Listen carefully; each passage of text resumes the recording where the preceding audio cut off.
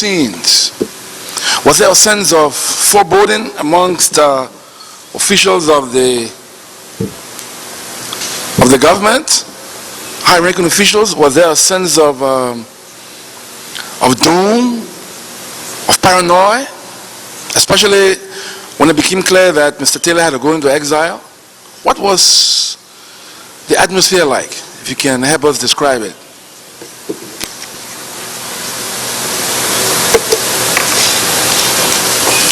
Thank you. Thank you, Mr. Commissioner Stewart. Mr. Chairman and other members of the Commission, I want to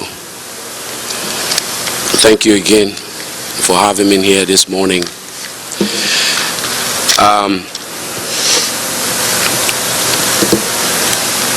That's a loaded question.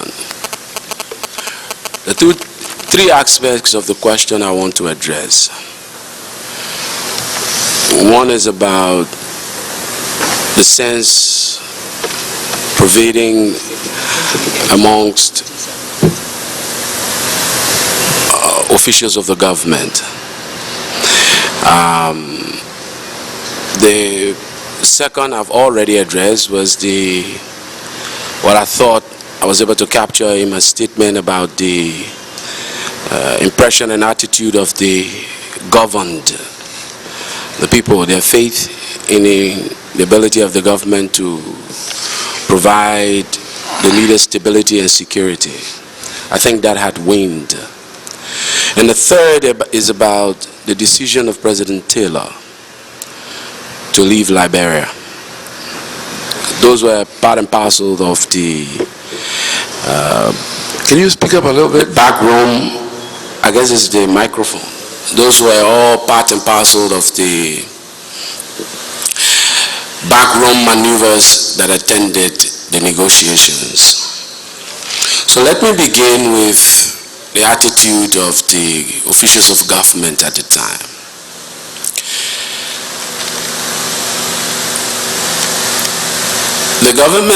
The negotiations in Accra did not happen overnight. The decision to negotiate was one that took a couple of weeks, if not months,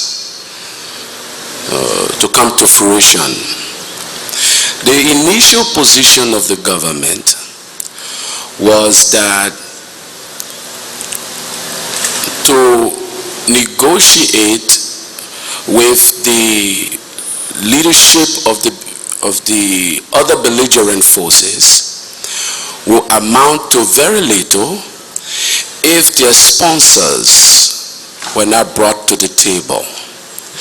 And so the government took the position that efforts should be made to reach out to the leadership of the Mana River Union, from whence it has been confirmed and established that these belligerent forces were drawing support, and engage that leadership in more like a tripartite form of negotiations, so that whatever residual quarrel left unresolved on the table at the level of the Mana River Union and some of the security pacts subsisting in that union can be brought to bear on the countries involved, so that some form of long-term, genuine, durable resolution can be reached.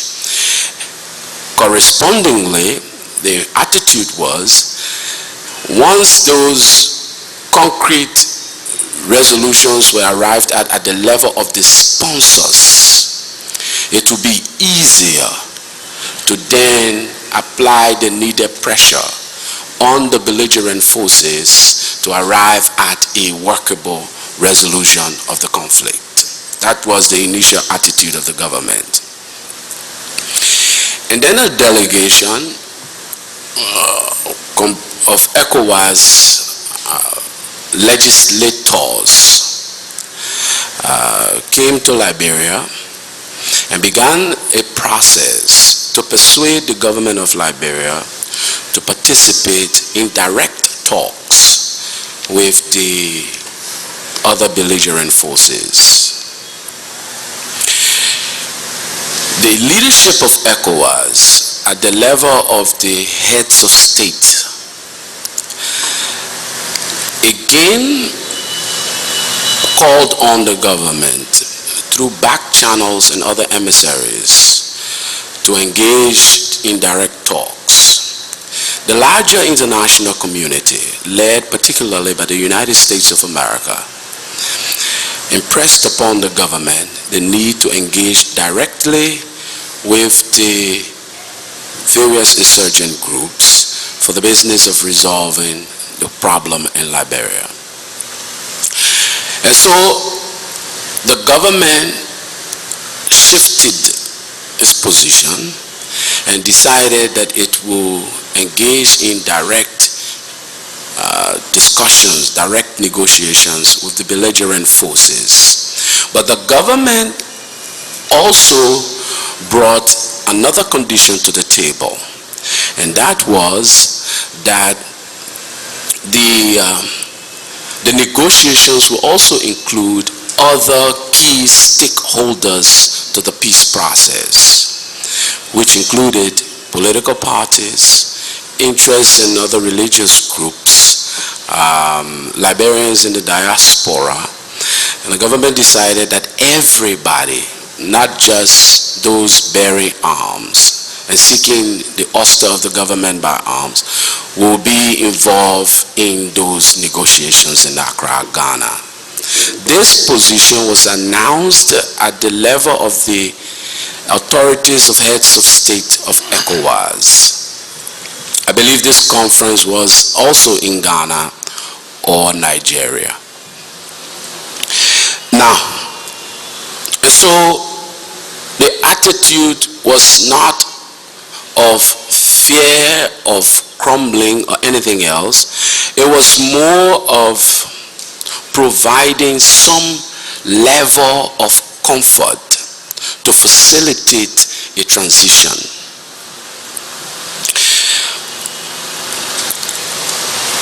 There were a number of backroom preparatory talks to provide for the smooth discussions in Ghana. Some of those talks took place outside the continent of Africa, and some even within the continent. ECOWAS, having therefore received the new position of the government, proceeded to name former President of Nigeria, former head of state, General Abdul Salami Abubakar, its head of mediation committee. That committee included the contact group on Liberia, the International Contact Group on Liberia,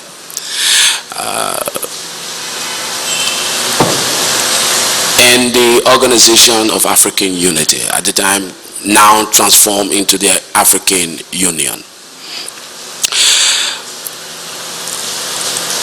A number of propositions came through those back channels, discussions preparatory to the meeting in Accra to resolve the conflict.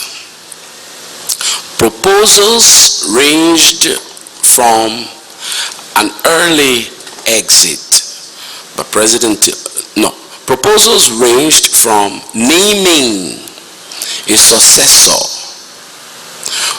or a prime minister to take over the direct affairs of the government to Mr. Taylor leaving the reins of power and exiting the country. The government wrestled with those proposals on the heel of the agreement. At the same time, information became available to the government, that the prosecutor, the chief prosecutor for the court that had been established to try individuals alleged to be most responsible for the conflict in Sierra Leone after the Togo peace agreement was signed. I believe his name, the prosecutor at the time, was Mr. David Crane. Information became available to the government that a number of indictments, especially of the government of Liberia officials, had been sealed by that court. My reckoning is that those indictments were to be used as leverage, as points of leverage on the government to persuade a negotiation. We went to Accra, prepared for discussions, and I recall we participated in a briefing about what the position of the government should be on the heel of attending those conferences. And President Taylor took the position that any decision he made, given the range of propositions that had been offered him, any position he would take will be one that he will expect to be guaranteed by ECOWAS, the African Union, and the International Contact Group, and those mediating the conflict. Little did we know that plans had been accelerated to unseal one such indictment. Early that morning in Accra, Ghana, President Taylor conveyed the private sentiment that he will opt, in the name of peace for the country, to leave and facilitate and allow the free facilitation of the conference, but that he will seek the guarantee of the authorities of ECOWAS, the level of heads of state, that his departure will be conditioned on boots on the ground. And it was his considered view and the attitude of the government that unless and until international boots were on the ground to separate the belligerent forces, his departure will merely translate into a holocaust, into an escalation of the fighting, and naturally a level of bloodletting that his conscience and the government will not, from which the government will not be extricated. President Taylor left, went to State House in Accra, and sought, and I believe received, the support of the authorities of heads of state who were present, including President Thabo Mbeki, President John Kufuor, President Olusegun Obasanjo. They were all present in Accra, Ghana, and guaranteed that these positions of the government were fair and will therefore lead to a smooth transition. A third condition of the government, President Taylor insisted that on his watch, he had taken an oath to protect and defend the Constitution of the Republic of Liberia. As such, he will not leave Liberia under any guise, save that the Constitution was in full force and effect. So you will recall the transfer of power under the Constitution to his Vice President, Moses Z. Blah. But back to that Accra meeting. So President Taylor came back with the assurances from the heads of states present and was to address the conference, the opening of the conference. One of the positions of the belligerent forces, and no one can fault them for that, was that they will not participate in the talks unless and until President Taylor was not a part of those discussions, given where they were in terms of the geography of the war. In any case, as we moved on the conference hall for the opening remarks, where we had been assured that President Taylor will make this offer, in effect, that if he, as he had been perceived to be the problem, he will step aside and allow for the peaceful transition. I should say though, that one of the thought processes around this in the government was that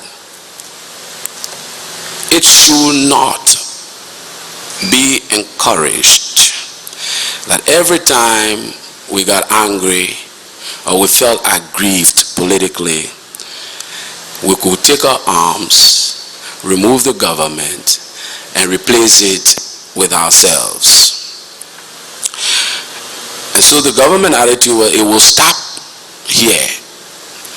Any process of change after the war of the MPFL and all the other forces that came into being will be through the ballot box. That was the prevailing condition established by the government, and the government was prepared to sacrifice every and anything to accomplish that. So we went,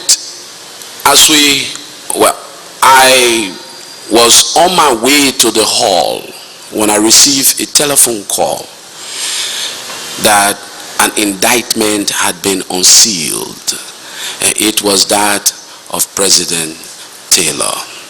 And that further to that, the prosecutor of the court was requesting the Ghanaian government to arrest President Taylor. My reflection of the chain of events has made me to believe that at about the time President Taylor and other heads of state were in the anteroom waiting to be announced to come in to the hall, they received this message through their protocol officers. In any case, my impression also is that it sent a ripple of anger and a deep sense of deception, not only to President Taylor, but to the heads of state and authority of ECOWAS, who believed that this was a calculated attempt to undermine efforts at the level of ECOWAS to resolve the conflict in Liberia. In any case, President Taylor was persuaded to continue on the course that had been agreed. And so President Taylor came back into the hall and announced,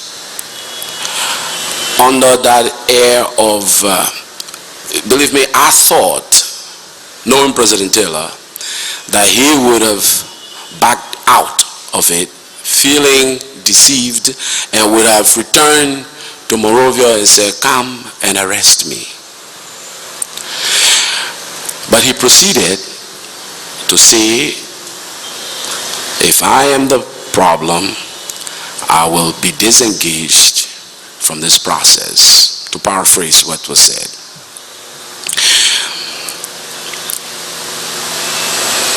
The negotiations began shakily. In fact, the actual serious talks did not begin until well after the first month.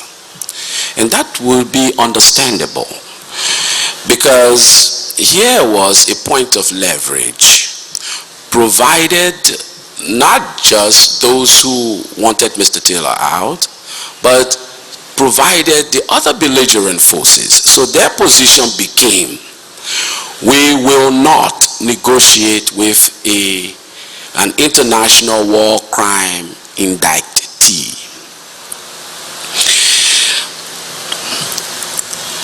We could make very little progress as a result of that. The talks were effectively stalled. It seemed that we will be returned to actual conflict, and the victor would receive the spoils of war, which at the time was the country. You will note also around that time that the morale of the fighting forces of the government understandably diminished. There was a sense of not just grief, but deception, frustration, and anger.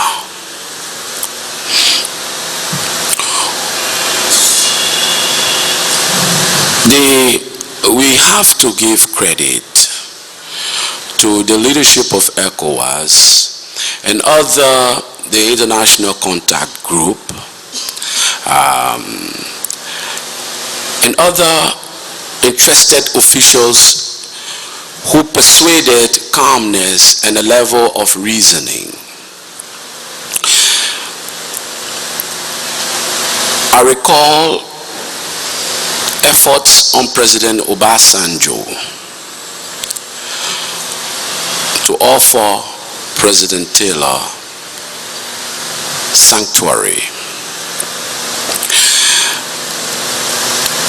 I recall the position of President Obasanjo that Nigeria will not go at it alone, for fear that once the problems were resolved in Liberia, Nigeria will be harassed for the release of President Taylor. And so, President Obasanjo impressed the government of Liberia that he would take on the initiative of garnering the support of all of ECOWAS, and especially the African Union, in support of and make it a declaration of the African Union for Mr. Taylor to go to Nigeria. Now, why am I saying this? Because it speaks to the public record. President Taylor then announced that he will be leaving, and President Obasanjo he will go to Nigeria, and President Obasanjo will receive him. It was under the color of that design that Nigeria was asked, especially by the United States, because of her proximity and the availability of forces, to move some of those forces to Liberia under the color of the international boots that had been requested by the government to facilitate the departure of President Taylor. When the boots arrived and took up the positions, a gathering was convened to coincide with the exact date of the end of tenure of President Taylor. A meeting of visiting heads of state was convened in the parlor of the executive mansion under precarious circumstances, because fighting had reached the bridge and there were threats of fighting coming down the Buchanan Highway coming to Habel. Now, under those conditions notwithstanding, the heads of state flew in, went to the mansion, and presided over the transfer of power from President Taylor to President Blah. President Taylor left, escorted by visiting heads of state, especially President Mbeki and the head of the EU at that time. I guess he was from Mozambique. I will recall his name. Joaquin Chissano. In any case, President Taylor, it was under those acceptable conditions, not just for Liberia, but for ECOWAS and the implicit support that President Obasanjo received, that President Taylor went to Nigeria. I assure you that much of what was accomplished by the meeting in Accra would not have been had President Taylor not left. After his departure, the process of negotiations gained energy and momentum, and we arrived at a resolution that provided for a transitional arrangement after 2 months of President Blah's stewardship of the country. Whether or not any credit will be given for that process, for that decision to depart, we leave that to history. But I must emphasize why I have the breath to do so, that there will be those who will believe that it was insignificant. But let me assure you again that nothing that we accomplish would have been possible had that decision to leave not been made, and at the same time had the decision to leave only upon the positioning of an international force to separate the belligerent parties not been made and realized. So we went in now to the Accra discussion and arrived at these arrangements that has led to the formation of the TRC. I spoke about that yesterday in my statement, and the allocation of posts to provide the needed confidence to to the fighting forces to induce disarmament, demobilization, and eventually the conduct of free, fair elections. I assure you that members of that government feel that the decision to have allowed for the political parties and other interested stakeholders to participate in that conference provided also the opportunity for the cake called Liberia to not have only been shared and distributed only to those who held arms, but that those who even were without arms and were Liberian had a right, had a stake in what was obtaining, and therefore got portions of the government allocated to them, portions of the power distributed, and we had the transitional government of Chairman Bryant, a transitional assembly that provided for all groups, and consequently the conduct by the help and monitoring of the international community of elections that had that brought the victory of President Madam Ellen Johnson Sirleaf.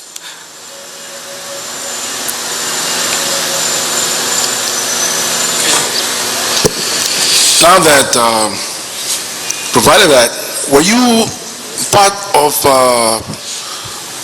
President Taylor's delegation that returned to Monrovia following the intervention by ECOWAS to have him return after the indictment had been unsealed? No, I was not. I remained in Ghana to begin the negotiations. Now, you mentioned earlier, you had reference to 1990 when Mr. Taylor at the time was just about on the outskirts of Monrovia demanding the resignation of President Doe and his subsequent installation as head of the government. But won't you consider it ironic and a strange twist of fate that fast forward to 2003, there was President Taylor besieged, as President Doe was, with belligerent forces at the gates of the capital, so to speak, and negotiating terms of exit. Would you not consider that ironic and a strange twist of fate? And how would you draw any parallels between those two situations, one in 1990, the other in 2003, and if you would draw any parallels, what would you say were the lessons learned? Of course, against the backdrop that there was a time when President Doe has said his forces were well trained, well equipped, and could handle any situation, and even at a point threatened that he also had troops who could cross the border into the Ivory Coast, referring to the desire to conduct hot pursuit raids against the MPFL in the Ivory Coast at the time. Juxtapose that against Mr. Taylor's often declared assertions that he had the best ground forces in the sub-region. How would one explain that somebody with the best ground forces in the sub-region would be staring down the face of defeat by a ragtag band, so to speak? What parallels can you draw? What lessons?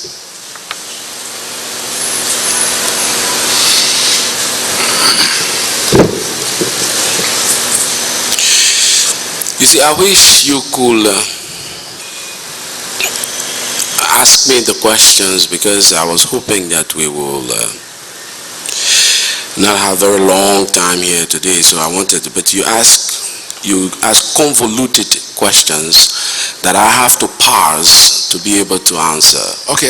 You want to would you consider it, on reflection of course, given the benefit of hindsight, that it was a strange twist of fate that saw Mr. Taylor in a position in which he was being hounded compared to a few years earlier when he was hounding Mr. Doe? You know, history and fate, destiny, are things that are sometimes without the control of man.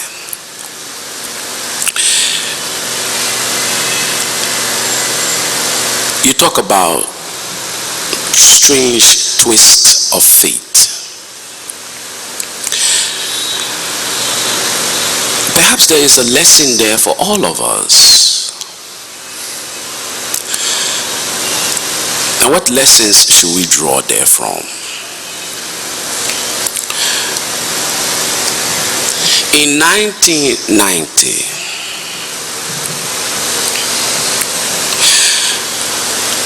prior to 1990, I argued in my presentation that there was a race, not just by Mr. Taylor,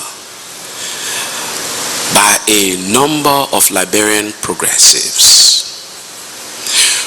to oust President Doe by means that were not expressly contained in the Constitution.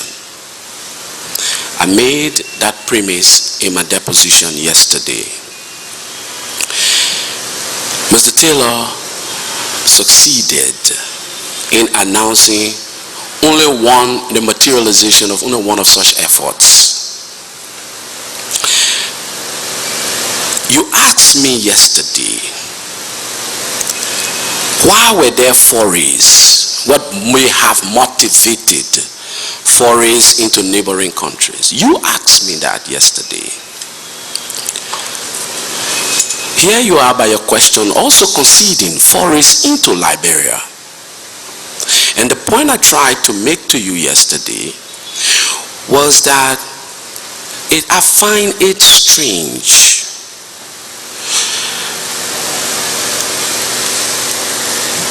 and perhaps vexing that for many Liberians it doesn't matter how many Liberians died here, what lessons we learn from Liberians dying here, if we can only find and identify a bad Liberian, even if the Liberian deaths came from without of Liberia.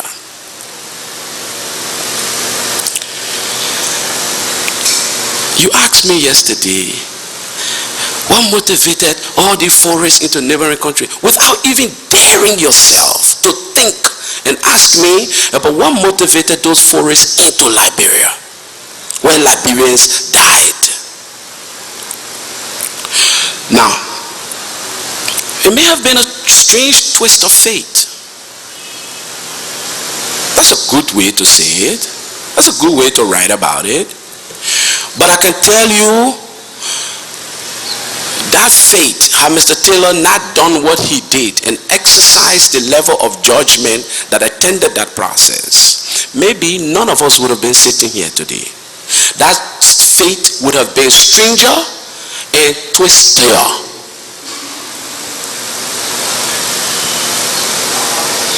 We had a condition in the country. Hypothetically, you mean? What you call hypothetically? Around the bridge was lured, threatening to enter Monrovia. Rolling with equal ferociousness and speed was Model. Centered in Monrovia and other pockets were the forces of the government of Liberia. How many persons I was flown in to Monrovia as chief negotiator to discuss with the leadership of the embassy, particularly Ambassador John Blaney, because bodies, rockets were raining on the capital. Bodies were being piled up. People were dying. And under those conditions, they were saying, Mr. Taylor, last option would be to leave. What if Mr. Taylor has said, I am going nowhere and we will fight till the last man standing? Already, hopelessness, lawlessness, and anarchy was pervasive. Imagine each of those forces crossing the borders of Monrovia and entering onto the capital. I don't know if you were here, John. I was right there. But believe me, you probably will not be there now.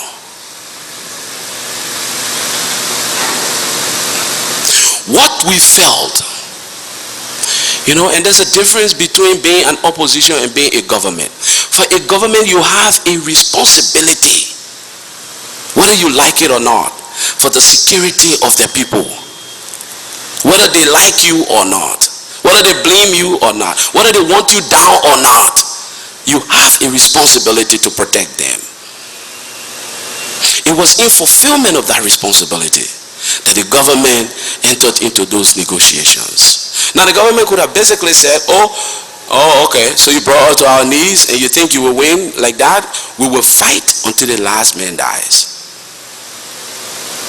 I'm sure perhaps, this is all hypothetical now, long before Mr. Taylor may have been captured or perhaps killed, the number of people that would have died. Never mind, the closer the conflict got to Monrovia, how many government forces you think were fighting for government and not necessarily themselves? How many persons do you think the government would have asked to take our arms? Not many. There was a time in this country when a government asked people to protect and defend itself. How many bodies were found in the streets?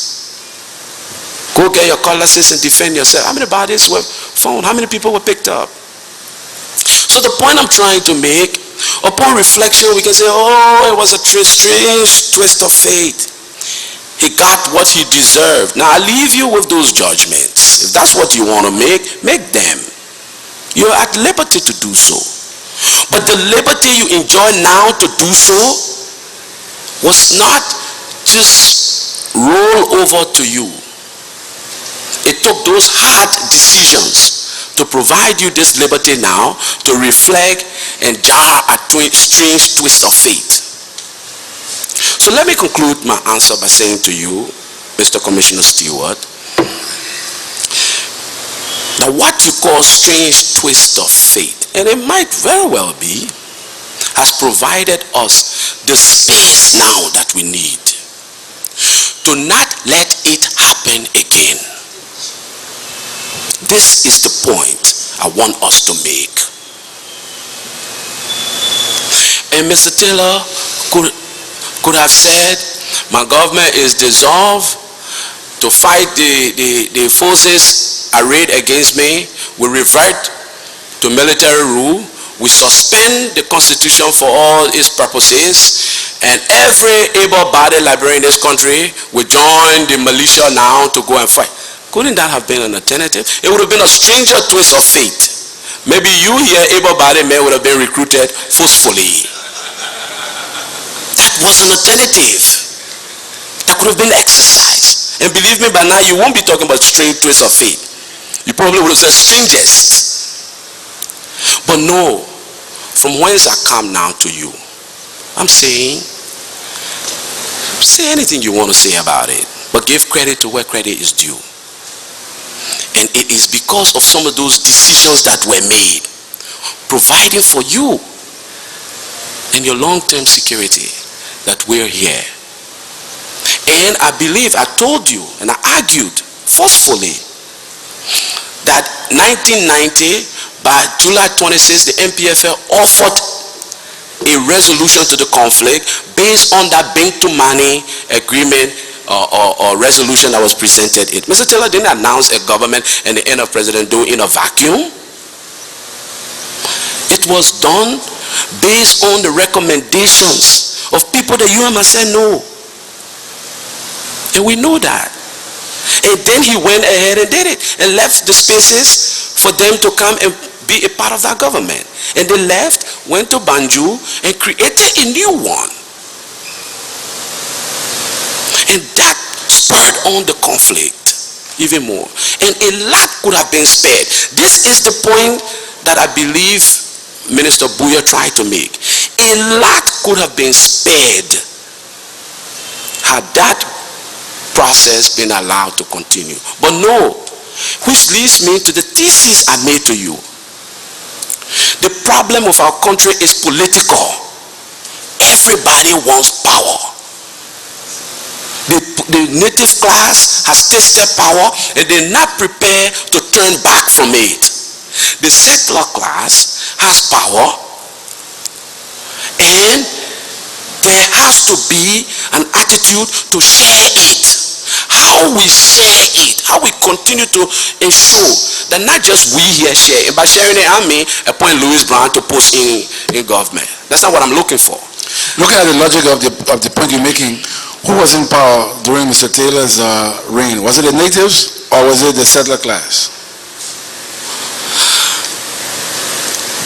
How would you describe it against the backdrop of the picture you just painted? I will confess my bias because I served in that government. And I will hope you will confess your bias because you were opposed to that government. But let me say this. I really believe, honestly, my bias notwithstanding,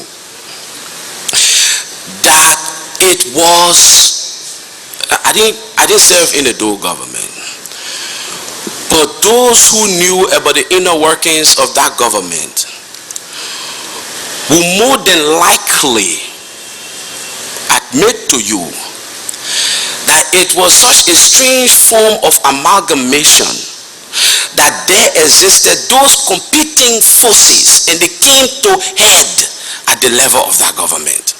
Like at no point in our history.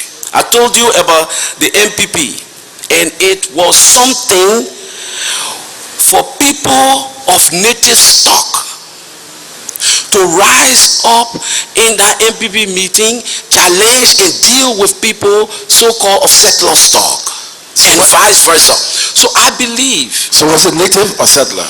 I believe it was a fusion of both. And when you begin such fusions, naturally each for reason of their own objectives and motives tend to shift at points in time to each of those positions and each of those influences. But believe me, I honestly believe that there was a fusion. I did not know. Take me, why I will arrive at this, take me as an evidence. I did not know Mr. Charles Gange Taylor before the war or when the MPFS started the war. My first physical contact with President Taylor was at the point when I, as a member of a demonstration in Buchanan against the MPFL, we locked down Buchanan and demanded that the leadership of the MPFL come to us and hear our grievances. This was my first time. Now many people may not believe this, believe that Mr. Taylor just appointed people that he knew who were with him in the propagation of his war. No, that's not true. Louis Brown, was here at the University of Liberia at the law school when the war started. I did not know Mr. Taylor. Now I've heard some people call him Charles MacArthur Taylor. Those are people who probably knew him more than I do. But when I knew him, the name he gave me was Charles Gange, and I prefer to call people by the names they gave themselves and want to call themselves by. So the name I know him as is Charles Gange Taylor. Dakpana, you missed Dakpana. Dakpana became a title. You're bringing something up, I will explain it to you. You know, people need to understand that his name was Dakpana. Dakpana is a title. What I believe he sought to do, and I'm going to try to do this because he's not here to say for himself. I'm sure plenty of people say all kind of things about him. But Dakmana is a traditional title. What the government were also trying to do was to find a way to fuse this native settler rivalry and build a level of cohesion. The highest official in the Poro society is the Dakmana, the highest official in the Poro society. So what Mr. Taylor tried to do was to say, look, and he said this many times on public radio, so this is a matter of public knowledge. I am 50% of the settler stock. My father is of the settler stock. My mother, who I met, was even, I understand, Izu, her name was Zu, was of the native stock. So I stand at exact 50-50 distribution of my chemistry. So which side gained ascendancy in the final analysis, native or settler? Can I answer your question in time? What he sought to accomplish, and I saw you try to put together, was we must not just respect societies like the Masonic craft, and they are worthy of being respected, but we must also respect Poro and Sandy societies, to which more than 80% of the native stock hold allegiance and respect. And so as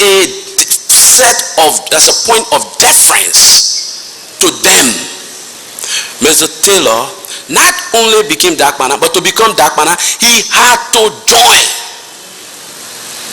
the Poro and the Sandy.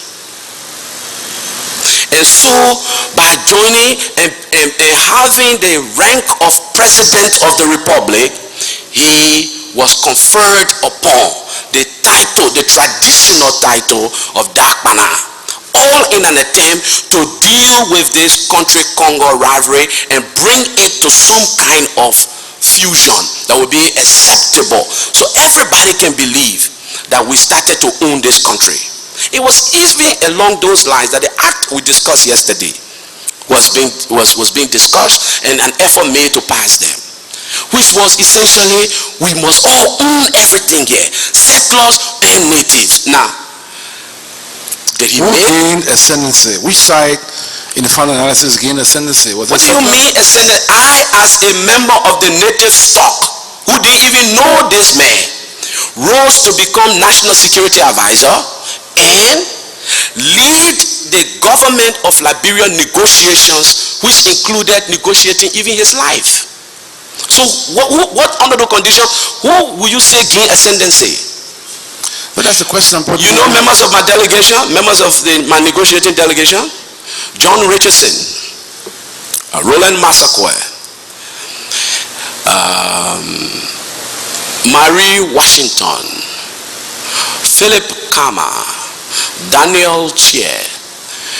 Who are these people? Look at the array of ministers. Who are they? Of course, some people of the settler and native stock decided they would not serve in our government under any condition. Why? Because we have a political problem in the country. And for some, unless they have the power, all others with it are not worthy. So my final question to you, against the backdrop of what you said, raises another issue, because yesterday you spoke and made allusions to what you call the progressives being torn in conflict amongst themselves. But there is this view of history, and it's been previewed in the public, so many times, that there were progressives who stuck with the NPP, the NPFL, NPP, and did so not out of revolutionary conviction, but out of pecuniary gains. And it goes that if you compare their status, material status, prior to the war, during the war and immediately after, that the trajectory was so high from the ordinary working man to wealthy men and women in so short a time and at so sharp a trajectory. Now, would you agree with this verdict of history, or would you agree with this opinion? What is the opinion? Restate that opinion. That progressives who stuck with the MPFL, not only with the MPFL, but who found their ways into the various factions, did so out of the desire to attain wealth through other means than the regular means. Work hard, go to work hard for your income. And they put that against the draw comparison to these progressives, their material status before going into the liberation, before going into the factions, and after that. A lot of them walked out with large amounts of, huge amounts of wealth. And it was for this reason that they hold the positions or held to the positions which they held. Would you dismiss this? I will answer your question, but you were also, and I believe, still a progressive. So what position you held? I had no position. I never worked in the government. No, I mean in terms of an opinion that those progressives who work were really only in search of wealth. My position then is irrelevant in this matter. I'm saying this. Do you agree with this opinion that has been pervading the public? You know, what would you say to those who would say, okay, yes, Mr. Louis Brown, before the war, he was not a wealthy man. After the war, he's a wealthy man. How can you explain that? I will answer that question, but I want us to speak with honesty. So I will come back to you. You are a progressive. You are considered, you are known, Honorable Mr. Commissioner Stewart, to be a progressive. Even though you didn't take a public oath, I did, and I will speak to this just now.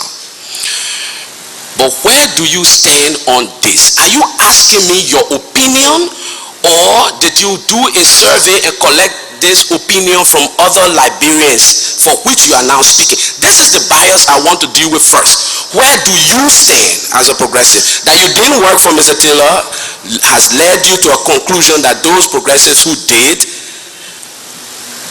so only from wealth? As I said, be honest, then I will be honest, because you expect me to be honest. My opinion on this is irrelevant. No, it is not. Let me tell you why it is not. Because we should disagree. And I know, Mr. Chairman, please allow us, this is what the process is about. Let us uncover some of these things. Okay? Mr. Commissioner Stewart, I said yesterday, quoting a maxim of law, that he who seeks equity must do so with clean hands. Are you asking me a sampled view of the public or your prejudice position? Now, you can decide to run away from it because it may be uncomfortable for you to say yes and then sit where you sit. But to come and use the name of the public falsely without any level of sampling, any gratification, any evidence, any empirical proof, and then you claim, some are saying, I'm tired with this, some are saying, here we want to find truth. Tell me who are saying, or if you can beat your chest to say that, then beat your chest and let me confront you directly. Don't hide. Right now, you people say we shouldn't hide. That's why we came here. And that's why this is live. No. Be fair to me and fair to yourself. You want to be man or you want to be chicken about this? Be a man. Confront me and say, Louis, I did not serve in this government because I believed to serve was to gain unjust wealth. Then I will address you. But don't let me address faceless people who didn't give you any opinion and you want to cower behind them to offer your own opinion to me. That's your assumption. No, I'm not assuming. I want you to be man. If you want me to be direct, Thank you. then I can ask you a direct question. Please do. Mr. Brown, what was your net worth prior to entering government service? What is your current net worth? Now, Mr. Commissioner Stewart, before taking that seat, did you declare your net worth to the Commission and to the people of Liberia? Mr. Witness, you cannot answer a question by a question. I'm asking you. I've shared with you what is the opinion of the public. You say I'm being faceless. I should ask you direct. Okay, ask you a direct question. Mr. Witness, what is your net worth currently? What was your net worth before becoming a public servant? John, I came here prepared to answer all these questions. That's why I came here. I pay my own way to kind of and this is within the context but of what our I mandate. don't, what I want, you know what will help the process and help the country is if all of us don't just expect honesty from one set of people. We must expect honesty from all of ourselves. That is the only way we can do it. Now, John, speaking of honesty, you have beef. Plenty. Now, I'm not going to open your closet. That's what we're here for. You are limited. And I promise I will not going to do so. No, please, feel free to do so. But let me now attempt to deal with this question of wealth. Now that you have moved it from faceless people and that you are holding responsibility for that question, now let me deal with you directly.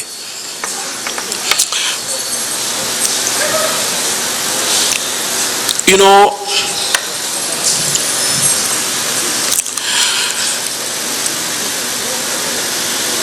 there were progressives in this town who walk in the name only and felt that their progressive status or their Moja or LPP or UPP statuses or affiliations meant that they will remain only beholden to the organizations. And many of us, you see how I can be fair, did not find the will to move beyond our parochial associations to think more about a much larger, a much broader population. What do I mean? So what is your net worth now? And what was your net worth before? You argued about time. And if we should, just give an estimate. Or if you don't have any estimate, if you don't have any answer, you don't have to answer. Rather than go through a long, drawn out, what was your net worth now? What was your net worth before service with the NPP? If you don't have any answer, you don't have to answer.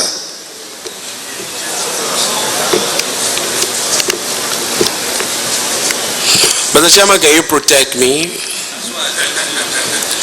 Oh, okay.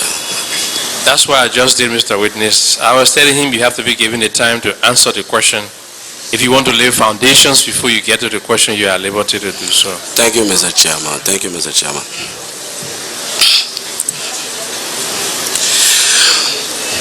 Now, when I speak to Mr. Commissioner Stewart, I will speak to the Commission. Mr. Chairman and members of the Commission, I was trying to establish a premise. I started saying that,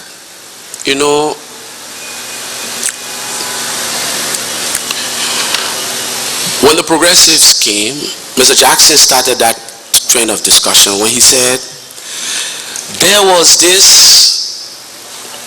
one group had philosophical depth, while another group was about practicality and immediate resolution of problems.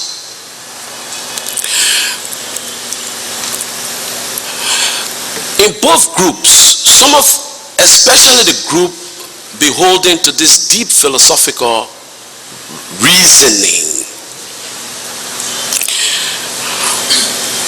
Over time, they soon found themselves so entrenched to the reasoning, to those dogmas, that unless and until one of them gained stewardship, because this is all it was about, who would take leadership of the country? I told you, the whole thing has been political. Once none of them did, any other person who did became an obstructionist, and they assigned unto them a motive for only pursuing wealth at their expense. Having laid that down, and so you will understand that although there was this race to remove Mr. Doe by military means, and none of us can deny that, even when he was removed, some people still felt that was not enough. What they wanted was leadership essentially for themselves. And all others had either no moral or compelling patriotic reasons to provide leadership for the country except them. And so low-level cadres and foot soldiers like Mr. Stewart and others remain unabidingly committed to some of these top-level officials that they look up to as the only people who can provide answers. Anybody short of those people were either reactionary, counterproductive, wealth seekers, or diggers of graves of people. Now, some of us on the other side believe that it was all important who won that race to remove Mr. Doe, and believe that what was more important was what we would do having won that race to remove Mr. Doe. Now let me come with personal wealth business.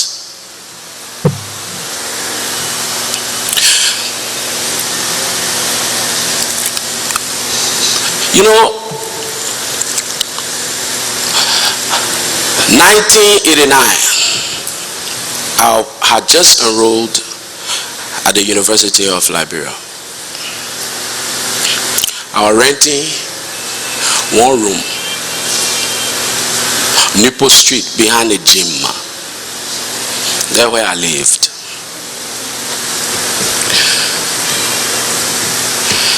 Then we moved behind the lines. I gave you that story about everybody moving behind the lines and how I went there. My first appointment was member of the Transitional Legislative Assembly.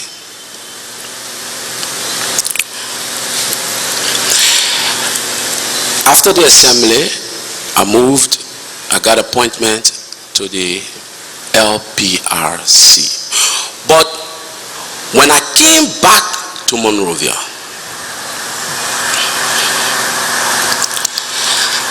the first business I opened was the Monrovia Travel Agency, Randall Street. And I assure you, we did well. We employ over 35-40 people. We did very well. Another thing I can do for you, in my drawer at home, I have every check, most checks, I should say, perhaps not every, most checks paid me in terms of salary by the government of Liberia, most of which were uncashed. Wealth. I went to LPRC, I told you, when nothing was there.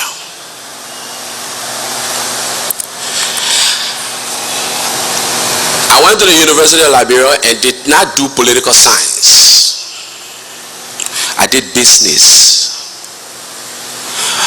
My undergraduate degree is in accounting. So it has never been lost on me.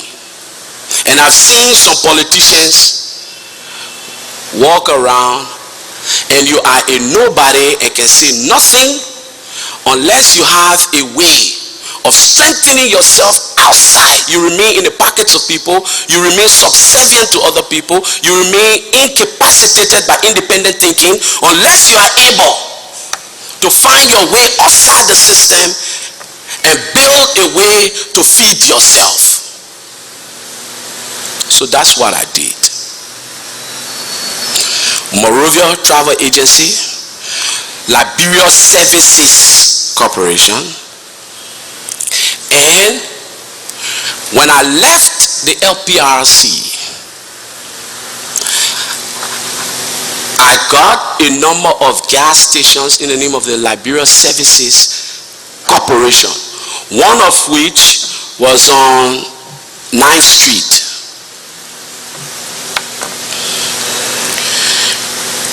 Nobody you will find to bring here, and I'm challenging the commission to tell you that I went to Louis Brown and in exchange for a government service, I gave him this kickback. If you find that living soul, Mr. John Stewart, now I'm addressing you. If you find that living soul, I stand indicted, and any proof be given, I stand indicted. Let me tell you another thing. You reap what you sow.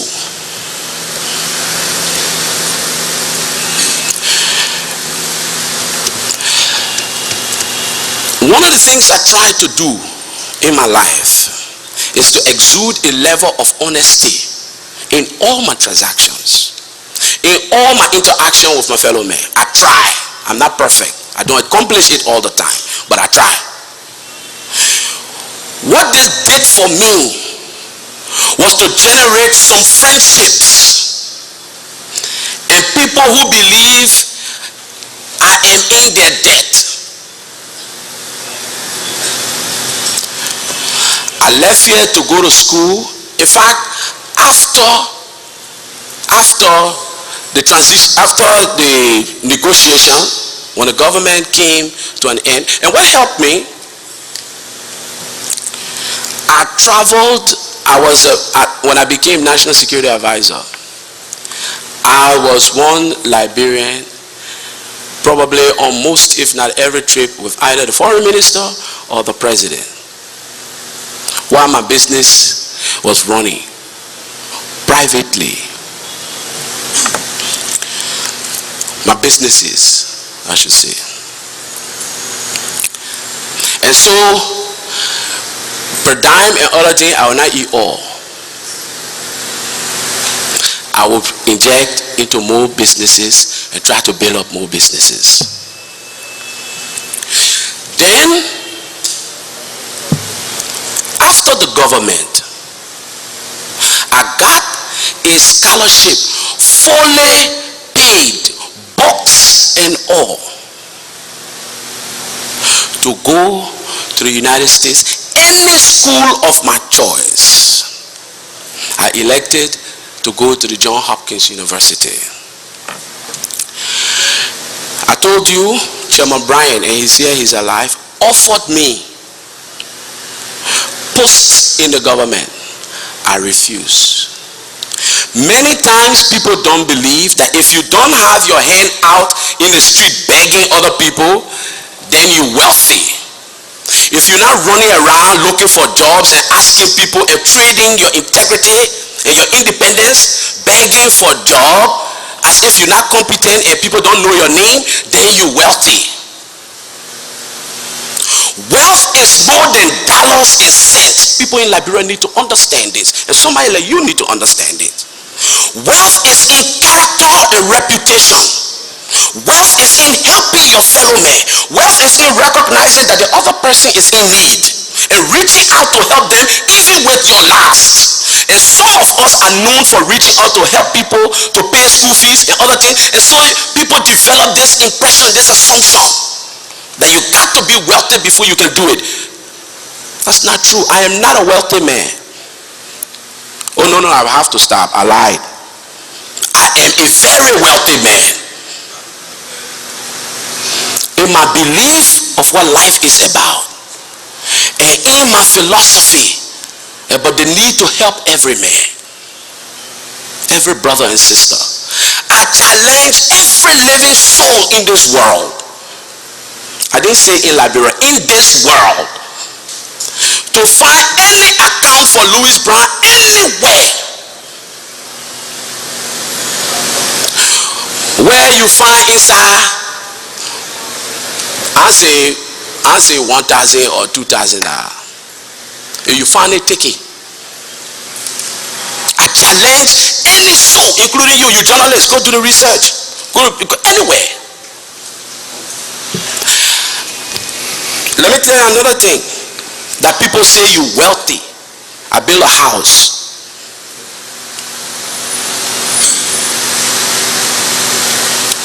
How did I build my house?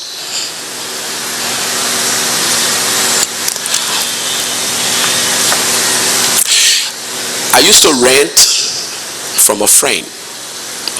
On the beach, you make this personal now, so you have to have the patience for me to explain my personal matter to you now.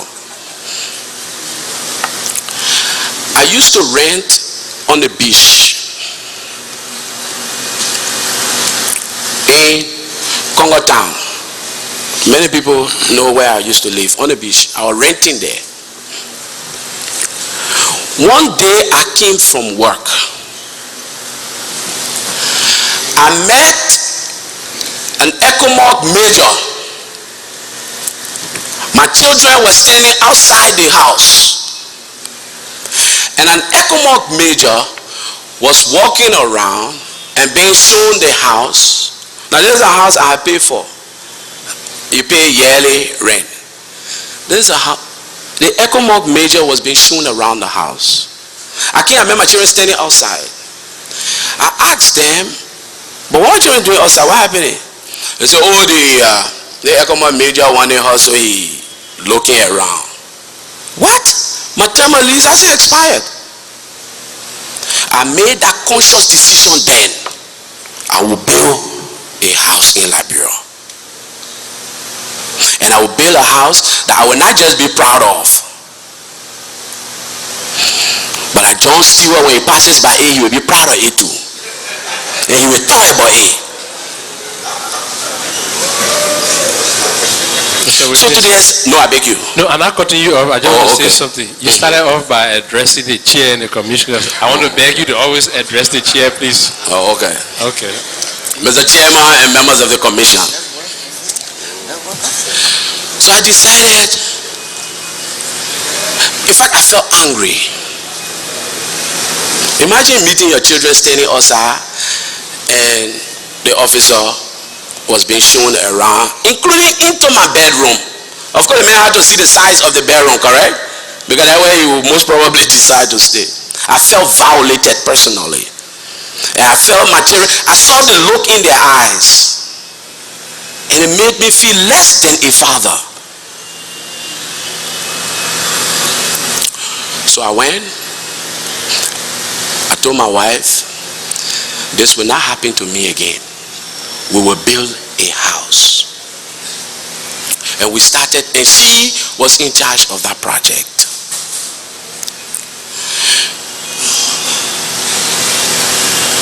There has been many claims. Many claims. And sometimes my scholarship student at the University of Liberia used to number 25 to 50. And across various high schools, 10, 15, 20. The University of Liberia, there are records that will show that sometimes they will write me 3, 4, 5, 6 times. Even while in the TLA, I have people on scholarship. They will write me 3, 4, 5, 6, 7, 8 times. You will wait until you hustle, so gonna your allowance come or this one come, then you go pay. You go pay the school fee. Check the record page, desktop page or something. Some of these things are expected of government officials. Now, am I a perfect person? No, I'm not perfect. I'm not perfect. Don't let me pretend to you that I'm perfect. I will be acting like you, disingenuous. But who I am... Let me call you to a point. Oh, okay. We are engaged in an exercise that should be honest and frank. Yes, that's what There's no need to hurl invectives at each other. Oh, okay. I'm sorry. So I will not accept that. I'm sorry. Thank you. Let me add. Making the point further. Address the chair. Next time, just. I asked a question. Okay. Net worth then, net worth now. And then you hurling invectives. You didn't Please. provide net worth. Has any of your witnesses provided net worth then and net worth now to you? Have you provided net worth then and net worth now to the people of Liberia? That's not the question. The question to you... But this is the disingenuousness, Mr. Chairman, I'm talking about. Why are you asking me? Answering to history, my dear brother. Oh, you're not responsible to that history. I have the privilege to sit here to ask you those questions. And that privilege must be used wisely, because that privilege was given to you by somebody even like me. By the Liberian people. That's what I'm asking you. I am a Liberian who gave you that privilege. Exactly. That's why I'm asking you, what was your net worth then and your net worth now? Because I told you, I prefaced my question by opinions going around in public that progressives who migrated to the factions, progressives who choose otherwise, are termed as cowardly, spineless, and did not move to effect change as what was expected of them. Progressives who moved to the factions are labeled as being in pursuit of monetary gain. I ask you, what is your opinion? What is your, do you accept this version of history? Do you accept those opinion? That was all I asked. And then you choose to make it personal. So I asked, okay, what is your net worth now? And what was your net worth then? And still you have not answered. I tried to give you, Mr. Commissioner Stewart, a detailed breakdown. If you had written me in advance and said, Mr. Brown, please come with an accounting of your net worth, I would have come to you with figures. I would have come to you with figures. But this is what I mean. You don't like the term disingenuous. This is what I meant by that. I know you don't like the term, but it really is the truth. But you were one of the crafters of the agreement. The agreement clearly states the TRC at any time can request, with or without permission, examination of any documents, probe into any issues. So, and you were one of those who crafted that agreement. I'm only acting in consonance with the agreement that was crafted. So I ask you these questions. I am not fretting from the question. The only thing I'm doing is lay out a sufficient premise to answer your question and showing expressed bias. Don't you think I have the right to do that, Mr. Commissioner? Don't you think I have the right to show your bias? I do not deny you to express your perceptions. Okay. Or whatever your impressions may be. Okay. I will not beef against you for that. You have a right to do so. But you have a right to hold any opinion of me. I cannot deny you that right. Okay. Like you have. And you also have the corresponding right to express it. Like you have similar right to hold opinions of me. Two things I tried to say to you. One. Yes. One. Let us not cower behind so-called the public perception. What we want to say, let's say it honestly and faithfully to each other, and then we can pass that point. The second point I try to make to you is that it is disingenuous and it is self-serving for one progressive, and I pointed out that you are, one progressive to label another as in search of pecuniary gains because of service. And I argued further that that is not just baseless, but it is founded on a premise where some progressives who were low-level progressives only look up to one set of people as their leaders. And once these people were not in charge of the leadership of the country, all others who were selfish and only intended to pursue their own interests. Once I laid those two foundations, which I believe you find acceptable. Again, I will not make any comments. Okay. But once you find them acceptable, then I try to explain to you and through you to the faceless and nameless others who probably think that the MPP or the MPFL or so-called progressives and others who were involved were after their own wealth, to suggest to you that this is why we were not doing so. I told you about the objectives of the MPP. Were they wealthy? I believe they were. Were they wealthy objectives? I believe they were. Am I wealthy? I've said to you, no.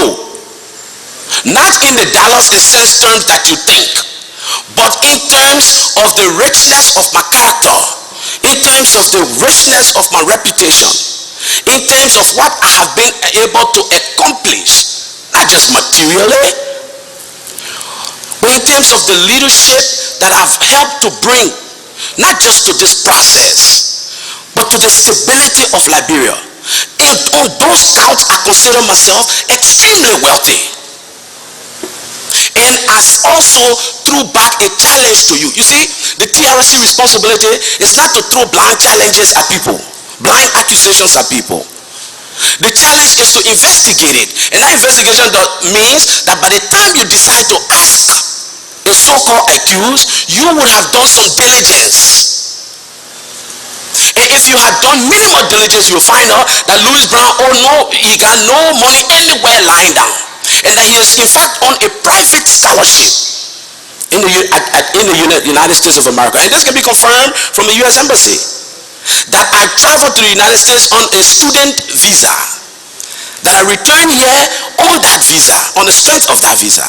And that I will return on the strength of that visa to pursue a second master's. So, there is an attitude about all government officials. Now, I can't speak for all government officials, including the current ones. But I can tell you that my objectives were not wealth accumulation. That's why I even went to, because when people say, oh, the man wealthy, the man built a house. And I was beginning to tell you why I made the decision to even build a house. And I told you about my businesses. You can go and check that out. That's another responsibility of yours. And if you had written me before coming here to say, come with your net worth or asset, and now that you have thrown that gauntlet, I hope it will be applied as a standard to everybody who comes here. And that first you seeking such information will clean your hands by exposing your net worth and value to the country too. The chairman and other members of the commission ought to be in a position to do that. Then it sets a standard for asking everybody subsequently what their net worths are. Then people come here prepared with that other information to provide it to you. But to hijack the discussion and use your prejudices against one progressive for having served his country without regrets, for having worked to produce you as a TRC member, to come after him and say, why he is on the stand, have you asked him to address thematic things and say, tell me your net worth, I believe that is disingenuous. And to hide behind faceless people and say, people say. You pass that level of people say. You're not street man anymore, John. You pass that level of people say. Mr. Witness, please address the chair and the commission. Oh, thank you, Mr. Commissioner. And every member of this commission, you're not street peddlers anymore. Even if you were before, you passed that step. Assuming this high office means that you will not sink into the mud and discuss street things that people rumor, gossip, and other things that you can easily substantiate from just going to Ministry of Finance, from just writing this person and asking them to provide you those information. That's exactly why we ask penetrating questions. You call that penetrating question? Yes, sir. You call that question born out of your biases and prejudices? That's your opinion. But you call it prejudice. Mr. Witness, gentlemen, Have you answered the question, or you still have others? No, he has not. Net worth before, net worth then, no answer. My net worth before was wealthy. My network after was wealthy. Thank you very much. Thank you. Please, Cherry Squad.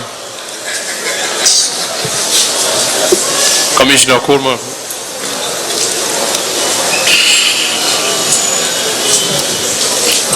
Thank you. Testing, testing, testing, testing, testing, testing, testing, testing, testing, testing, testing. It's on. Testing, testing. So, Commissioner Mark. Testing. Testing. Okay, I'll use this one. Thank you very much, Mr. Witness, for your diligence in assisting us in this process. I would like to start my presentation usually by reading a general understanding to guide our answering later. So I want to say that please realize that we on the Commission are aware that the period from 1920, starting with World War I, to 1999, as the end of the Cold War, was a historic period for change in governance worldwide, from a culture of violence and hatred towards a culture of peace and harmony of humankind.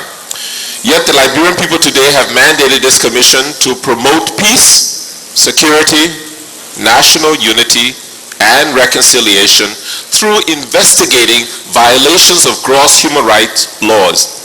We were asked to understand the motive, circumstances, antecedents, and accountability factors linked to those violations and to work out a plan of action to ensure this never happens again.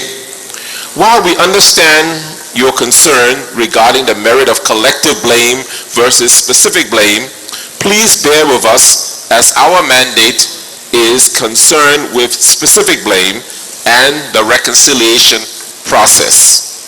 Okay, on that foundation, I have two sets of questions, one from political perspective and another economic.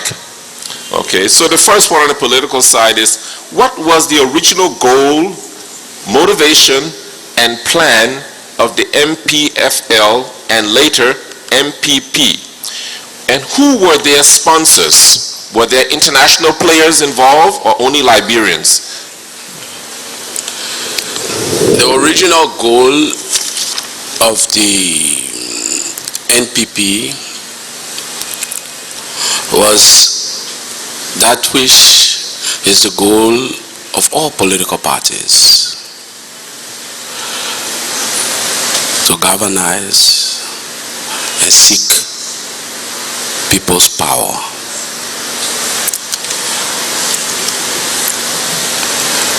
To seek political power.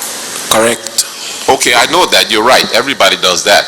But each person does it with a different platform, with a different heart, with a different spirit, with a different focus of ideas. So can you summarize maybe in one or two sentences, what was the key hope that MPFL had, because that was not a political group now, and MPP, after they then left the fighting realm and came into the so-called political realm? Could we try to understand that balance a little bit? Yeah. The NPP was a political offshoot of the NPFL, which was predominantly a fighting force. The NPFL had a military objective of removing President Samuel Doe from power. The vehicle for that removal was the NPFL. I told you on yesterday that that group comprised people from various persuasions and influences. They effectively covered every diversity, every level of diversity that you can imagine that comprise the country. Uneducated, educated, wise, crazy, sensible, black, red, white, mulatto, albino, everything that you can possibly imagine was being brought together under this umbrella of the MPFL. It was a voluntary force. Nobody, at least as far as I know, was being forcefully conscripted to join. Now, it started off predominantly with members, natives of Nimba, but mushroomed quickly to envelope people from all of the diversities that I've spoken of. So their military objective, because they were a military group, was to fight and remove President Doe. Now, at some point in the life of the NPFL, as people of other diversities and persuasions came along, and as the reality of removing President Doe from power militarily unfolded, you recall that Mr. Doe, former President Doe, was killed as early as September 9 or 10, 1990. So, for all intents and purposes, that military objective should have been realized. But no, something intervened. And that which intervened was the usual political fight for power. I stipulated in my paper that at peace conferences, resolving military issues were the easiest and quickest on the table. For some of these conferences, it didn't even take a day, because the real problems were not military. They were political. They were strategically linked to power. Who would distribute the wealth and resources of the country? Now, I said to you, as the flanks of the MPFL grew with people of all these persuasions and professions, and as the reality unfolded, it became self-evident that the route to power will no longer just be military. It will also now be political. Military organizations rarely seek political power. Now, I say rarely because you will recall that one of the presenters, I believe it was Minister Buya, has already informed you that a petition from the armed forces of Liberia was presented to President Doe. But even at that, to represent the armed forces of Liberia as their candidate in the 1985 elections. But even at that, President Doe had to create a political vehicle called a political party to drive that ambition. And so the NPFL was transformed, transmogrified into a political vehicle called the National Patriotic Party of Liberia. Now, were there elements who comprised the NPP who were not members of the MPFL? Yes. There are people who are in the NPP who subscribe to the political motivations and don't necessarily share the military, the previous military motivations. So like every other political party, the NPP sought political power. But a nexus continued to exist notwithstanding. And that nexus was some of the objectives, albeit military, some of the goals were transferred into a political motivation. One of which was, we're fighting to take Liberia out of Monrovia. Out of what, sorry? Monrovia. We want to make the concept of a Liberia an enveloping one to attract and hold people who up to that point knew nothing except the name of the land, but had no reason for which they could share an affection, a sense of deep passion, a sense of emotional attachment to what it was to be a Liberian, because they were excruciatingly ostracized and left out, not by any direct design, but by reason of how the nation was founded from the mainstream of knowing what it was to be a Liberian. And so those things attended and found their way, those expressions and aspirations found their way into the NPP.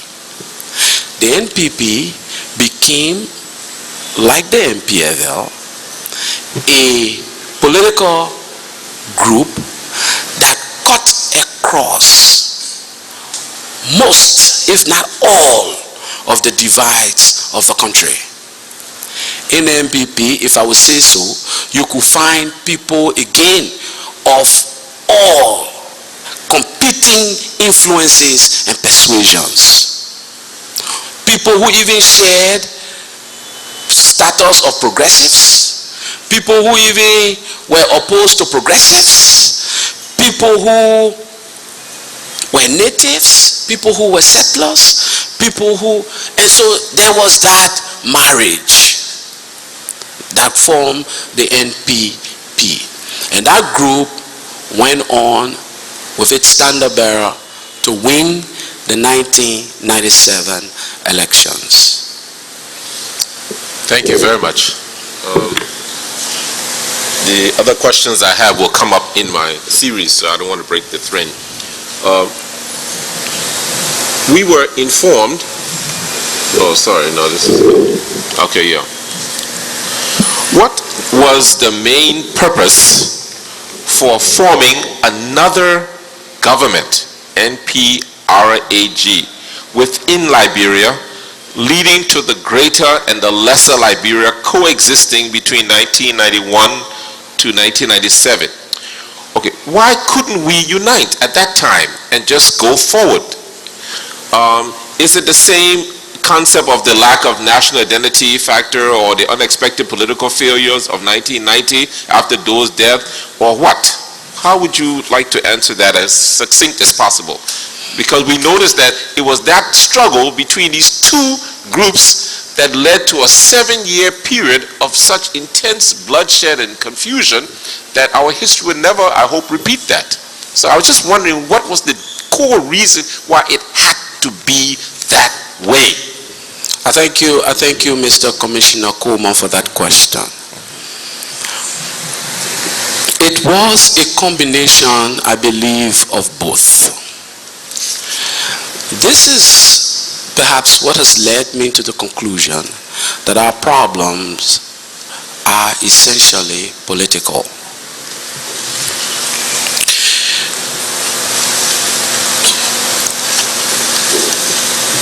Now, without finger pointing, you will recall, let's start off from where Minister Buya left off. and do a connection there.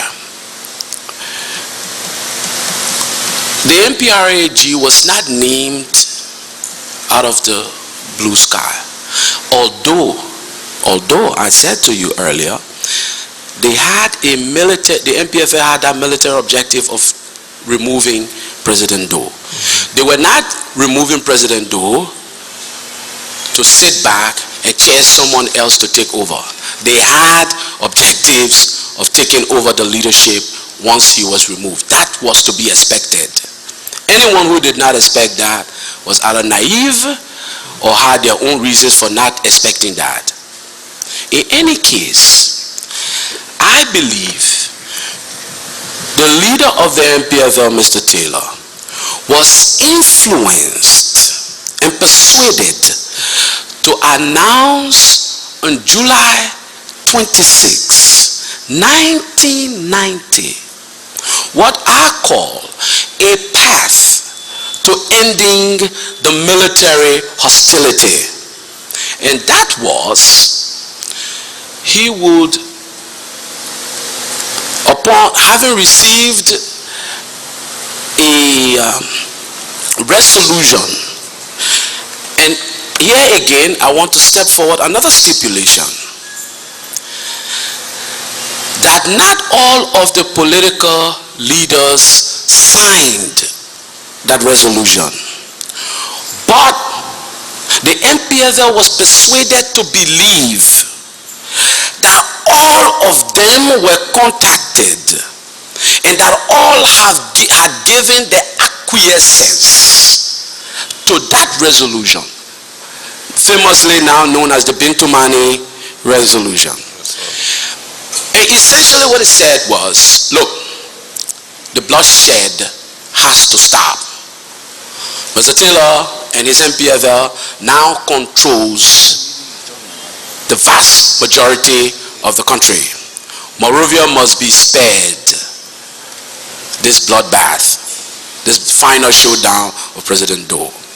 So Mr. Taylor proceed at the head of a government to form a government of some kind of national color, meaning bring on board all of us and establish a time frame for elections. Now, with that resolution in hand, I believe Mr. Taylor, I was in Monrovia. I was in Monrovia then. Mr. Taylor proceeded to announce the government. And what I remember about that announcement very well was that it named only a few ministers. It named him as head, as was recommended by the Bintumani resolution. And only a few ministers were named. Now, on yesterday, Mr. Commissioner Stewart asked me, perhaps Mr. Taylor did not do what was requested of him fully. I'm paraphrasing what Commissioner Stewart asked. And I tried to get Mr. Commissioner Stewart to see that the reason some of these posts, I will understand later, were left vacant was expressly for the business of attracting or awarding them to these political leaders who had provided either acquiescence, tacit support, or had actually signed this document. Think back, Mr. Commissioner Coleman, that if that had been done, what would have been the need for further conflict? The only issue that would have been left unresolved was how, by what means, President Doe, who was still in the executive mansion, the seat of power, would have been provided some kind of exit. Think back and imagine the possibility of changing the course of history, the possibility of not going down the road of that further bloodletting, had that just happened. But it did not. History will show the war continued. And why? Tragically, some of the same elements who persuaded Mr. Taylor to form that government. Now I will even argue, how was Mr. Taylor to announce a time frame for elections when those elements who even wanted that time frame for the elections were not even on board of that government yet? It seemed to me that you will announce the government, you will put the pressure on President Doe, and then, this is just an analysis now, you put the pressure on President Doe, and once these other political leaders came on board, it will provide that government, the new MPRG government, added motivation and incentives, and persuade the larger international community and perhaps ECOWAS, who at the time has started to toy with the possibility of intervention, will be persuaded that, look, we have a government, we have resolved this matter, it is now left to persuade President Doe so that that government can be installed. We agree that we will hold over for this length of period. No such thing happened. Now, in August of that year, now I did not go to Banjul. I was displaced like everybody else, in hiding. In August of 1990, essentially the same group or the core thereof, and I understand they must have amounted to 20, there could have been more than 21, 22 number of people, met in Banjul, the Gambia, and overturned that process. I argued in my paper that two motivations collided.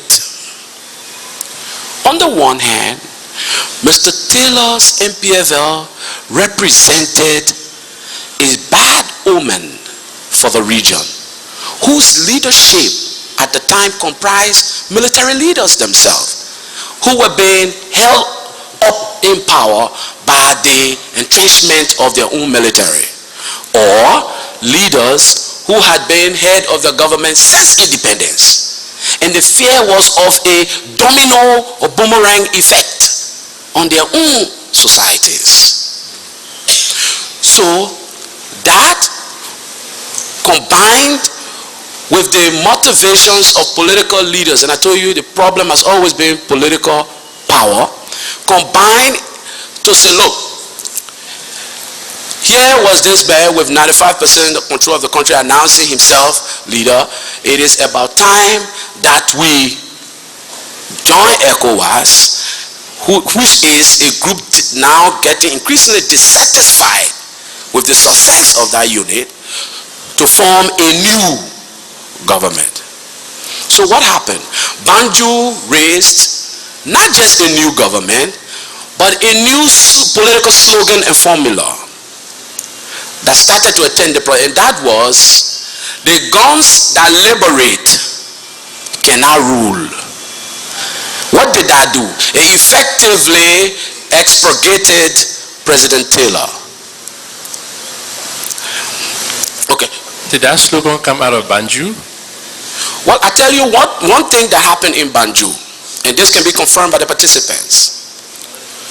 Prince Johnson, I believe, was invited to Banjul and attended that conference. But the slogan that came out, and I am told subsequently, and you can confirm that with participants at the conference, was that the head of the transitional arrangement, and I understand this is why perhaps Dr. Sawyer got the nod, will not contest the ensuing presidential elections. It seems to me, when people therefore started with all of this, the guns that liberate cannot rule, the guns that liberate cannot rule, it became almost clear that this political design from Banjul will be combined with a military experience, and both put together will effectively eliminate Mr. Taylor. It was not unsurprising to me, Mr. Commissioner Coleman, that Mr. Taylor then became, for lack of a better word, intransigent. And then the sense of deception and animosity and the long conflict began. And all was for what? Power. And mind you, Mr. Boyer's account will show that President Doe was in the executive mansion when the conference happened in Banjul, the Gambia. Is that correct? Is that correct? And Dr. Sawyer was named. I stand to be correct, Mr. Chairman. Is that correct? This meeting happened in August of 1990 in Banjul, the Gambia. President Doe was captured and killed in September of 1990. It means that Liberia had a sitting president. When the political leaders and religious leaders of the country were meeting in Banjul and decided on another president. And what happened? That government was immediately formed, positions were given in Banjul, people became ministers, and those were the same progressives who perhaps hold this design that the other progressives who served Mr. Taylor were doing it only for money, but those who served the IGNU were doing it because they loved the country. But here is what happened.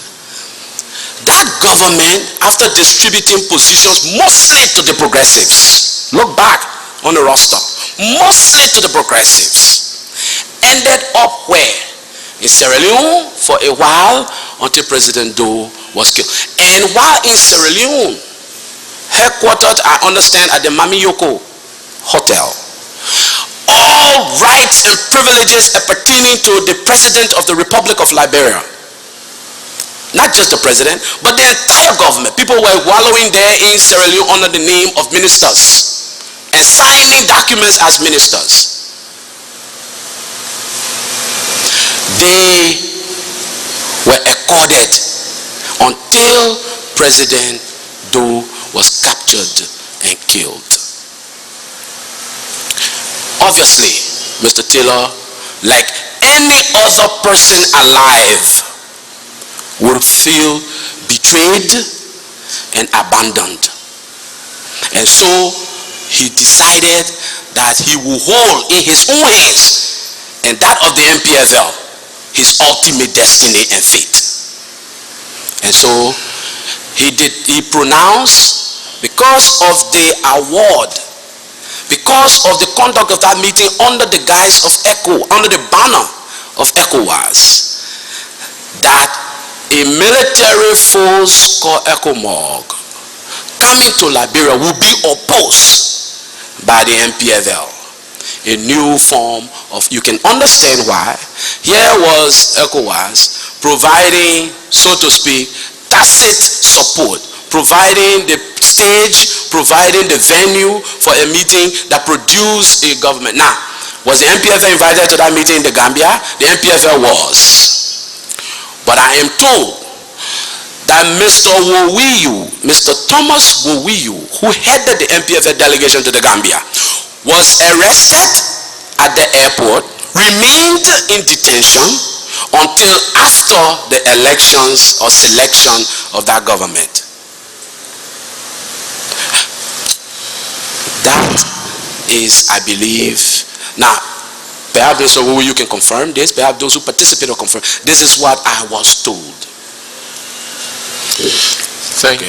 So, maybe, and to what level they participated, I wouldn't know.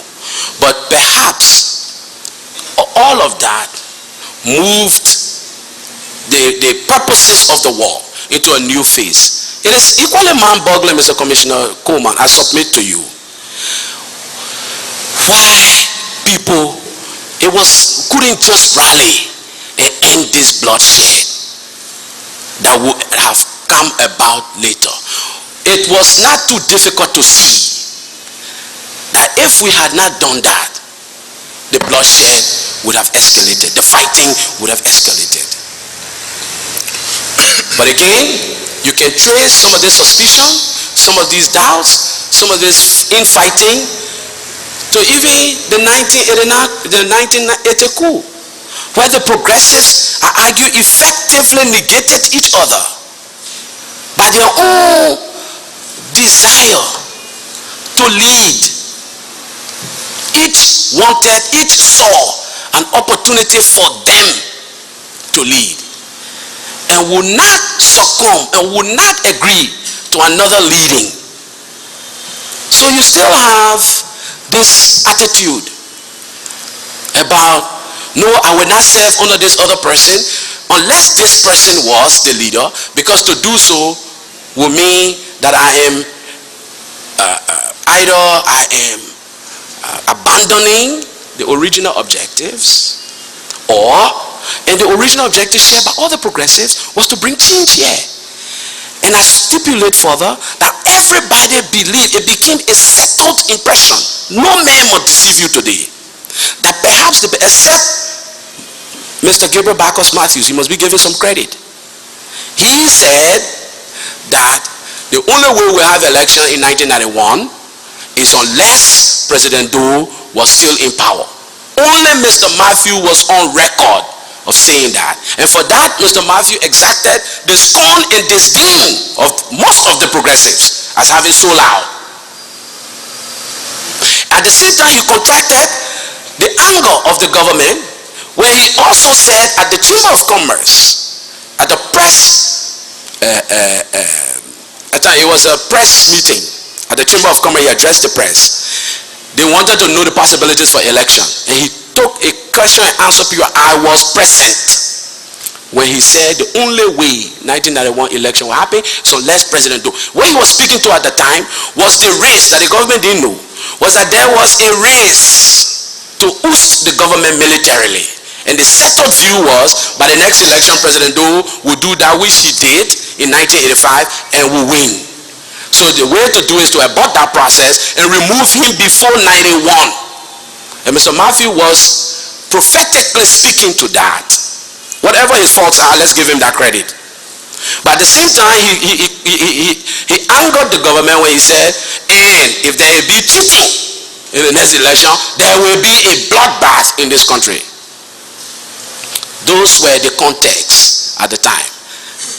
And it was not good to many that Mr. Taylor became the person who rolled faster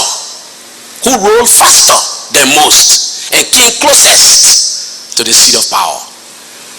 And then it broke up again into another conflagration.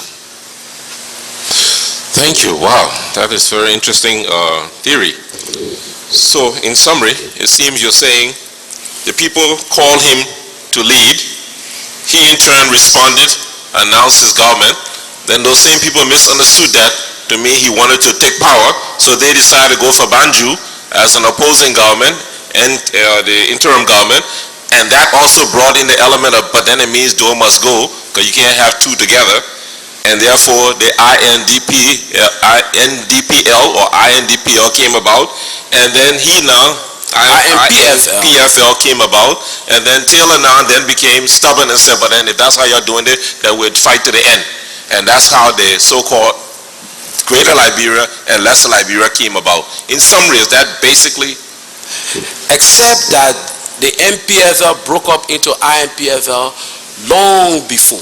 Okay, that's good. That is the only difference. Right, but essentially, and as you conduct these hearings, put that theory up and listen to the other political accounts, and you will see, it will become increasingly self-evident to you why I arrive at the conclusion that the problems of our country are basically political.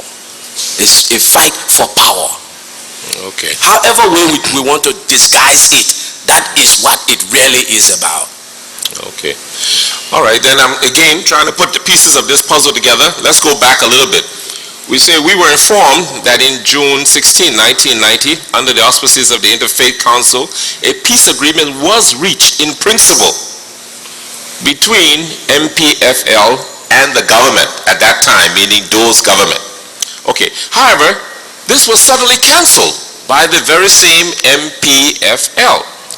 Could you speak on why this sudden change came about?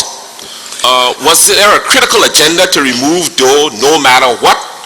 Or was there something else? Why couldn't Doe remain a player in the peace talk and Liberia find a peaceful resolution to its problem? And also,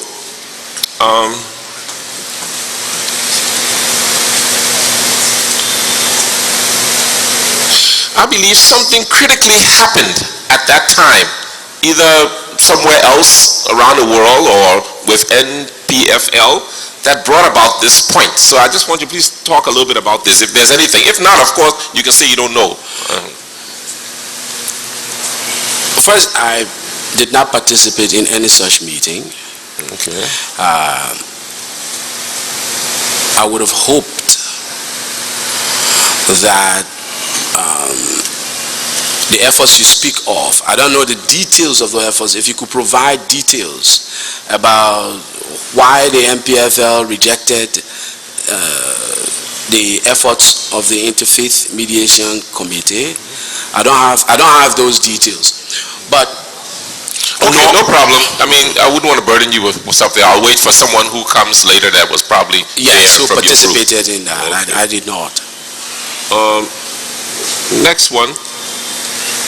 Okay, now, the next question is what you had just alluded to. Could you help me to understand what actually brought about the split between the MPFL and the IMPFL?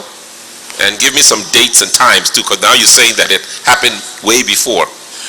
I'm saying it happened way before because the public record says it happened way before. Yes, okay. So there are others far more situated than I am to discuss that. Okay. I did not go behind the lines until August 9 or 10th when the old road was taken over by the MPFL. And so these players are around. I'm sure with time and giving the proper level of confidence, they will be able to come and they will speak to that. But I can assure you that the public record speaks to the fact, because you gave that analysis and you said, I didn't want you to be persuaded to believe that when that split happened between the political forces and President Taylor, the MPFL was born, the IMPFL was born. That's not true. That's why I corrected and said, no, the IMPFL, yes, because that was not an option. I wanted to disabuse you of that. Okay, thank you. I'll keep the question for someone else who can be more linked to that. Good. Okay, my next one. Assuming all things being equal, between 1979 and 1997, let's assume we can forgive whatever happened during that time, as per the 1986 Constitution, which had a built-in amnesty for everybody and told us not to even look into the books anymore. And the Yokosumo IV agreement, which had a general amnesty for almost everybody. Okay, because considering that, the election of 1997 allowed a special window of opportunity for reconciliation and lasting peace in Liberia. Remember the so-called you kill my ma, you kill my pa, yet I vote for you. So it showed that Liberian people were of the nature, we're tired with war. We want peace. Even if it means I bring in the killer to solve the problem, I'll accept it. So with all of this, we still see that those first 2 years of the MPP's rule was filled with some strange events, strange killing like the Sam Doki case you mentioned, and economic crimes and other violations of international humanitarian laws, which eventually led to another armed rebellion from the LERD and the Model side, instead of an immediate focus on peace building and reconciliation. So can you address, I mean, what was it? Was it that the inertia, the resentment, the struggles of the past had to be cleansed, so no matter what, even if it meant jeopardizing this good period of peace, we just had to do it? Or were there some other known variables that we don't know about that you would like to shed some light on? Why did that happen? Why couldn't we just smoothly sail into a glorious new kingdom of heaven, almost? Let me take you back. And let's not delude ourselves. Go back to what we just discussed, July of 1990. I just provided you, by and large, a theory for the continuation of the armed conflict, correct? Mm-hmm. Do you believe in your gut that having done all of that, having gone through all of that, eventually the RGNU, for which the political leadership of the country is beholding, and the MPRAG that comprised this Charles Taylor-led unknown, so to speak, political leadership were both dissolved by a Cotonou agreement.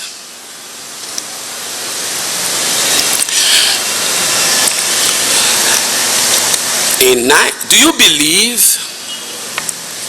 that it will leave residue and vestiges of anger? Do you believe honestly that the question of leadership was squarely settled amongst that political class? Do you believe that if there was a reneging of what was signed and acquiesced to as far back as 1990 under the color of war, where war had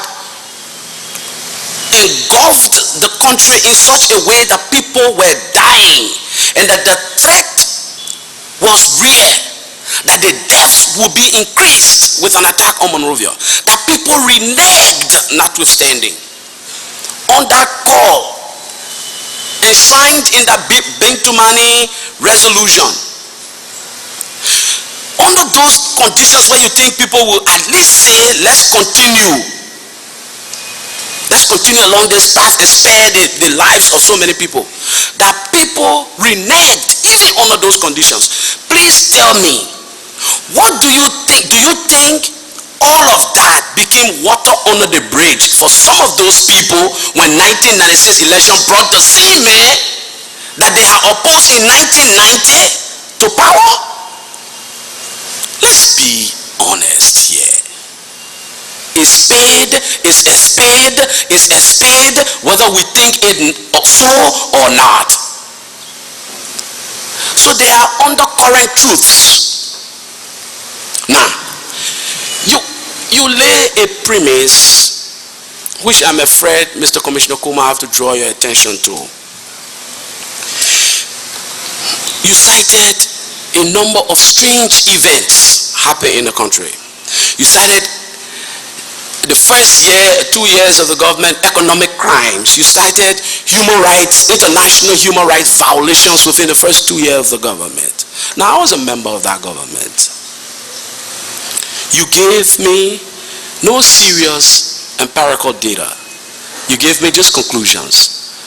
Okay, now, I spoke yesterday about the death of Mr. Doki, the former Deputy Speaker of the Transitional Legislative Assembly, who was my friend.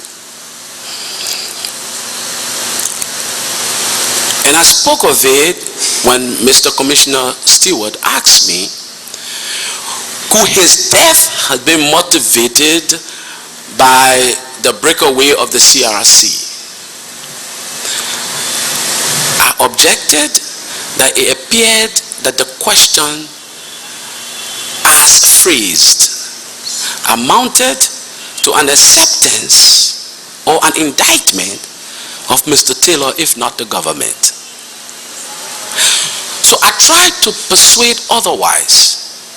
by my arguments that there were others who were perhaps higher in terms of order of ranking of the CRC than even Mr. Doki. Now, let me preface this by saying those were heinous crimes. Those are unpardonable. And those are regrettable. But within the context of discussing this, I hope you will allow that one of the things that happened in that period, which you did not include in your premise, is that the government reached out to even those who had opposed it. Who had, excuse me? Who had opposed it and who had reason to even oppose it. The head of the CRC, of which the former Deputy Speaker was a member, or I think co-chair or something, was Mr. Wuwiyu. Mr. Wuwiyu became Minister of Labor. Mr. Professor Alhaji Kroma, who had led perhaps the biggest counter-insurgency operations against Mr. Taylor's MPFL, and who himself had escheated territory unto himself because of the success of his counter-insurgency, was awarded the position of chair of a reconciliation arrangement. You have failed to also mention, Mr. Kuma, that opposition political forces, leaders, were offered key cabinet posts. One of the things the government sought to do in those early days was to immediately reach out to the armed forces of Liberia. General J. Hezekiah Bowen was named minister.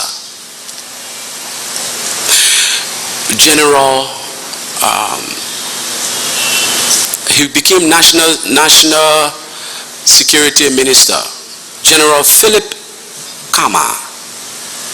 Now these are not just people who oppose politically. These were people who took men to the front lines and were engaged in direct fighting, which means they objected to the purposes of the military, purposes of the MPFL. They were named into the government.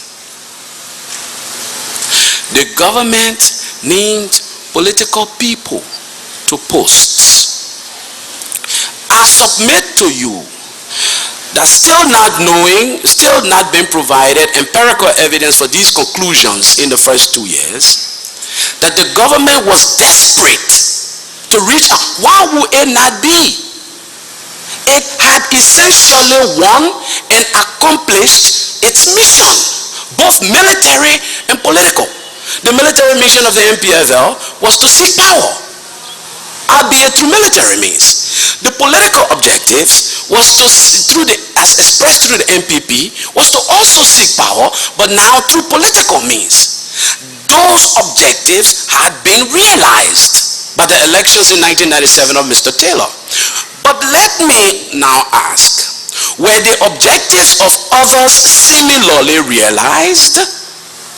Against the backdrop of the Bintumani resolution and the Banjul meeting, I submit to you an emphatic no.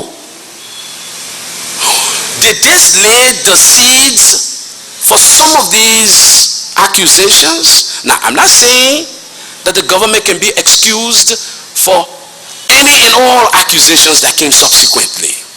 But I want to state to the record that the government made efforts to reach out, and some of these efforts were stopped, were beaten off, were smitten off, and were nullified. For instance, Professor Kroma refused to accept that post. Not only Was there an effort to reach out to the individuals directly? Some of the appointees shared consanguinity. Some of them shared blood relations with those who were appointed into official posts. And until they come up and say, well, even though I took up that post, but I did so only because I felt threatened. I submit to you that they were provided all the rights and privileges assigned to those posts and equal access, maybe not as they would have wanted, to the government and the leadership. Now, having said all of that, I believe, Mr. Commissioner Coleman, that yes, there was a window of opportunity for all of us to move forward. But again, we are transfixed in a political problem where each of us won the power. And there is a level of discontentment and dissatisfaction that ensues until we get it. Now let me just step aside and make another point to you. Slightly unrelated, but you can draw a correlation there. I started off yesterday by saying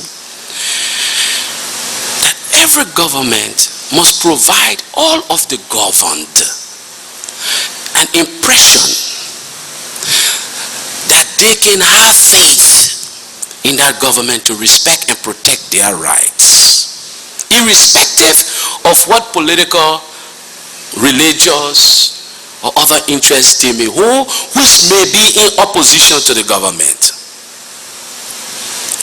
And I tried to draw attention on yesterday to the continuation of sanctions. You want to know the truth? To the continuation of sanctions, travel restrictions on former officials of Mr. Taylor's government. These sanctions were imposed by the United Nations Security Council against the backdrop that these officials, if allowed to travel and move about, as a form of punitive measure, that these officials should not be allowed to move about freely, which is a right of every Liberian citizen, because of alleged involvement in the Sierra Leone process, because of the conviction of the United Nations Security Council to pursue the resolution of a Sierra Leonean conflict. That conflict has since been resolved. But I tell you another interesting thing that is enshrined in that resolution, and it is that names of these individuals can be removed from that list if the countries to which they are nationals make the representation to the Security Council on their behalf. That is a part of this resolution. That is a rule for removing their name. Now, why should the Sierra Leone conflict haven't been resolved? In fact, not only was it resolved, they have had even another election that brought a new player to power. These Liberians are in the country, and tell me what reason should they have, knowing that their government can represent on their behalf, which is a responsibility of the government, can represent on their behalf to the United Nations Security Council, of which Liberia is a full member, and inquire, why are these people now? What is the reason for holding them on? Some of them get sick. So let me finish. You're outside our period. Yeah, but please let me finish. You talk about a window of opportunity. This is another window of opportunity to bring the country together. When one group of people start to feel too aggrieved and have no opportunity to express those grievances, you talk about window of opportunity. Don't limit the window of opportunity to a particular period that seems convenient. Some of the things we talk will make us uncomfortable, but we have to talk it.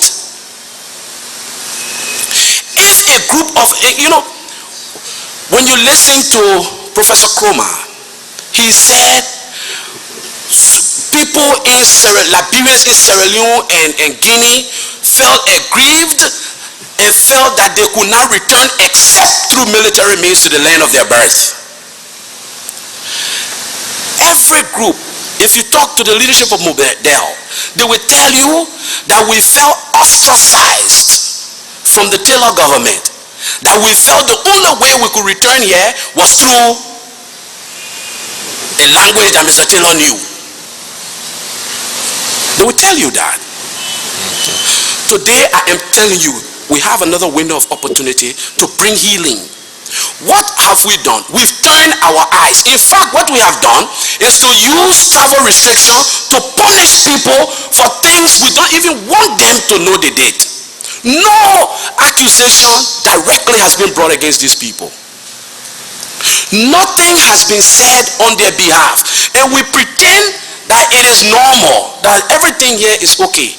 The point I'm trying to make is that don't let people start to believe in any government that they can't find reason that their aspirations, their rights as Liberians can also be protected. We may lose another window of opportunity. Now, when people get frustrated, everybody will tell you they felt frustrated and they couldn't do this, and that's why they came with the only means that were available to them. I come to tell you, let us not use that as the only means available anymore, because too many people get hurt, too many people die, and we end up destroying our own country. So the little things, the very little things that will help us to heal, let's begin to do it. And you can sit there and pretend that you don't know that that is happening.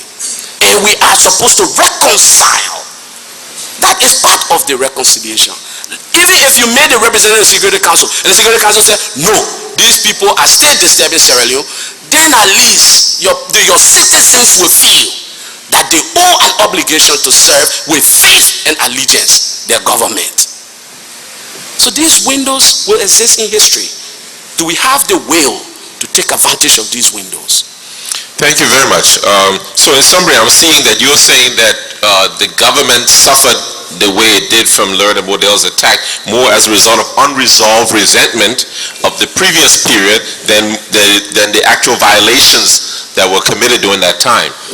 Well, to be fair to Laird and Model, I can speak to their motives. They will do so themselves, given the time and the confidence. That's true. Okay, I told you, a lot of people want to come here. People have grievances that they want to bring to the table. But most are suspicious of the intent of the commission, of the way sometimes it conducts itself, and of personal antagonism, or reducing this to just personal hauling and pulling. That's what, believe me, those are the three reasons. Once people start getting confident that, look, I can come here and I can bring my grievances to the table. And yes, they will ask me about personal things, but we can rise above it after it all and focus on the collective good. Because none of us can claim that all through our lives we have just been good. No, I really hope that people can understand that, because that really is the goal and objective. Believe me, this is why I am here, and this is why I want to be like others who came first, the guinea pig, and hoping that after our interactions here, others will start to have the confidence that they can come here and they can engage you, and that you somehow, with your own biases, will allow them that space to also share their biases. Okay, thank you. I have some quick ones that I hope you would just make it quick and answer. For example, was there at any time that the former president of the IGLU, Mr. Sawyer, Dr. Sawyer, was a member of MPFL? I have no such information. Okay, thank you. I have no such recollection. Yeah, no problem. I just wanted to ask this. But let me say, having said that, before you ask me about any other person, I'm not sure, nor have I seen a detailed roster of all the members of the NPFL. That will form the biggest book you can ever imagine, because people, I mean, this was a voluntary, everybody had grievances, and the NPFL represented a vehicle to express that grief of whatever. In fact, some people joined because other people took their girlfriends when they were being men. The motivations, there was the general collective persuasion for joining. That was the general collective motivation. But deep down inside, because it was a voluntary vote, individuals had their own gripes, their own reason. I don't like Louis Brown. He took my girlfriend the time he was minister. So this is a time now I can catch him. If I took gun and I reached to that Ghana where he lives, I will catch him there. If I catch him there, I will catch his parents there. Some of these things were all part and parcel of it. So there was, I don't believe, maybe there was an original roster of places, you know, of people that originally started. It's possible. Maybe there was a roster of sponsors. It is possible. But I can tell you one thing. When it looked like it would be successful against Mr. Doe, I told you there was the race by most people to do it. Most of the political leaders, except maybe Mr. Matthews. But when there was that race, and it looked like Mr. Taylor was winning the race, maybe people have not spoken to the public record about it, but I would believe that a number of political leaders felt encouraged that maybe this could do it for us. Said it is already ongoing and in the bushes, already gaining currency, gaining momentum, and running closer to the capital. So I don't know of any roster. Okay, thank you. But at least we understand it was a melting pot for getting rid of your unresolved resentment. Yes, of the country. correctly. You have said it better than I would have. All right, then next, I was just wondering, this is a short one. You were once involved in the foreign policy of your organization. So I was wondering, was there any particular reason why Liberia made a shift from Red China to Taiwan? Was it more economic? Was it political? Or would you don't have anything to say about that? No problem. No, at the time I was neither national security advisor nor involved in the foreign policy of the government. I believe I may have been at the LPRC, but we can check the record. Okay. But let me give you an educated opinion.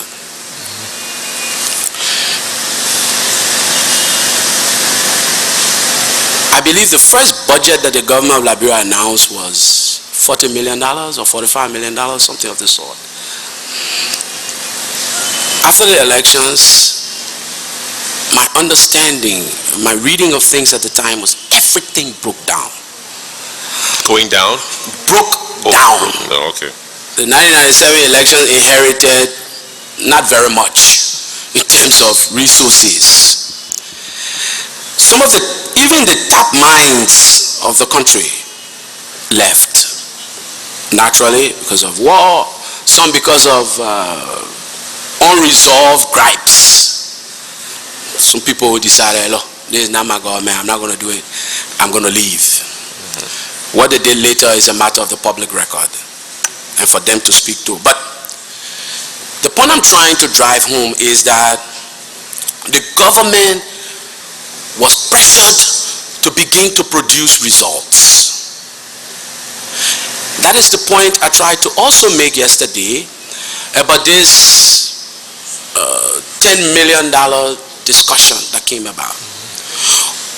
Most of those things were intended to provide services that were needed as quickly and expected as quickly by the population. I would think, given what I know now, that the government was motivated by the concern of providing quick solutions to some of the vexing problems as a means of garnering domestic support. Because don't forget, walking all around the city were people from diverse fighting groups. In fact, I recall that the government was providing rice to each of these fighting groups to at least earn money to keep their leadership away from their fighting men on the one hand, because most of these and the whole idea was keeping the people in country. If Louis Brown was the leader of Group A, and after the war Louis Brown didn't win, Louis Brown had, for instance, for the business of this analysis, 100 men that were loyal to him. But Louis Brown no longer had the means nor the control of any territory to now support them. Where did that responsibility turn? Not only because the government liked that responsibility, because the government recognized, if I don't provide for Louis Brown, maybe his men will turn against him and run him out of town. And some people left, largely because of fear of that responsibility also. But more importantly, these were fighting men. These people knew the art of war. If I don't provide for them, they will quickly turn on me, maybe on another leader, and try to remove this government. That is why many predicted the government, given this disparity of fighting forces, over which the government had no single handle, will not last 6 months. But with a combination of tact and resource application and another thing, everything was promised. Not many were delivered, the government, to provide these resources. Most were promised. You remember another thing, the attitude of some Liberians internationally was that the government was illegitimate because it did not win the election freely and fairly. Do you remember that? And so there were efforts offside also to ensure that that government didn't last very long. Imagine, here was Mr. Taylor. He had the loyalty of a fighting force, and now he had won political elections. The next election will be 6 years later. By reason of age and everything else, and knowing the political culture of Liberia, by 6 years, if allowed to be successful, wouldn't Mr. Taylor be even stronger then for that next election? What would therefore be the most logical thing to do? Thinking like others thought, I will submit, it will be do all that you can now, or else this man is going to get increasingly strong and removing him will be impossible. And then meeting some of these dreams and aspirations, some of your political objectives will not be possible. Okay, so perhaps that is what attended the process. But I believe the government was placed in a position where it was reaching out as quickly and as intuitively and imaginative as it could to generate resources. And the more the international image of the government got tarnished. Now, I'm not saying there were things that the government didn't do to help that process, but the more it got tarnished internationally, the less inclination there was of investors to come in, for people to talk about relieving the debt of the government, for investors to come in to help open the country, to help with employment. And so things got, in the words of Mr. Jackson, who's a better economist, the economy started to contract. With every bad news, the economy contracted. People were closing shop and leaving. Plus, it was not, all the departure was not removing the responsibility of the government to provide the services for the government that the government expected. At the same time, deal with all these fighting people to keep a sense of stability. And so, if you ask me, it may not be too unreasonable to conclude that perhaps it was motivated by the desire to provide relief and services from anywhere that the government probably turned to China.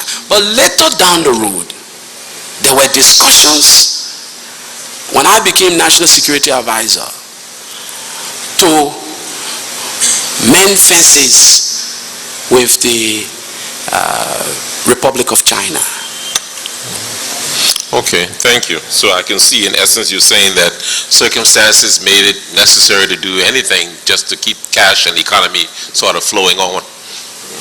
All right, so clearly now you all knew the risk of using the so-called untrained soldiers and many of these little children to fight this war, and you had previously already sort of confessed your regret for the whole situation. That's why I changed my tune of my question. So with this now, do you feel that this feeling that you have is something genuine throughout your party and the groups that were involved in bringing about this loss to our country? And if so, would there be a sort of willingness to repent to the nation as a whole from these members, not from an individual perspective, but from a holistic perspective as a party or an organization? Because you're right, I mean, it's difficult to know who to account for these things, because the people in the party will say, but I didn't know it was like this, but yet it happened and they had the authority, the power, etc. So I'm just sort of throwing something that is a very delicate question out to you, but again, if you don't feel you don't want to answer it, I'm not accusing anybody or anything or pressuring anybody to say anything, but what do you think, knowing these realities that happen in our history? The first thing I want to think is to know what your original tune was. Oh, you mean the original question I had? Yes. Okay, no, but that question then was going to be connected to the fact that here we have a situation where this government and its people of the past have been known to use the young people of our country, get them involved in a war when it was premature for their lives. They are now in a situation of destruction. Many of them are wounded soldiers. Some of them are psychosocially wounded. And we have a complete mess on our hands with regards to organized crime and everything that we have to deal with. So with all of this, I mean, why couldn't the government at that time have taken an alternative route? For example, sanctions were placed on you with regards to arms, yet you had enemies coming in upon you. So why couldn't we have just taken the route of saying, okay, for the sake of the people, we give up. International community, please come in and protect the sovereignty of this country. We don't have the means, we don't have the money. You've already sanctioned us. We're finished, you know, let's go forward. So that was the more delicate point. But then you, in essence, talked about that. So I didn't want to bring that point up again. No, I think that point is important. And let me try to address that point.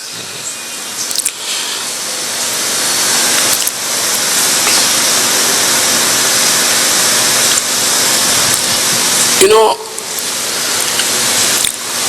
sometimes you wish you could write, how many times have we wished we could write a tale with two different endings? In fact, the modern movie people are doing that now. They put the second ending on the same CD. Unfortunately, real events have but one ending. And you have one shot many times at influencing that ending.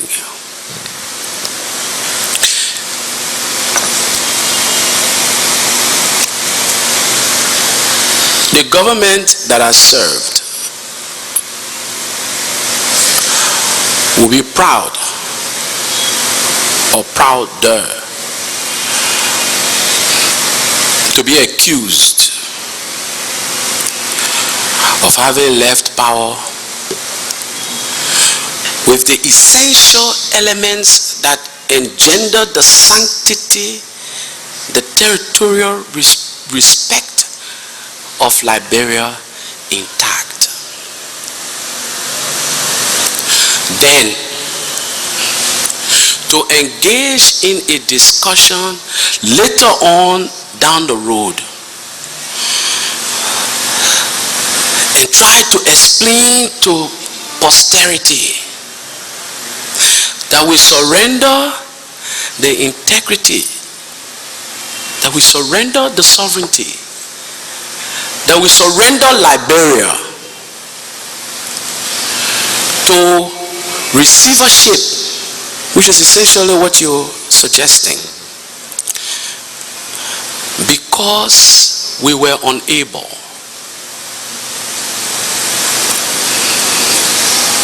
I don't know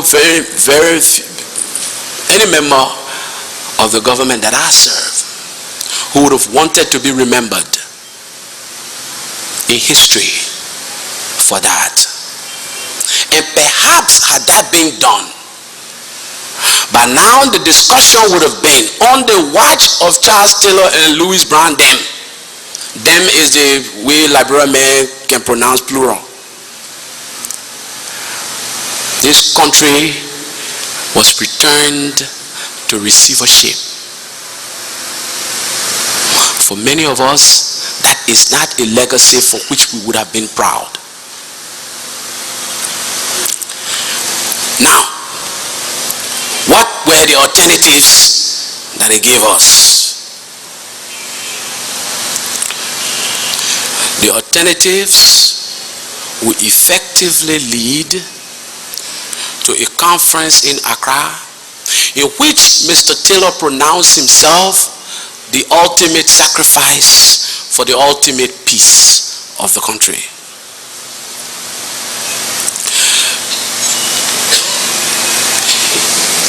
Each neighboring country to Liberia has had vested and probably still has vested interests in Liberia, the conflict, and its peace.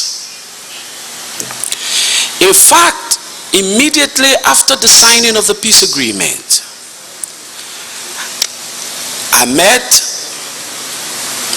President Blah, and we asked the Ghanaian leadership for the use of the presidential aircraft to tour the region and persuade the leadership of the region that we were determined to bring an end to the war and sought to enroll their support for that process.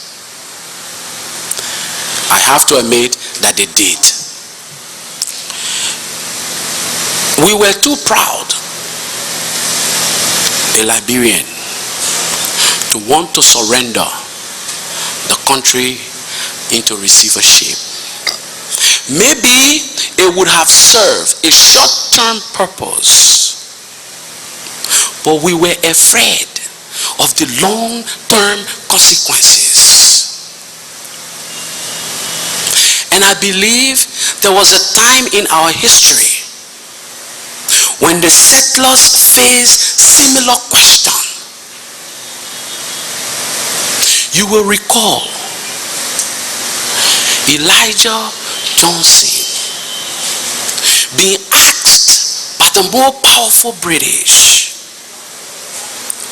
to help Liberia by just the symbolic raising of our flag on the soil of Liberia. We will help you deal with the threat and the war brought upon you, the settlers, by the natives.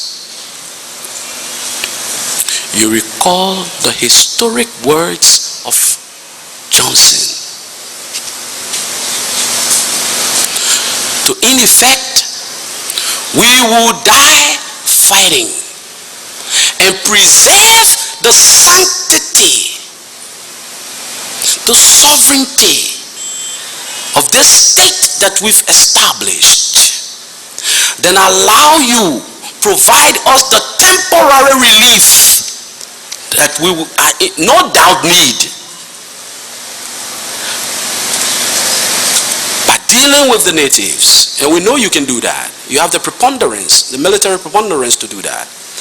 But providing us that short-term relief at that long-term cost will be too dire and we don't want to be remembered as such. It was even against this background of legacy. You may think it unimportant now, but it was against this background of legacy that Mr. Taylor insisted, that the government of Liberia insisted, that we will transfer power constitutionally to the vice president. And if subsequently the constitution gets abrogated, the constitution gets thrown out of the window, at least it will not be on my watch. Those were the thoughts. Now, did we need those short-term relief? Yes, we did. Would it have helped? I submit it probably would have. But we were not sure of the long-term consequences upon this nation and its people. And we chose not to be remembered as presiding over the government when it returned to receivership. Having said all of that, nobody with any sense of morality will wish children to be enrolled in conflicts. Nobody with any level of decency should even wish conflicts. But like I've argued, we are all victims of circumstances imposed upon us by our history. The fight for power is not just because individuals want power. It's because it's historic. One group of people have always felt by history an entitlement to power more than others. And here is now rising a new dispensation where another group now feels that it has, if not equal, more entitlement. Now, are those conflicts of entitlements wrong? Yes. To the extent that they obfuscate the need of each of us to have power, to share power. But here is another need, that power should not be naked and unto itself, but that it should be used for the betterment of all of us. That is the point I sought to make when I tried to remind us that it is especially important that whoever gets that power recognizes that all of us must be necessarily enrolled into that dispensation of power, so that each of us can feel that by the next time around, if it moves to one group over the other, that group will reach out similarly to all of us and do it, or else we'll be setting the seed for more discourse and more conflict. So let me finally say, Mr. Commissioner Kuma, to this very important question. You should regret, I should regret.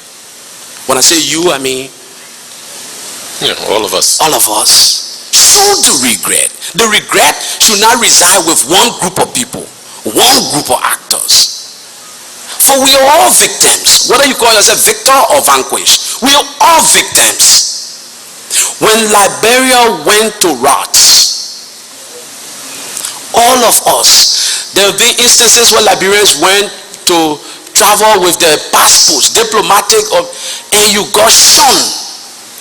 We were portrayed as human eaters, drinkers of human blood, eaters of human flesh, unreasonable people. And that aspersion, that international aspersion of a failure of a Liberian state, it's not passed just on Mr. Taylor or Mr. Brown or Mr. Coleman. Unless you are not beholden to the Liberian state. When the Liberian state fails, all Liberia fails. That's That's why it is called a state. So all of us should harbor regrets. And those regrets should now give us the confidence and the energy and the diligence that you are exemplifying. You, I mean, all of you. Don't worry, Mr. Commissioner, Stewart and myself will face our fault. Don't worry about us. No more, you're not person that be doing it. We've been doing it in a long time. But I mean, the diligence that each of you bring to this service and the confidence that you will give each Liberian. Not trying to present yourself as purer or better Liberians. And that the other actors or the other victims are lesser in their moral or ethical persuasions. No. But that each of us have failed the Liberian state by commission or omission. And that each of us must bring that sense of failure to the table so that posterity can never, so that our children can never revisit this. My father says to me, the thing I face, son, you will not face it. You will only inherit it even more. You will not even know where to start. So first, we are fortunate to have some living actors in terms of having played one or two roles. Let's bring all of us to the table to try to fix, with a sense of trying to fix it. Not looking for how much I can label you as the bad guy at the expense of making myself look like a good guy. So this is it. And this was the spirit with which we debated and agreed to form the TRC. Not because people are afraid that when they come here they will be demonized and vilified. But if we pursue demonization and vilification, what we will end up with are basic half-truths. We will not focus on the problems, and we will end up dealing only with the effects and leave out the causes. And when we do that, the causes will come back to haunt us. So I'm saying, I should not be the only person with regrets. You should have regrets. Every Liberian should have regrets that their state came to failure, that the state collapsed. And once we do that now, and so it's not important who says that regret, as opposed to what can now be done to move us forward. Thank you. Well, regrettably, we don't have the luxury of that type of thing based on our mandate's requirement, but I do admire your thoughts on it. Next, let's look at the economic problems or questions. First of all, we understand history has shown us that capitalism is an economic system that adequately concentrates wealth in the hands of a few without providing a solution to the equitable distribution of that very same wealth. And we see that Liberia's main problem today as a nation with great potential wealth, someone previously estimated almost 400 billion, yet we need serious reformation so that our economic system can provide a proper solution to equitable distribution of the wealth, and not just the continuation of that lumpy type situation where the masses continue to suffer in ignorance, poverty, and disease, while a few, whether those few become the new leaders, whether indigenous or American Liberia, that's not the key point, it's just a flip-flop. Key point, the society becomes imbalanced and the suffering continues. So with that foundation, some of these questions are linking towards that as I asked you. The first one I'm concerned about is the LPRC. Hello? Yeah, the LPRC. I noticed that there was a time when they stopped the refining of oil and it became only like a big national gas station.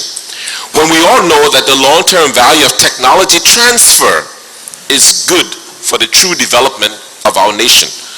Do you have any information in regards to what was the main logic behind the breaking down of that system and perpetuating the idea of this big national gas station? I would think, given my experience, I would think underlying all of that was the issue of cost. You alluded to advances in technology. If I recall correctly. Now, I left the LPRC a long time ago. When the refinery was at its peakest performance, it was refining, I don't want to give you a figure now, I have to go back and probably we did a research on it, and more contemporary leaders of refinery speak. But here is the larger point. The cost of refining with the refinery became effectively higher than the cost of purchasing the finished product. Are you understanding me? Yeah, okay. Thank you. I mean, in essence, that's the key. Yes. As an offshoot of the refining process, you had not just the AGO and the PM, the gas and the fuel, but you had kerosene, and you had jet fuel, you had grease, hair product that would be used into other, as inputs into other refinement of lotions and all these kinds of other chemicals. The refinery did not have the capacity to use most of these other inputs, which were essentially outputs, into the production of other commodities like body products, this, that, for which there perhaps has started to be a growing market. The second thing was the competition for refineries.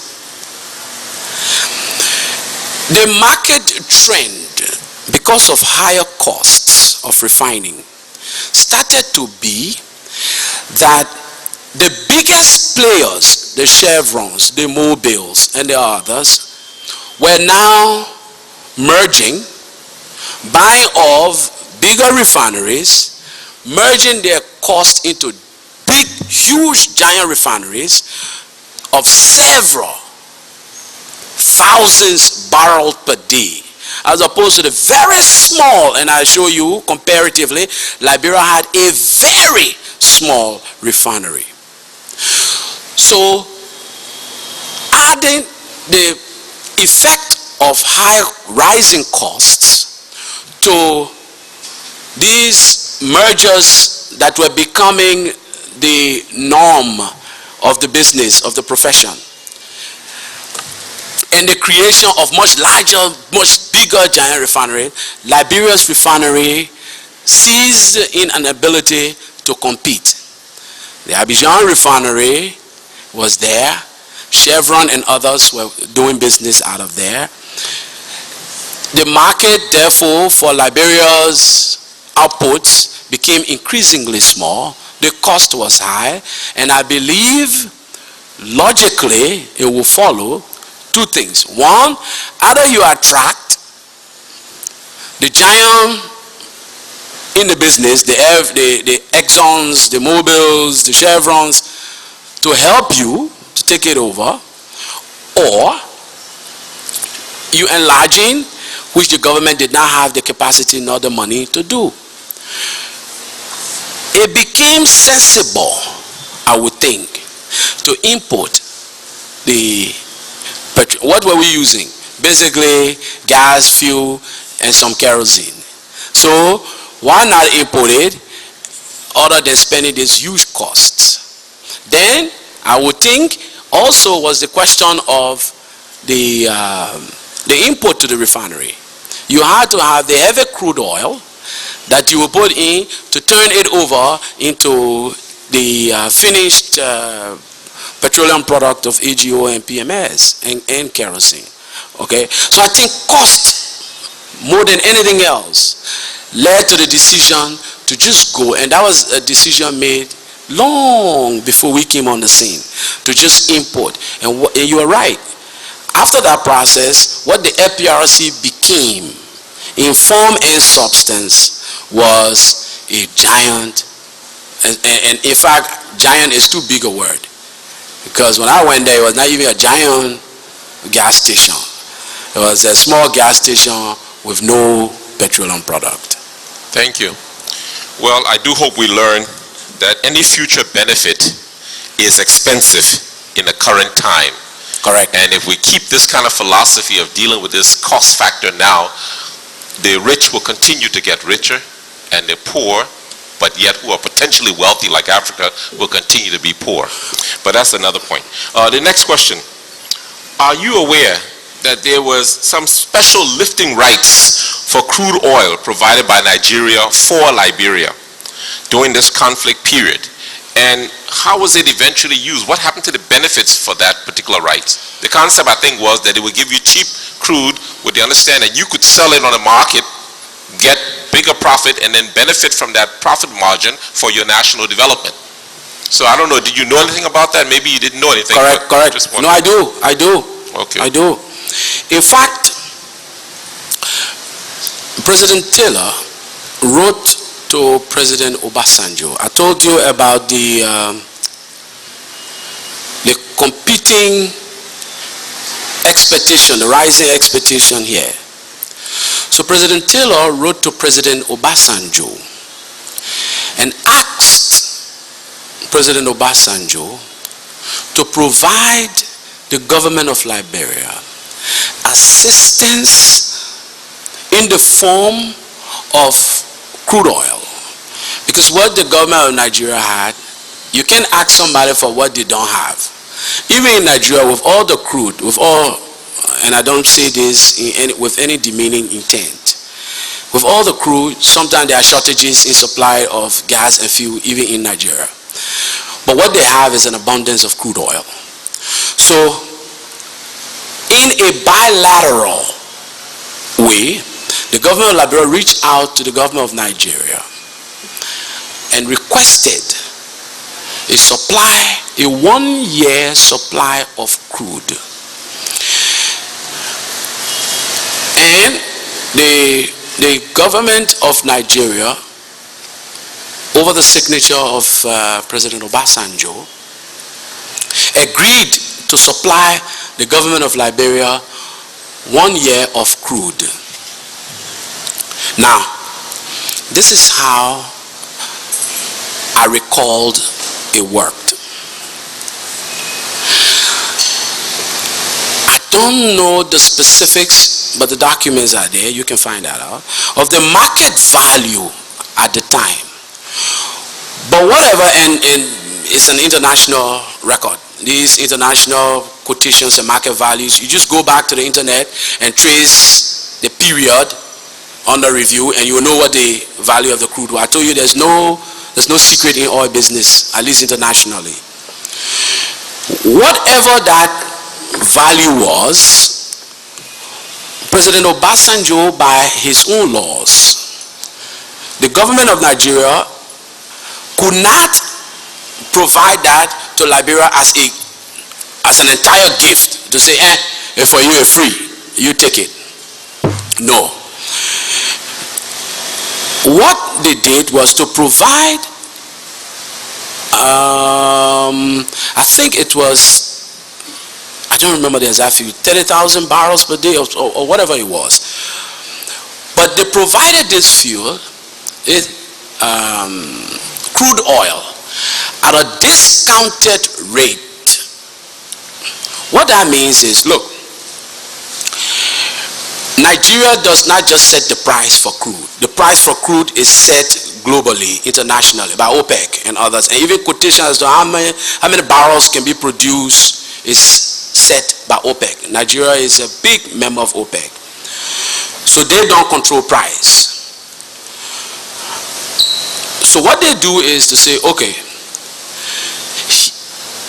this percent is for Nigeria, 5% of the price of crude. For the business of understanding, 5%, 10%, whatever it was. So they said, all right, our percentage, we would discount this to you to the extent of our percentage. I think it must have been 5%, 10%, or 15%, whatever it was. The records are there. You can check that out.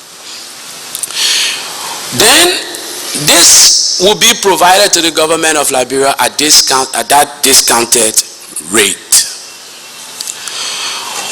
What the government of Liberia, like all other, now the government of Liberia took on the character then of, say, Chevron, Mobil, Exxon.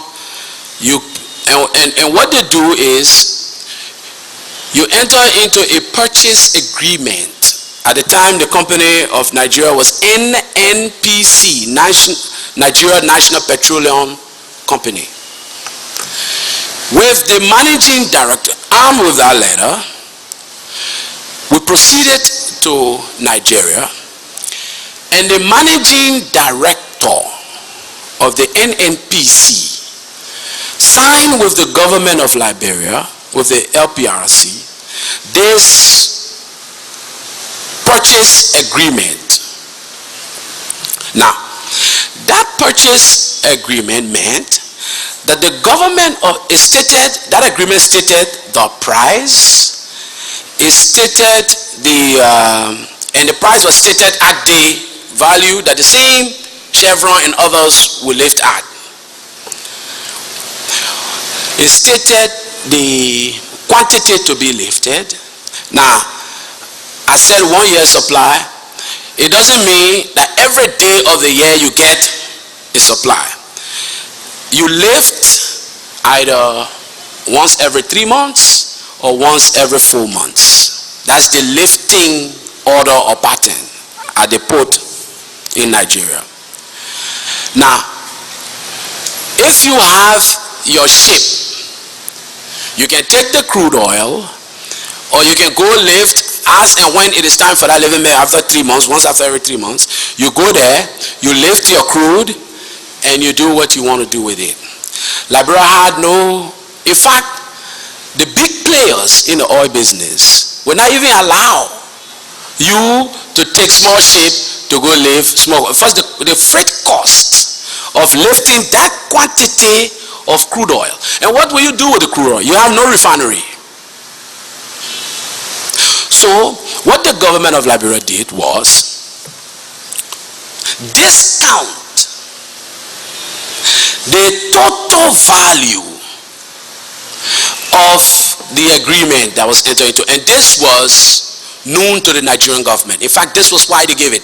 They knew we were not lifting it to bring it here to refine it, to sell the byproduct of fuel and gas and Liberian market, but that we would discount it. This is the normal arrangement, and I believe it was even done here under this current administration. That purchase agreement, in fact, prior to even entering that purchase agreement, when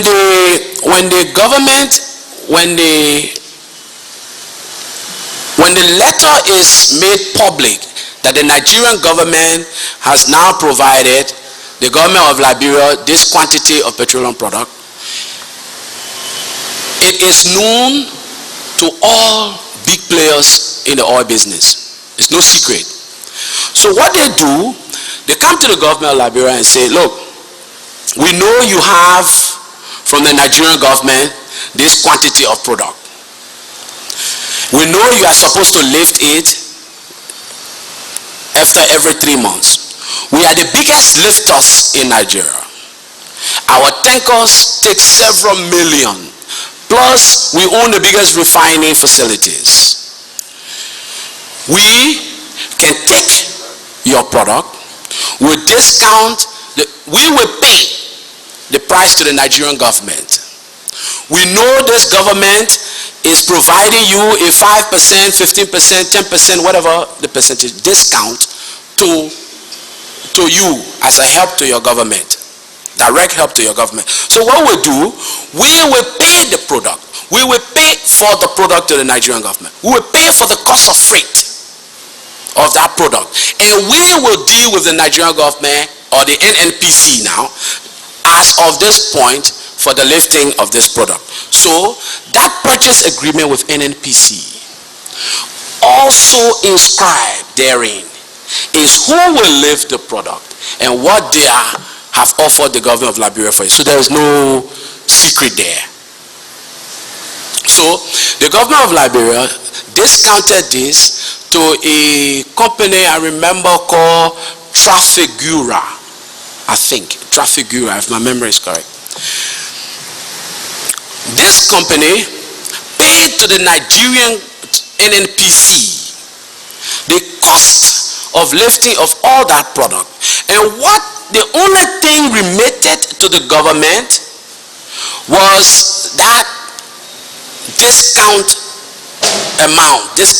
amount. Are you following me? Yes, that's what I'm getting to, in fact. Was that discounted amount that the Nigerian government offered the Liberian government. So let's take, for the business of understanding. May I ask you a question?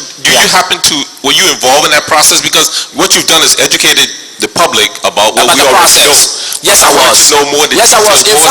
Okay, what was the amount involved? Because I heard even Mr. Allen may have been involved. I don't know. Yes. But that's what I heard. Yes. And I heard there was a specific amount that the government did benefit in the millions.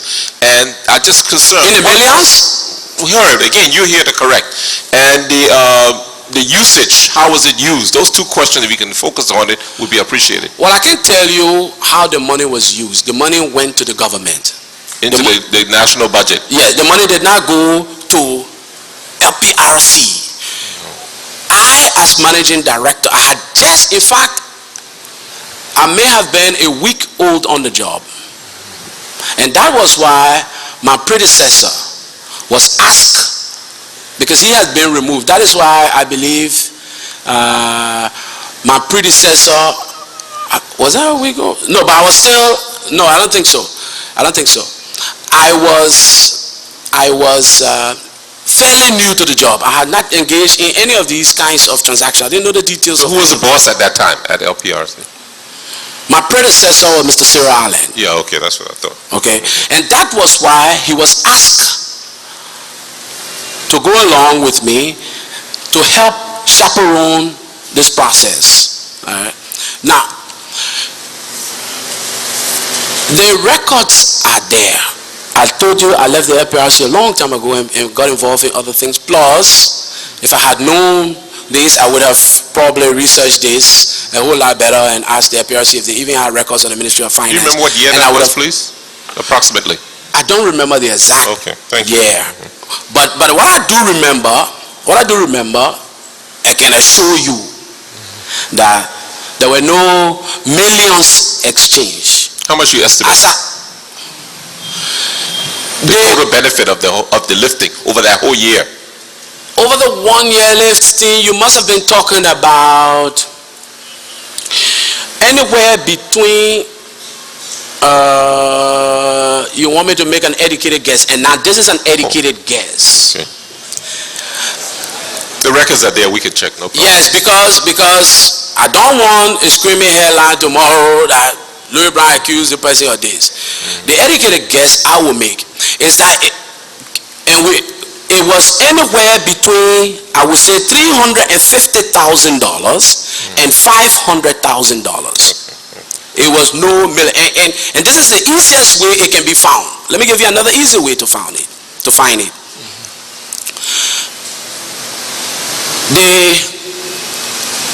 The lifting may have happened over the course of 98, I would think. Over the period, 1998, I would think. If I'm right, it will be easy to just go to the internet and find what the world market value for crude oil was. Okay, we will check that out. And it will be easy to find, even from the current administration of the LPRC, what percentage does Nigeria, because the records are there, they are open public records. May I ask a question? Was there any kickbacks that was given to your team who went to do the negotiation? There was what? Was there any kickbacks given to the team, maybe by the negotiator? Because I know the guy wouldn't have wanted to pay maximum dollars, so he may have said, well, look, I'll give you guys this, you'll take this, accept it, and or was it the best that the government could have gotten? In my honest opinion to you, it was the best that the government could have gotten. Thank you. Okay, next. And let me say again for the record, as you search them, I want you to search them. There were no kickbacks that I am aware of. Absolutely none. Why? And let me tell you why. Because of this exact reason, that it is done within the public records. At NNPC, the current managing director of the LPRC has the right to inquire of the NNPC that document. Well, I mean, we're all businessmen. We know that. I've been head of the logging company myself. We know that records can easily be adjusted for whatever purpose is needed. But anyway, the key point, I agree with you that there was no... Also, we adjusted the records along with the Nigerian NNPC, along with this company that was providing the discount upfront, and along with... Who else? That's the only way you can cover up for money that is not transparent. So it must have been no. That's no problem. You're making an illusion that is unfounded. No, I'm sorry. I'm not trying to point to you. Nigeria already, we know worldwide, has been known for many problems of corruption, etc., in billions. Also, you're indicting now not just me or those who participated, but the Nigerian government acquiesced to us getting kickbacks. Is that what you're saying? That. I'm just saying that. I just wanted to know. You've already answered you. Thank you. So we'll move on to the next one. Okay. Next, did MPP, in your opinion, establish and maintain a transparent and accountable government financial system during the period 1997 to 2003 as expected by the people of Liberia for an elected government, i.e. clear budgets, clear expenditure, accounting control systems linked to every penny of public funds? As you know, only such a system is the best defense against accusation of corruption and misuse of public funds. If we were to demand an audit of the MPP-led government during the period 1997 to 2003, would you like to comment on what we would find, realizing that if records have been destroyed, that is already an indirect indictment against the government, in that they have power, authority, and responsibility to preserve said records for history? If you don't want to say anything, no problem. No, I will say plenty things. Okay. What do you mean I don't want to say anything? The first thing I want to say is, let me set some premises. I worked in the government mostly along the lines of political affairs, political matters. There are reputable members of the Liberian society who served in that government in the economic domain. Most of them are still around. You just said to me that public records have been destroyed in your premise. Yeah, you're right, premise. Do you have any evidence of that? No, well, we are now in the process of doing an inquiry, and these things will come up. So we're just sort of, this is a statement of hearings. We're just asking you to share your knowledge, what you know. The other details will come gradually with time. You know, I said from the very onset, Mr. Commissioner Coleman, please, I mean, I don't want you to be defensive. I just want to know, honestly, was it like that or that? And if you say yes, the question is finished. No, it's not a yes or no answer. Okay. The way you presented the question, you didn't ask me a yes or no question. Okay. Why you just want a yes or no answer? Go ahead then. Please, then have some patience. You couch erroneous premises with no foundation, no basis of fact or proof. You avail to me nothing. You know I provided you a detailed description of my profile. Excuse me, what are the erroneous premises, please? Akame. Okay. Steward, you hire time. Don't talk to the man. Let me finish.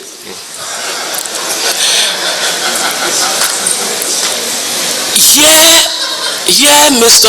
Commissioner Coleman, you suggesting to me enshrined in the premises you just provided was a deliberate attempt to cover up unscrupulous forms of management of the state by the destruction of public records. That's what you just said. And you're saying that no such destruction of public records ever took place throughout the government?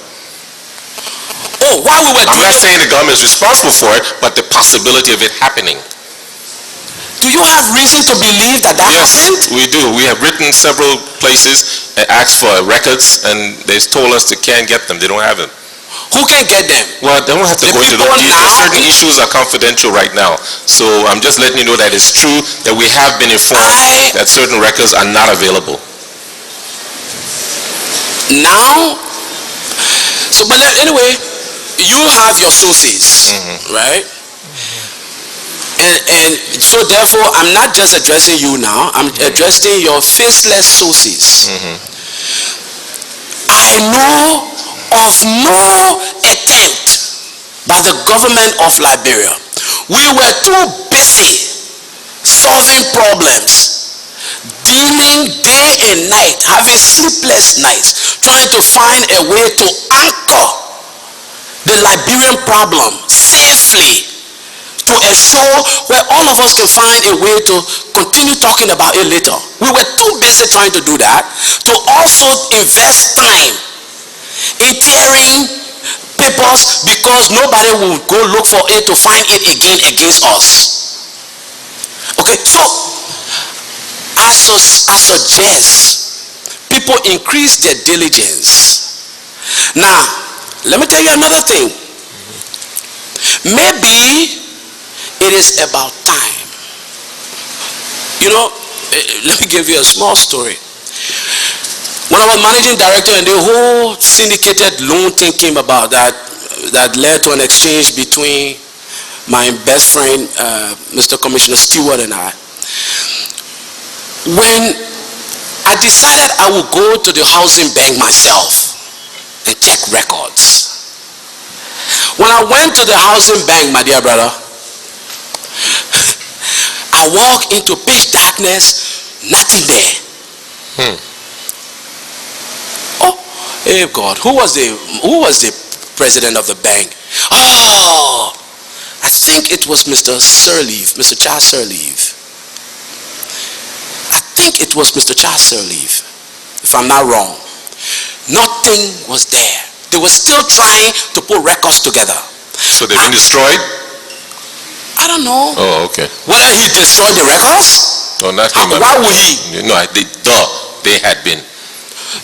I don't know. Oh, okay. But I also know, I told you also when I took over the LPRC, and people will come to me with claims. It was impossible. Maybe it is about time that we started to automate government transactions. Maybe it is about time. Okay. I know of no conscious effort. And we were too busy to try to invest additional time to tear paper. I mean, you told that paper about that D? No, man. Some of us wanted to be purged later. So why will we spend time? At least why will I spend time? So if you went after searching any record for me and you can't find it, Jesus, it would be most unfortunate. But here is something else.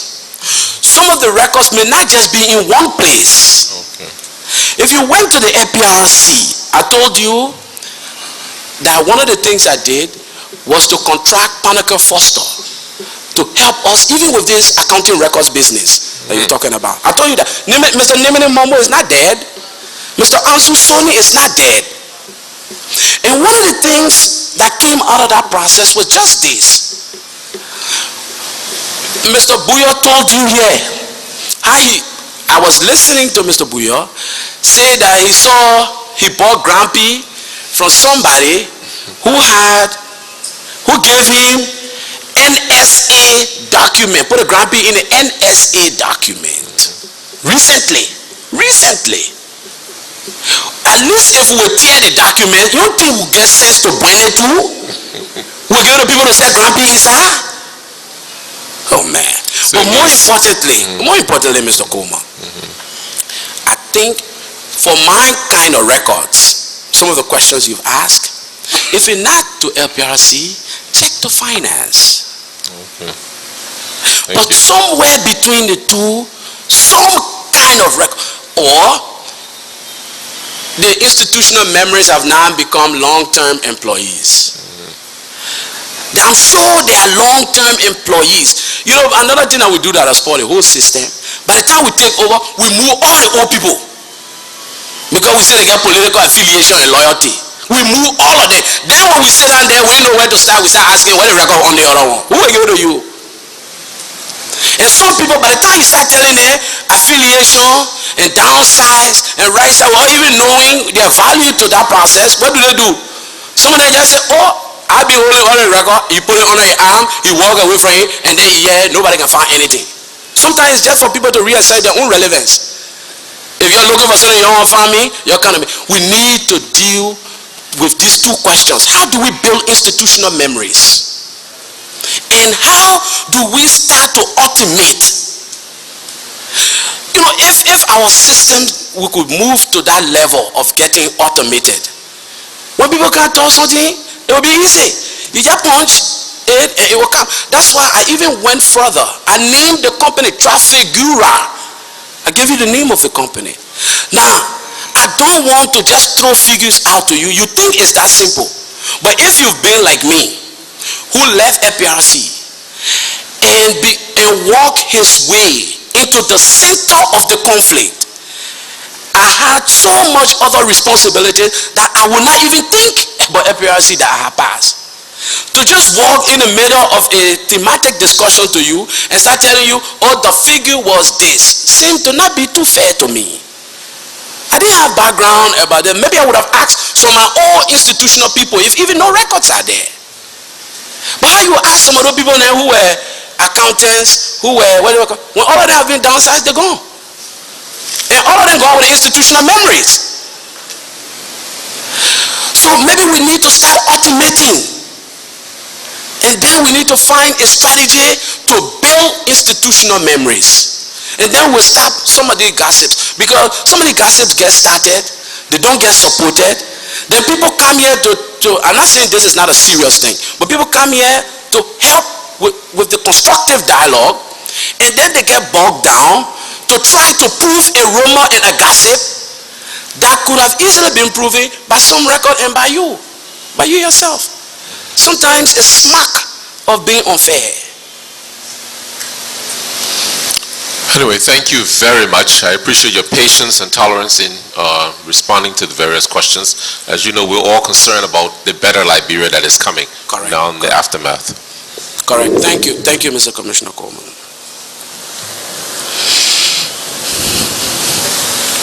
Mr. Witness, we want to thank you very much for coming to contribute to this process. Time is fast spent. I wouldn't blame you if you are exhausted by now. So I will ask in one shot a basket of questions. Wow. Yes, since I noticed you were taking note. And get a basket of answers. And maybe the questions could be related. Some of them you may have answered in a minimum way. You could throw more light on it if you so please. And I reckon also that this may not be our last interaction. So even if there are more answers needed, we could communicate with you by email or other means. Oh, and you yes. communicate back to us. I appreciate But I intend to raise them so that a perspective of your organization is reflected in what we're doing. So even if we don't get the answers now, I'm sure confidently we can get them subsequently. Yeah. You gave us in your presentation a psychosocial and mental construct of the average Liberian.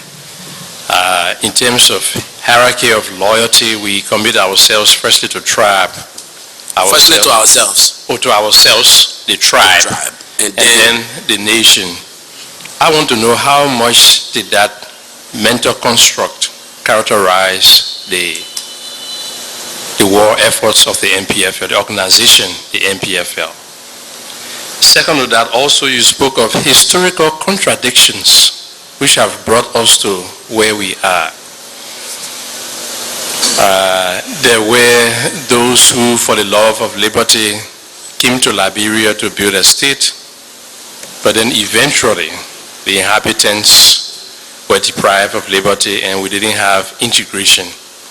how much did that contradiction manifest itself in the character of the MPFL, freedom fighters coming to liberate and bring freedom, and then eventually the entire population, or a good number of the population, were complaining of rights violations, suppressions, and all of that. Is that a contradiction that showcased in the MPFL? And then ECOMOG and ECOWAS intervention.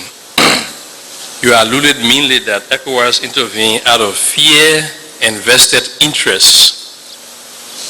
Is it possible also that out of concerns for regional security, ECOWAS had a cause to intervene in Liberia when there were massive cries that more warring factions were coming and rights violations was on all sides of the conflict? Did that? Then also at the different peace conferences, you said that military issues were easily resolved, but political issues became very contentious and difficult to resolve. Can you elaborate on what are some of those political issues, let alone the scramble for positions in government? Were there any substantive political issues that bigger during those negotiations, the different agreements? Very little is said or new of the leadership structure of the MPFL. Could you speak to that? Maybe you may not speak much on the military structure because that may not be your area, but if you have some information, we appreciate it. But the political leadership structure of the MPFL. And connected to that, you may want to also speak to internal democracy within the organization itself. What they guaranteed or manifest semblance of internal democracy. Then The basket bill. I'm sure you can link out of there in one or two sentences and then we conclude. Oh boy. Then we want to speak to the training of MPFL fighters. Was there real training for those who were armed? And if so, was there any form of civil orientation linked to that training that would have made the fighters more conscious of the mission of the MPFL? I would have asked, but Reverend Kumar asked about the mission and you elaborated on the merge.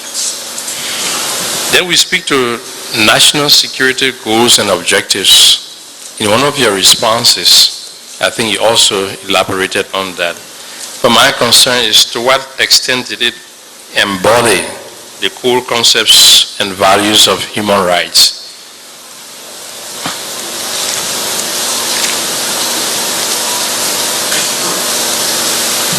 Another question which may relate to the operations and objectives is whether fighters of the MPF were ever compensated. I understood you well to say it was a volunteer movement, but if they weren't compensated, was there any mechanism or instructions given to ensure that they do not leave off the local population? Then one that may be, again, if you do not have full knowledge, but Operation Octopus, could you help us with the motivation and circumstances leading to the build-up of what infamously became known as Operation Octopus? Then we explicitly hear you say that during the first conference in Monrovia, you came and the delegation left, but you stayed around to talk to people and observe what was happening. But what obtained and what you discovered gave you no hope or any chance of staying on this side. You thought it was better to go back. Could you elaborate on that, whether it was political or otherwise? How would you want the MPFL efforts to be remembered or called or described?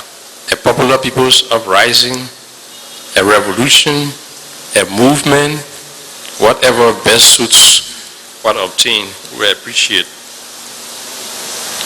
Then by hindsight and reflections which may be personal, was there anything wrong about the whole MPFL movement?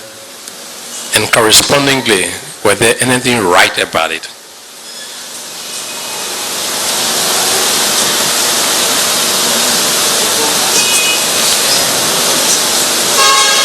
Another question would be, how much responsibility does the MPP government share for the 2000 conflict?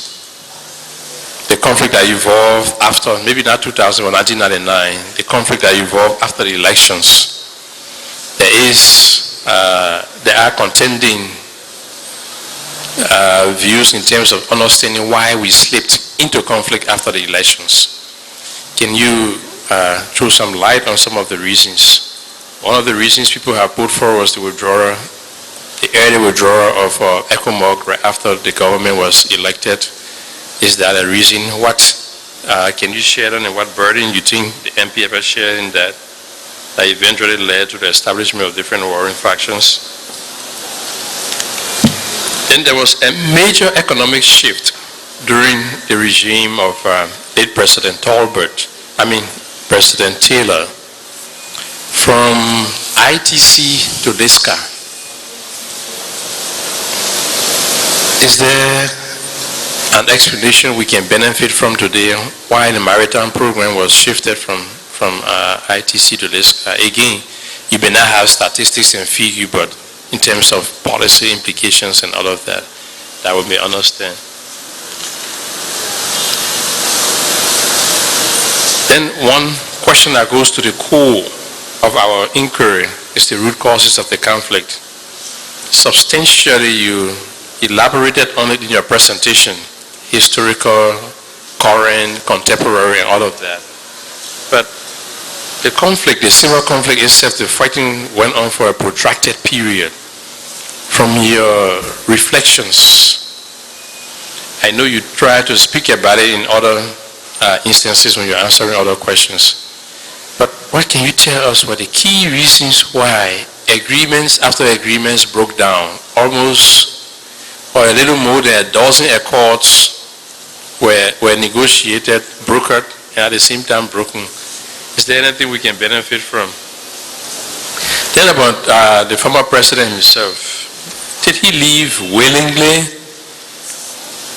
in 2003? Or was it a compilation of circumstances that compel his movement? Was his action to leave altruistic, political, or military? Connected to that, was there any unwritten or written agreement that secured for the former president a lifetime security in asylum that would have protected him against the outreach of the special court, which had unsealed his indictment prior to his surrendering of power? Lastly, what do you think motivated the structure of the interim government under Judy Bryant? There was a formula that evolved eventually where the civilian component of the participants would select 3 nominees, and then those 3 nominees would be subject to the vetting, scrutiny, and decision of the belligerent forces, including government of Liberia. Can you throw some insight into why Judy Bryant was selected and not the other 2, and how we got to that? And then lastly, on a peripheral level, to the best of your information and knowledge, did the former president actually attempted to escape Calabar?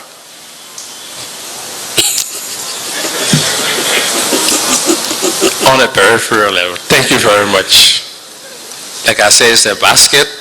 When we get a basket delivered, then that's it. I wouldn't come back with any further question.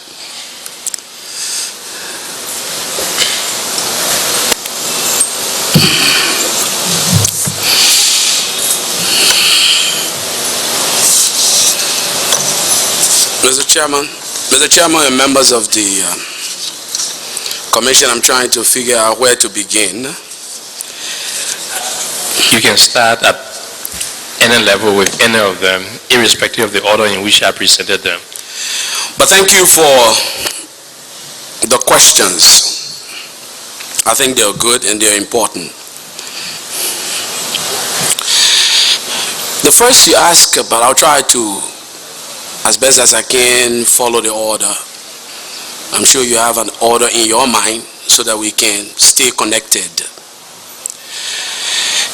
I believe your first question was how much of this mental construct that I've provided characterize the MPFL. All of it. All of it.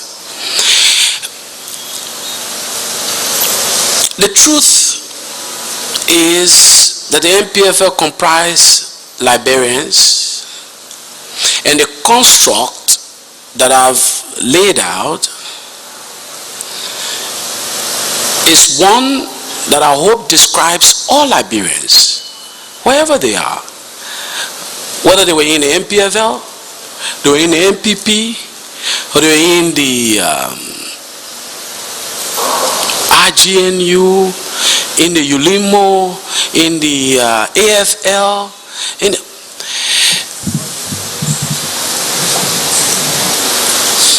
this mental construct is one that I argue is born out of our history.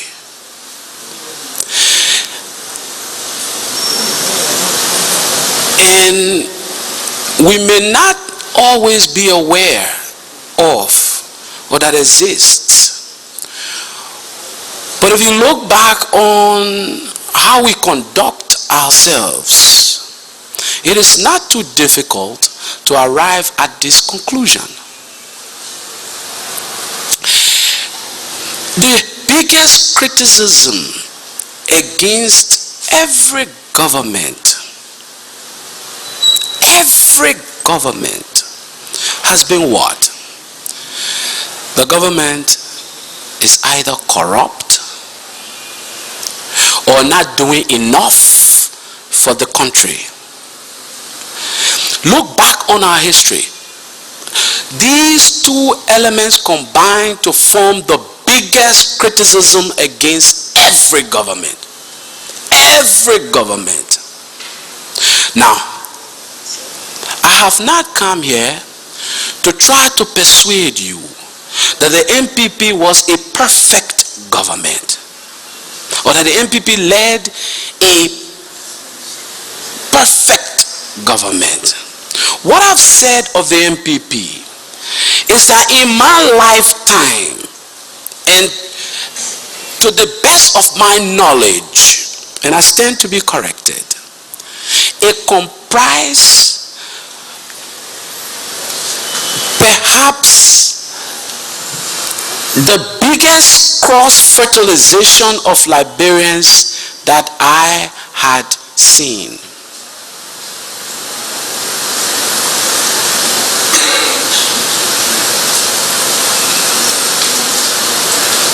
Now, waiting, I tell you another document from which you will ask me more questions. Okay. So, given that this is how we think, and sometimes we think unconsciously, given that this separation that I described from our history, which is really of no fault of any one class of people, and I thought I made that point, that separation engenders over time a stronger bond of tribal affection and loyalty over love of country. I believe I made that point. And rolling out of that is the truth. If you have a stronger bond of tribal affection, it would seem to me, and the history is there to prove, that every time you have an opportunity, or you feel threatened, or you need a certain comfort level, where will you return? More than not, you will return to the safe ambit of your tribe. What we've done also politically is to keep fueling these tribal bonds by what? Locking tribes out into places we call counties, with little or no infrastructure therein that can even be equated to such status. So over time, man being who he is, over time, he seeks to preserve himself first. And Liberians then seek to preserve their tribes next and protect their tribes next. And finally, if anything at all, we tend to look now towards something called Liberia. This is the point I'm making. And like the MPFL comprised Liberians, and they were similarly beholding. Now, I'm not excusing anybody in the MPFL. They were similarly beholding to this mental construct, and it affected the way they attended the cause for which they came. You ask me about historical contradiction. And in that question, you set out a premise that I disagree with. You said the settlers came to build a state. I disagree with that premise, and I will tell you why shortly. And then you want to know whether those historical contradictions manifested themselves in the MPFL, and whether they can account for violations and suppressions for which some people have accused them. I submit to you, Mr. Chairman and members of the Commission, that when brothers and sisters were being returned to these shores, they were coming not to build a state. In fact, if you went back to read the Declaration of Independence, you will understand they did so only because and when they realized that they were now being rejected.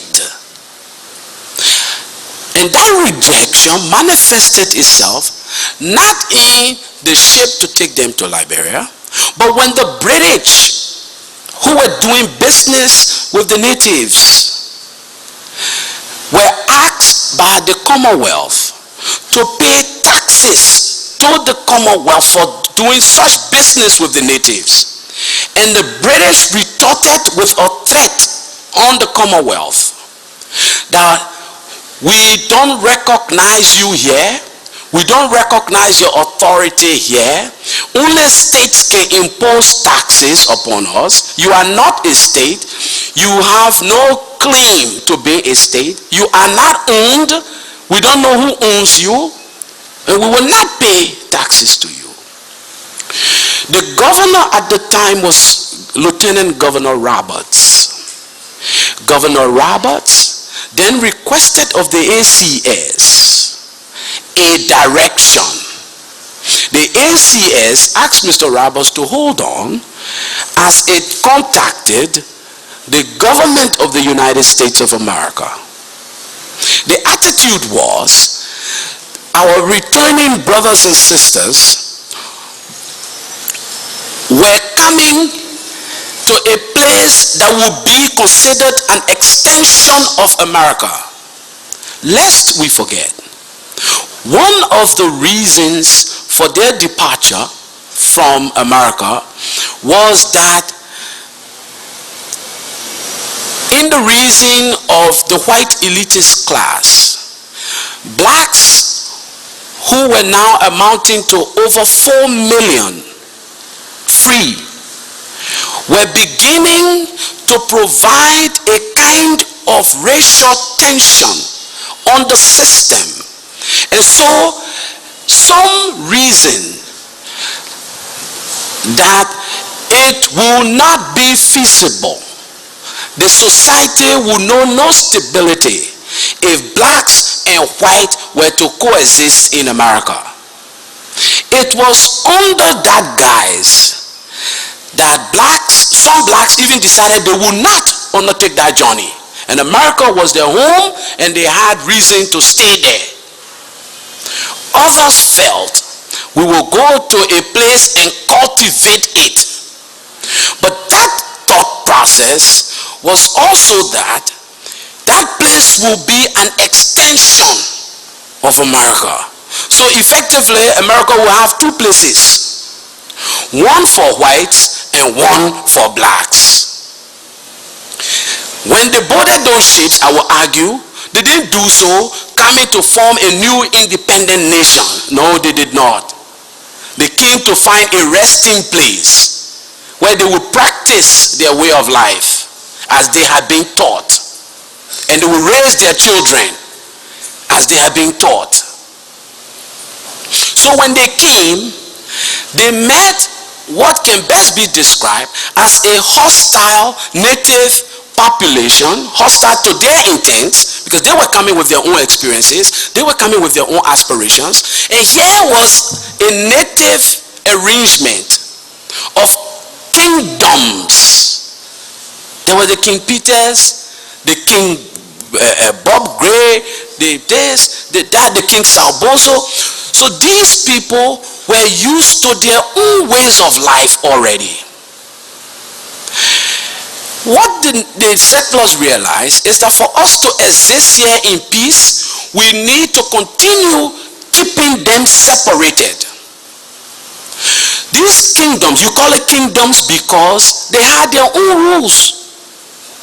One native rule did not necessarily spread on to the other.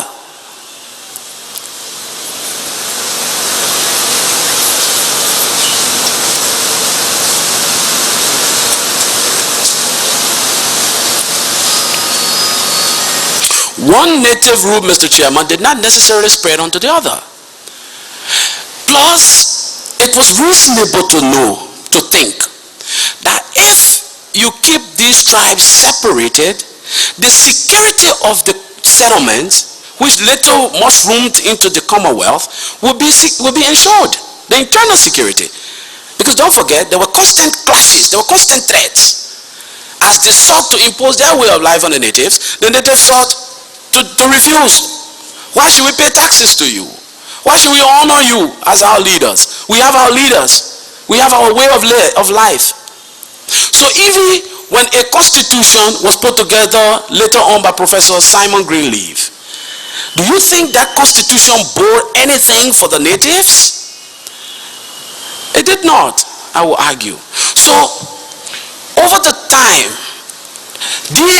this form of division and separation of no specific design except for purposes of self-preservation, of security, ended up being passed down to succeeding generation, and I argue that laid the foundation for the political system that we know in our country today, the economic system, because the settlers unto themselves had their own way of pursuing issues pertaining to their economic survival, as did the natives.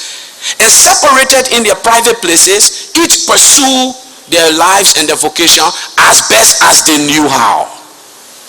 That is the basis for my assertion to you that they did not come here to form a state. Now, over time with threats from the British, they did. After America, for reasons of her own positions in the world, of her own internal reasons for her existence, couldn't rationally declare another colony theirs. So they said, no, we can't declare you a colony of ours. We are not colonizers. We believe that all men are free. And that is what led to our revolution. That's why we broke away from the British Empire. That's why we fought the British. Under that color, we can declare you now our colony. So what happened? The ACS returned to Mr. Roberts and said, look, my brother, there's only one way you can protect yourself from the British now. Declare independence. At the declaration, my brother, there was no flag. There were no symbols and all these things. They came later on down the road because these things are needed to show that you are an independent nation. And then I argue in that document, what would these things signify? The experiences of the natives? No. The experiences more of the settlers, because they were declaring independent. They named the place Liberia. They named where they were Monrovia. And therefore, they set the yardstick for who can be a Liberian and enjoy those benefits. And I argue that it pertained more than likely to their form of life. They were used to the Christian faith. They were all coming from the south. Do you think they met people here who were practicing similar faiths and beliefs? No, they were not. And so these people were kept separated. But over time, these contradictions will eventually haunt succeeding generations. And that's why I took such chronology to try to show that over time it became necessary to change that for all of us to understand that all of us own the place. And that it must share the same meaning to all of us. It must generate the same passion. It must generate the same love. It hasn't altogether done that yet, I will submit. There are steps, there are progress being made. There are progress being made as more and more people get educated. Someone jokingly told me last night, as President Torba made the farm to market road, so did the natives come to Monrovia and decided they would not make farms. Today, you found mushrooming around here a host of people who for the first time came as a result of the war to Monrovia. I told you a joke of a fighting commander who for the first time beheld the Atlantic Ocean and will go with a fighting man protecting him close to the water and will touch your feet and he will jump there and run back in glee. Now we can laugh at that, but it told me that this was somebody my own age, and this was a part of a country that should be open to all, that should be ours, but he didn't have access to it. And over time it started to generate for some people frustration. Then for others, those frustrations turned into anger, and then anger turned into violence. 1980, Head of State Master Sergeant Samuel Doe announced in the dawn of the day a coup d'etat. You will undoubtedly recall market women, largely of the native stock, spreading lapas for Head of State Doe to walk on and chanting native woman born soldier. What they were saying in effect is that they had seen someone who resembled their aspirations too, and who now was taking leadership of a country that they will call Liberia and had the stock of a native. So did this historical disparity, contradiction manifest itself in the MPFL? Of course. Wasn't the MPFL a Liberian group? It was. And I also told you how people went after their own, in every organization, individual, notwithstanding the overarching motivations, individuals pursue their own objectives. And violence and other forms of hatred been so introduced in Liberia that many people, ordinary people who we thought were otherwise peaceful, found it their way to go after others under the color of the war. I told you and tried to answer in that paper, there were neighbors who had food stored up. People told stories of how some people, some families were cooking only in the dark of night. So everybody in their family can eat quickly, because in the day they will squash out all the fire and pretend that nobody had food in their house. And then associate with the neighborhood they're talking about how they hunger not easy. And some people even die next door, while they were dying of starvation. Others with them, watching them have food stack up and will cook miraculously their food so nobody can see the smoke.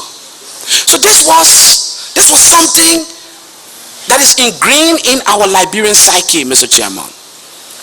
It's not just MPFL, it's not just one political party, MPP. It raises its head wherever Liberians are. Wherever Liberians are, you find that. Give Liberian a job under this mental construct. The first thing he thinks about is himself. The first thing he thinks about is preserving his self-interest, himself. Then he wants to preserve his tribe. It is not uncommon that as soon as you name a minister, a Bassa man, I'm using Bassa because that's my tribe. If you name a Bassa man as Minister of Social Welfare, more than likely every Bassa man in this republic will believe they own that ministry. And every one of them will impose upon that minister, if they have the chance, the need for their employment, that is their ministry. This has been the problem, and it manifests itself. I'm only trying to pour a handle upon this cup of confusion so that somehow we can find a way to hold it and understand it. So yes, it manifested itself in the MPFL. It manifested itself in the MPP. It manifested itself in all political parties that has existed here in this country. And that is what we need to change and redirect the focus to building a stronger bond for Liberians first. Can we create a new formula, a new paradigm shift that emphasizes Liberia first, tribe second, and self last? Then maybe we will start to answer all of the questions about corruption and individual aggrandizement and building of individual wealth. I tell you, I had a discussion with a friend before, the late Honorable Dexter Tyre, and he told me, he said, you know, my brother, this society expects me to be corrupt. The society knows I make $20 a month, and it is in long arrears. At the same time, they expect me to run scholarship at the university and all the high schools. Then the society expects me to pay people bills, to send people to hospital, to help people with food to feed themselves. That is how our society is constructed. Because the whole tribe believe you owe them that. From the tribe you came from. I don't know if you have the similar problem as a chairman, or maybe you persuaded your tribe to believe no money in this job. But I'm sure you get haunted from the day you were named to this job by members of your tribe and your friends. They don't care how much you make. They only believe that this job provided an opportunity for them, for you to serve them, not Liberia. When you talk about Liberia, they say, but I'm Liberia. What other Liberia you talk about? You talk about me. So this has attended, it has become a part of our national consciousness that we have to reverse. We don't reverse it, we'll be talking the same thing 20 years from now. You and myself may not be around to talk it, but others will be talking about it. So how can we do Liberia first? tribe second, then the aspirations of self will be like, which means each of us should have dreams and aspirations. That's human.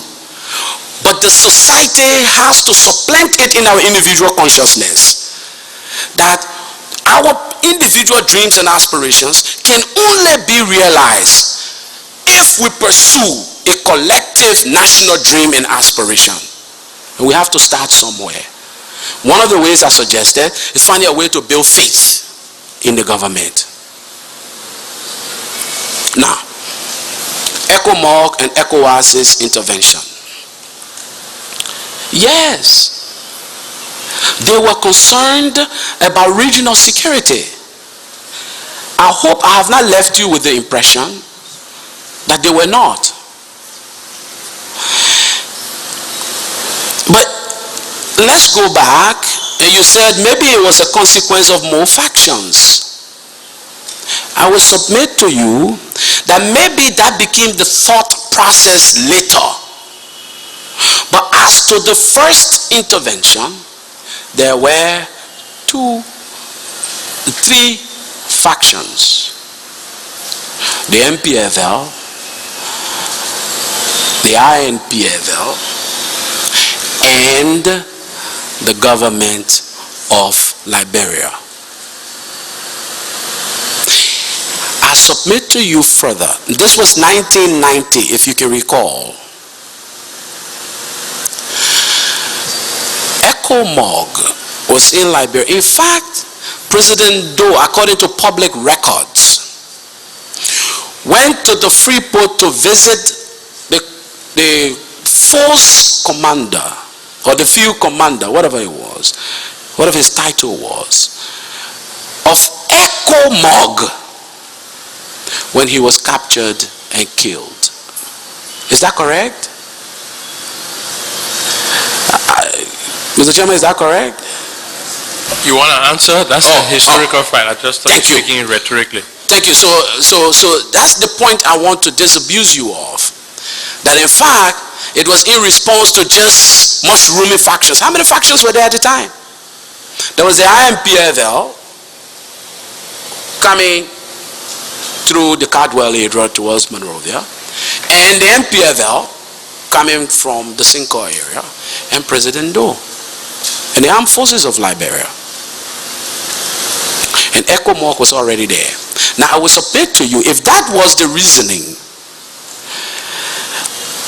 how many factions came after that process? ECOMOG did not disengage from that process since the death of President Doe. ECOMOG remained. And I submit to you, ULIMO was formed. And ULIMO informed, and it's a matter of the public record, that they came out of Sierra Leone and Liberia. And these were contributing forces to ECOMOG. Correct? And I will also submit to you that LPC was formed. And each of these players, it led me to the conclusion that with time, the war took on new leaders as it progressed and new purposes for resolution. All right. So I will be hard pressed to accept, and the historical facts contradict your assertion that perhaps it was because to set off the formation of additional factions. In fact, they were in the country when additional factions were formed. And I will submit further that most, if not all of those new factions launched assaults on the MPFL from the safe environs provided by ECOMOG.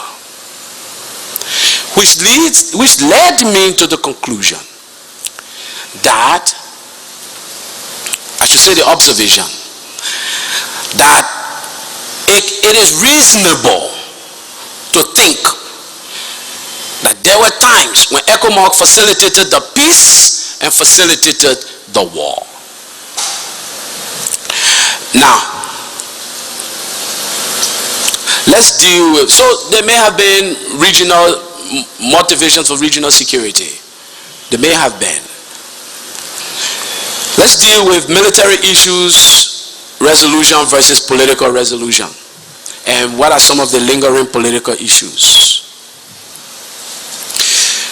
Mr. Chairman and members of the Commission, I said earlier that a common feature of all of the peace conferences was the speedy resolution of military issues. When we met in Ghana, we resolved the military issues in no more than 2 days. It took us 2 months to address the political issues. Now, the biggest political hurdle was always who would lead. I don't care how people try to disguise it and fool you about it, and fool the Liberian people about it, and attempt to fool the Liberian people about it, because some people are no fools. The problem, the political problem, centered around who would lead. Period. So we went about fencing it all kinds of ways. When there was no consensus, we introduced the thought of a triumvirate, the concept of a triumvirate, where there will be 3-pronged leaders and they will rotate the term of leadership of that triumvirate. The concept of a triumvirate was introduced March 1991 by the MPFL at the All Liberian Conference in Monrovia. You can check the records. Now, I believe out of that triumvirate rolled subsequently the Council of State. And believe me, all of these were attempts to address who should lead. When you speak of this, I won't deal in too much depth again, but I want you to recall the Bintumani letter, the Banjul conference, and the subsequent split. The question has always been, who will lead? So, for me, in Ghana, you talk about lingering political issues. For me in Ghana, it became clear that somehow we have to confront this question of who should lead. And the approach I opted to take was not just who should lead and end it there, but how should we lead and how should we determine who should lead. If you look carefully at the last page of my presentation, I included a number of recommendations. One set, I believe, to address the issue of building a common national identity for all Liberians. The second, I address in the context of how we should find our leaders. Let me attempt now to throw just a bit of light on that second part. All of us agreed and celebrated the end of one-party rule in 1980. What has happened subsequently? With time, we have maneuvered to indirectly practice that. What do I mean? A party wins the elections. The party appoints its cadres and members. And what does that party start to do? quietly consolidate means by which its chances at the next election will be better than all the others. How does it accomplish that? The first thing it seeks to do is every so-called minister of the government, and by being appointed minister, you naturally have access to influence, to power, to amenities, to favors. This is our society. We know that. What happens after the first couple of years of independence? These people are pressure is being put on these people. Pressure is being brought to bear on these appointees to do what? To transfer membership to the ruling party. What happens as a result of that? We don't just transfer membership. We don't just transfer loyalty. What we transfer? We transfer independence and the ability to think. The continuation in those jobs become necessarily a function of demonstrated inability to think freely. What do I mean? Once you transfer your loyalty, it is a taboo to criticize, not to do what the standard bearer says. Effectively, what we have, you have a drain on the opposition. They exist in name only. Some of their leaders who got appointed, because what we do, you reach out to the opposition leaders quickly, appoint some to government, and some won't sit in the legislature.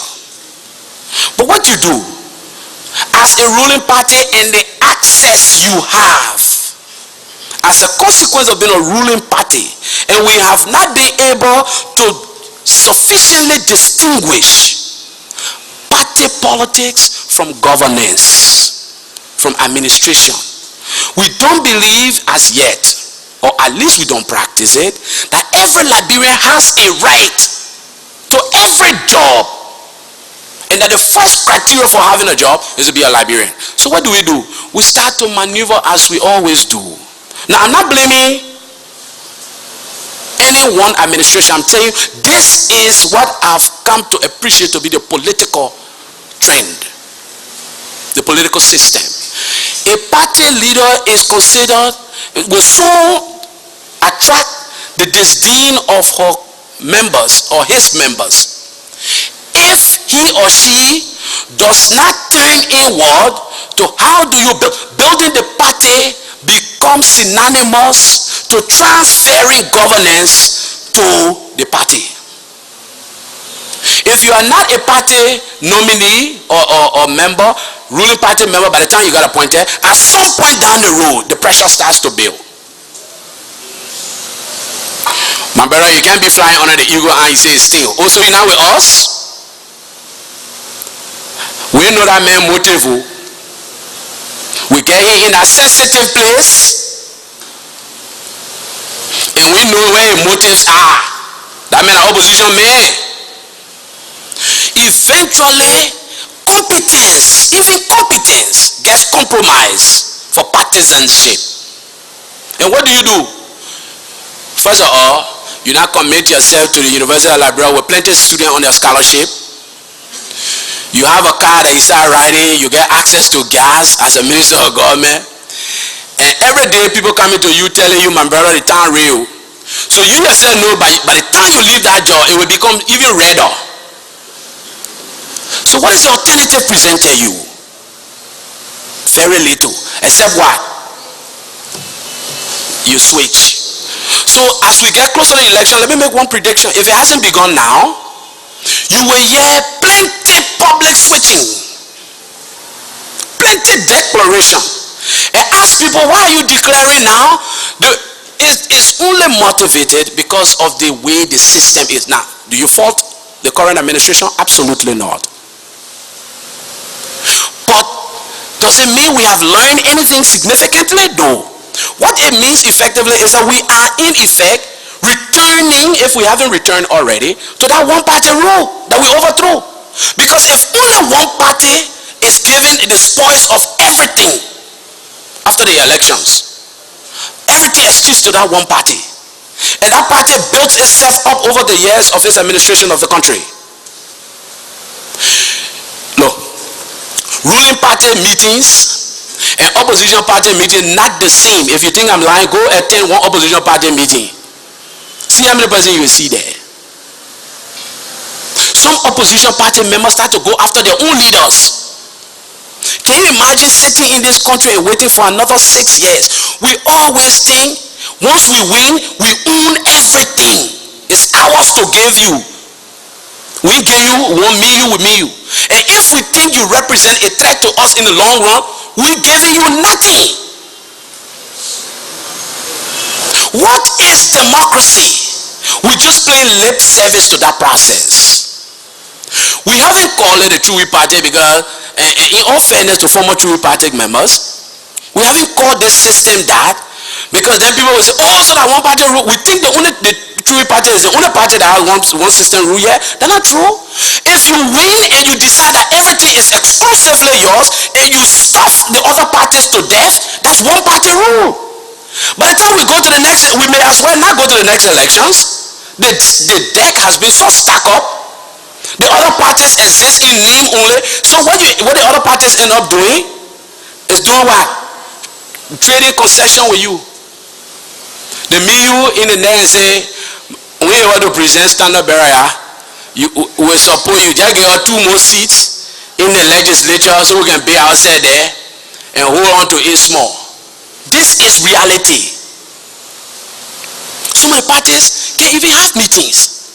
We're walking around, we have multi-party democracy. So this is a political system that has to be changed. Now, somebody will say, but Louis Brown, you're asking us to shoot ourselves. Oh, we must build the opposition? But then let's call it what it is. And then let all of us be in one party and let's find a way each of us to rise to the top of that one party, which means an effective return to the True Party system.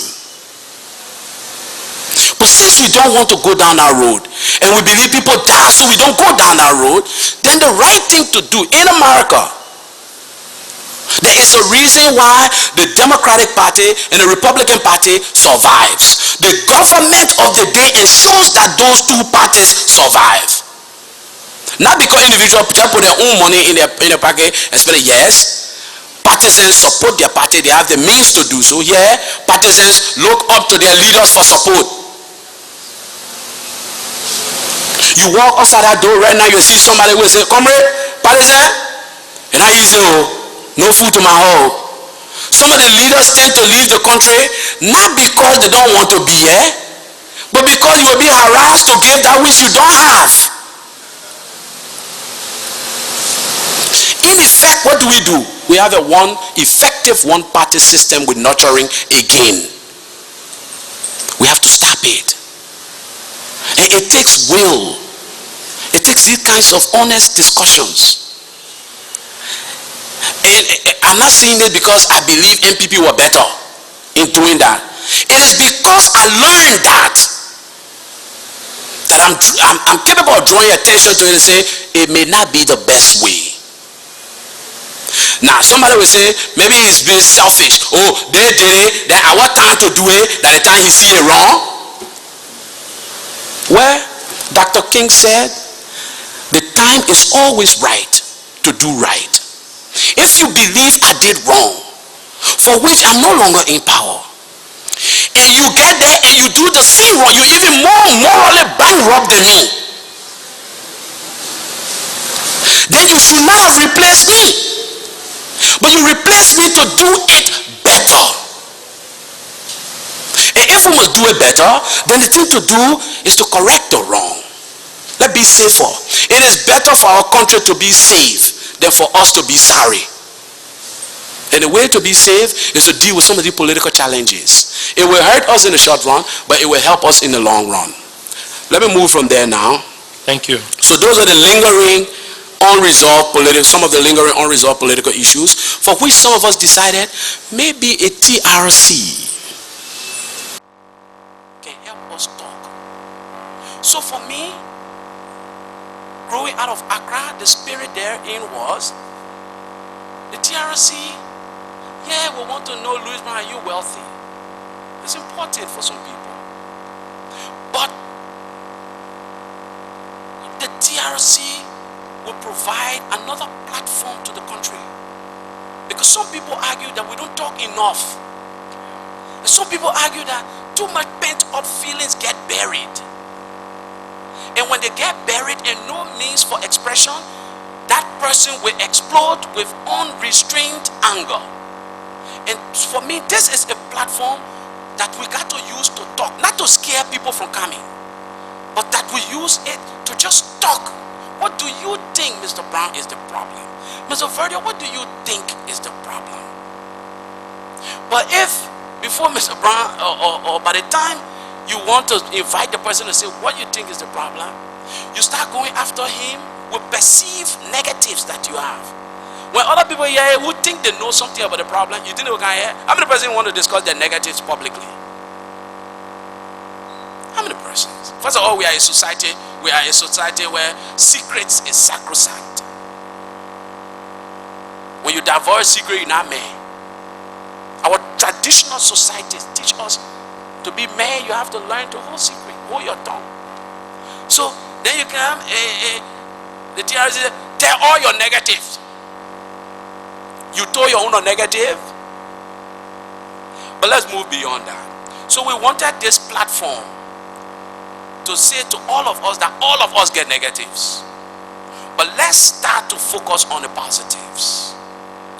And that focus must help us think for our children and not just for ourselves. Leadership structure of the political MPFM, you call it. I'm quoting you, I hope directly. I said to Mr. Commissioner Coleman that the MPFL was a military force. A military force. To the extent that they were pursuing a military agenda. They were fighting President Doe and the armed forces of Liberia and seeking to overthrow it by military means, by means of fighting. At the same time, the leadership comprised people who necessarily did not call themselves generals or didn't have any fighting experience. None whatsoever. Now, I said I was a member of the MPFL. Can I be considered to have been a leader? Yes, at some point. Did I have any military training? Absolutely not. What did I bring to the table?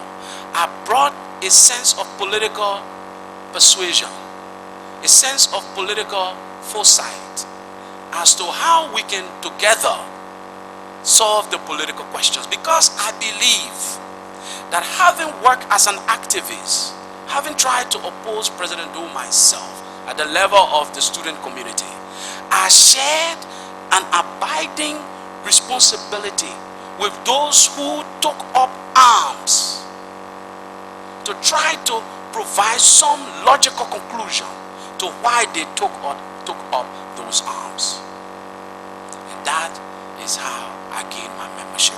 There were many others who gained their membership that way, had no military training, but volunteered to help the process, arrive at a logical conclusion, which for all intents and purposes was to remove President Doe.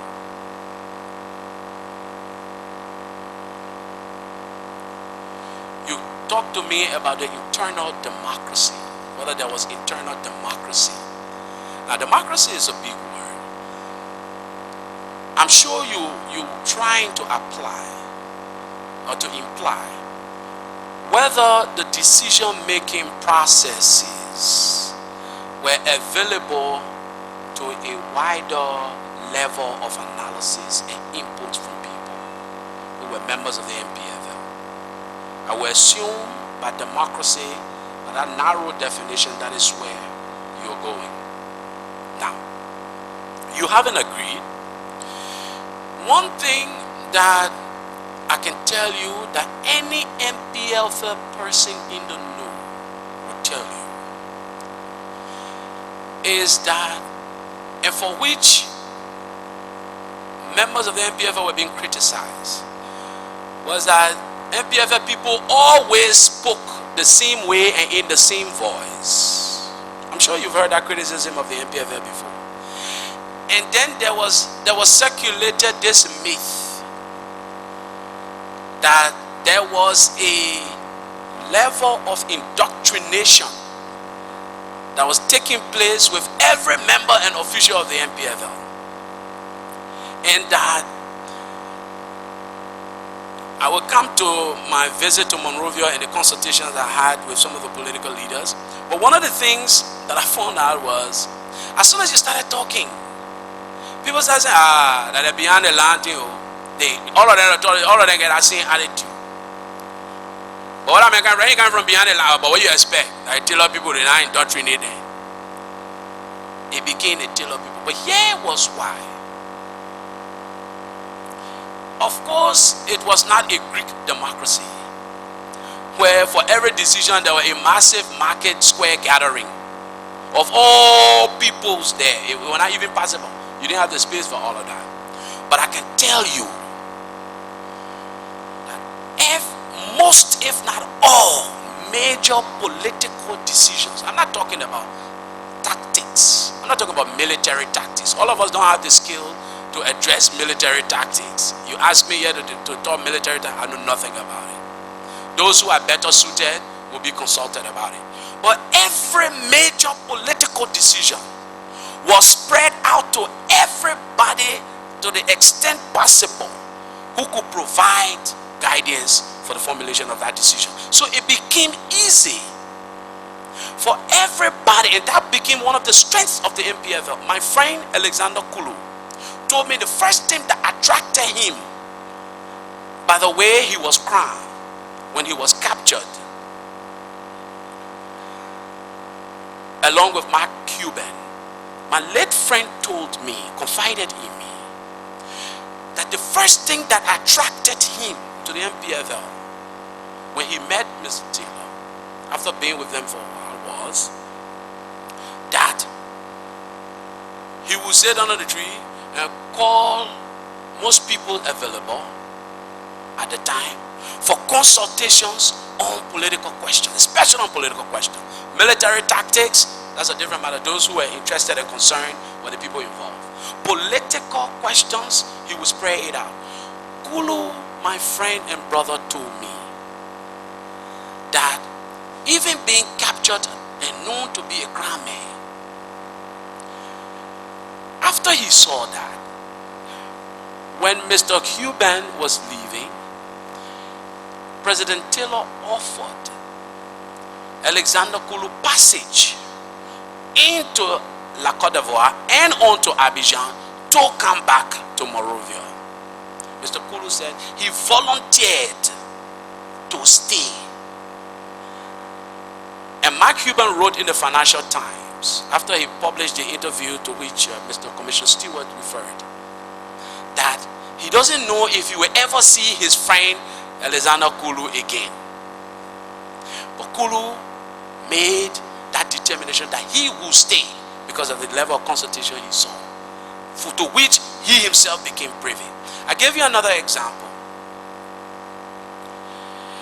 After the fall of after the fall of Buchanan, I went to Yekepa. I was in Yekepa, and my friend and brother, the late T.F. Fagati, was in Banga. And he called me. He had come from Cotonou. He went to the conference in Cotonou, Benin. He was desirous to know where I was. And somebody told me I was in Yekepa. So he asked me to come to him in Yekepa. In Banga. I went to him in Banga. And while there, the discussion, there was this delegation that had returned from Cotonou. Mrs. Dorothy Musuling Cooper had been named by the MPFL a member of a Council of State. What happened in the end was that the MPFL felt marginalized as a result of that meeting. I think the council ended up with, that particular council ended up with, I believe, Professor Umapo. I believe the IGNU change is meant to, IGNU has been represented by the current Minister of Justice, Councillor Philip Banks. I believe Dr. Mohammed Sirleaf was on that council. But anyway, the point to be made here is that the MPFL believed it was now cheated. Only one member of that council came from the MPFL. I think it was a 5-man council. Only one came from the MPFL, and that was Mrs. Dorothy Musuling Cooper. Upon return, the attitude of the military was that this was unconscionable and unacceptable. I told you the problem has always been about who will lead. The attitude of the military was, yeah, we were controlling the vast territory of the country, and we had only one member on this council. The IGNU had, I think, 2, and then ULIMO had 2 on the council. Dr. Sirleaf and somebody else. But anyway, I think subsequently that person was replaced by Dexter Tile on that council. Honorable Dexter, the late Honorable Dexter Tile. Anyway, the point here is, I remember walking the streets of Banga Broad Street, it was called. In fact, we were going to a GB shop. My friend, my late friend and brother, Tiafagati and I. Then, this car stopped and he said, oh, President Taylor said, everybody, he calling a meeting to the mansion now, and everybody must go there. The mansion was where he resided. In fact, I was shabbily attired. But I went there, along with my friend and brother. And there was this heated meeting. The military was insisting that the agreement was unacceptable and amounted to a declaration of war. You ask me about the decision-making process, amounting to a declaration of war.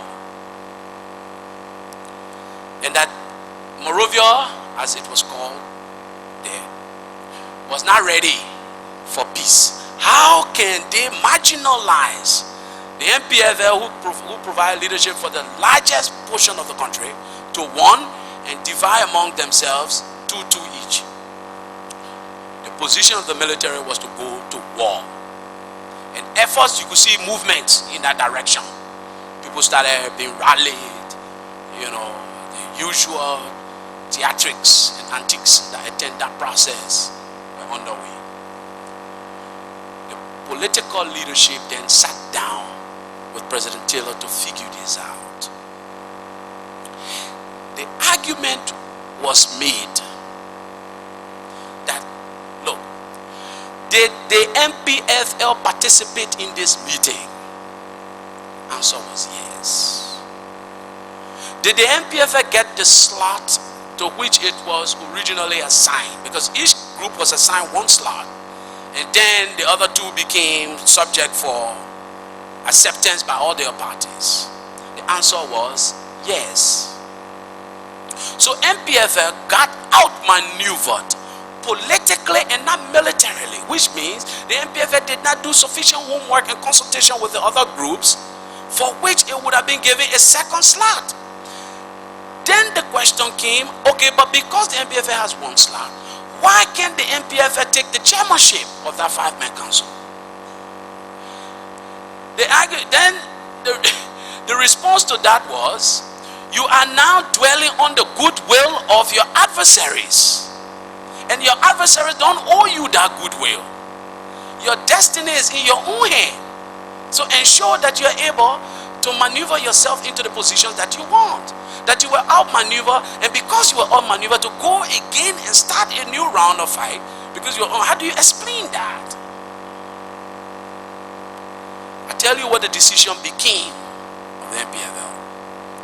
The decision was, okay, we take our latches, we suffer the bruises, we learn from this lesson, and we will go to Monrovia and participate in that Council of State.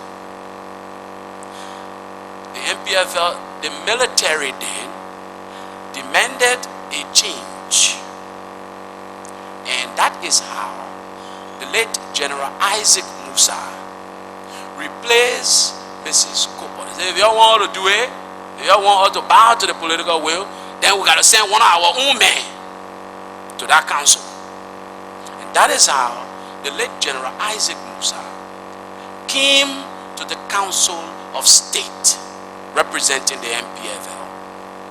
And he became the only person on that Council of State. I'm giving you this story to testify to how some decisions were being made. Now, do you call it entirely democratic? There were some decisions that were purely military and purely tactical. And just ending on this point, let me say, somebody said, for God so loved the world that he sent a man and not a committee. If he had sent a committee, they would have been caught in the paralysis of analysis about, do we allow ourselves to go on that cross or not? And somebody would have said, my brother, let's forget the cross being a man, not serious. Why must we sacrifice ourselves on the cross? So I'm saying to you that most of the political decisions that I know of were made with consultation of a broader political input in minds brought together to develop them. And I can say to you that yes, there may have been changes to some of the advice that were offered, the military. But eventually, the military bowed to the political decisions that were made. Because by then, it had become clear to many that this would not be accomplished by military means, but by political means. Now, the training of fighters, civil orientations. Mr. Chairman and members of the Commission, I did not go or attend any training, any military training. I cannot testify to civil orientation. I know that civilians went into those trainings and came back as fighters.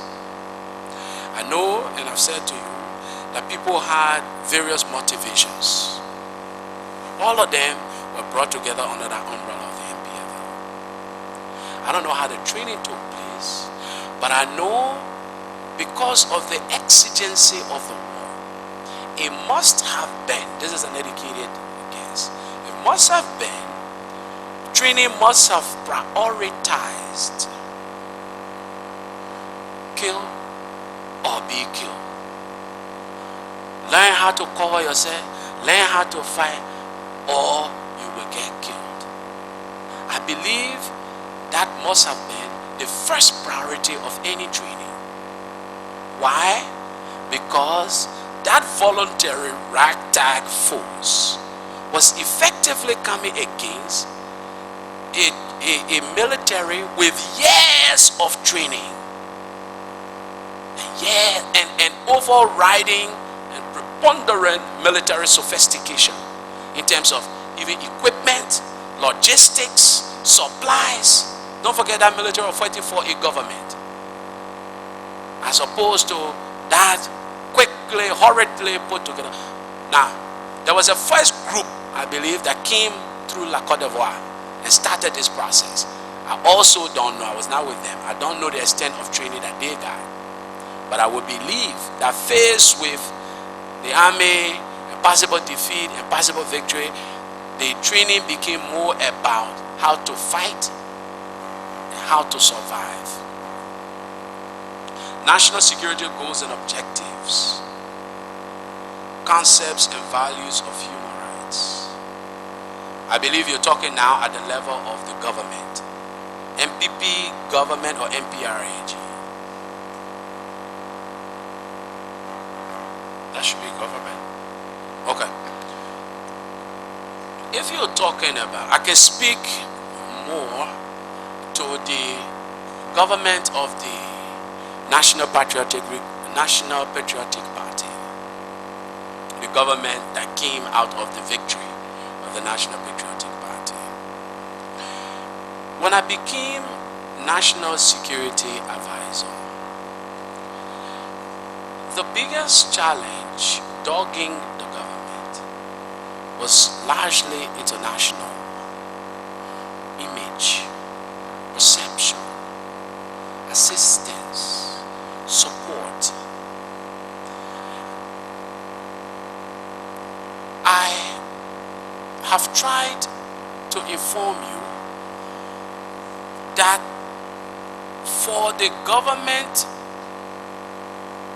of President Taylor, national security was more than police, immigration, army. These places had their leaders. At the level of the National Security Council, you had the Minister of Defense, you had the Minister of Finance, Minister of Justice, key important functionaries, the Vice President. This council was chaired by the President. I became Secretary of the National Security Council. What we tried to do was to model the National Security Council and the National Security Advisor's Office after that which is done in the United States of America, which effectively is the formulation and development of policy alternatives to help in the guidance of decision making by the President. What I was not into was direct tactical maneuvers of armed forces members. I was not into who was chairman of the joint security and who was attacking from where and where it was going. What I was involved in, to explain it quickly, is that first of all, we envelope everything under the banner of national security.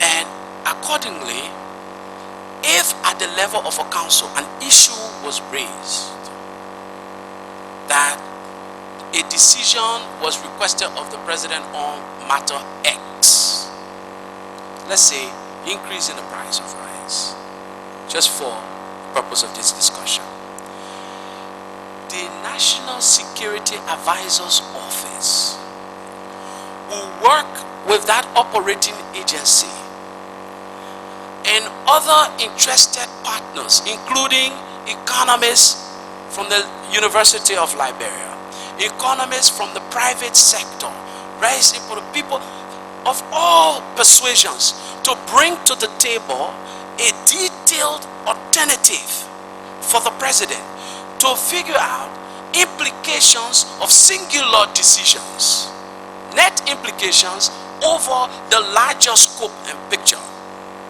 That is what we base ourselves on. So what we did was to therefore employ professionals and other capable Liberians who serve in the Secretariat under the National Security Advisor, who were basically involved in these detailed daily analysis. I became increasingly burdened with the business that we had projected as the biggest threat to the national security of the country, which was foreign policy. And so it was not too surprising that I was out of the country so frequently. I attended most, if not all, meetings at the United Nations, with the Security Council, at the General Assembly. I attended most, if not all, meetings of ECOWAS, of the African Union, and all was intended to deal with what we believe at the time was the biggest threat, which was Liberia's image abroad, and how we can forge. And through me, a number of backdoor channels were created to help discuss Liberia with international members, with members of the international community. So how we can address some of the problems, and how we can meet some of their benchmarks to remove some of the difficult hurdles before the government.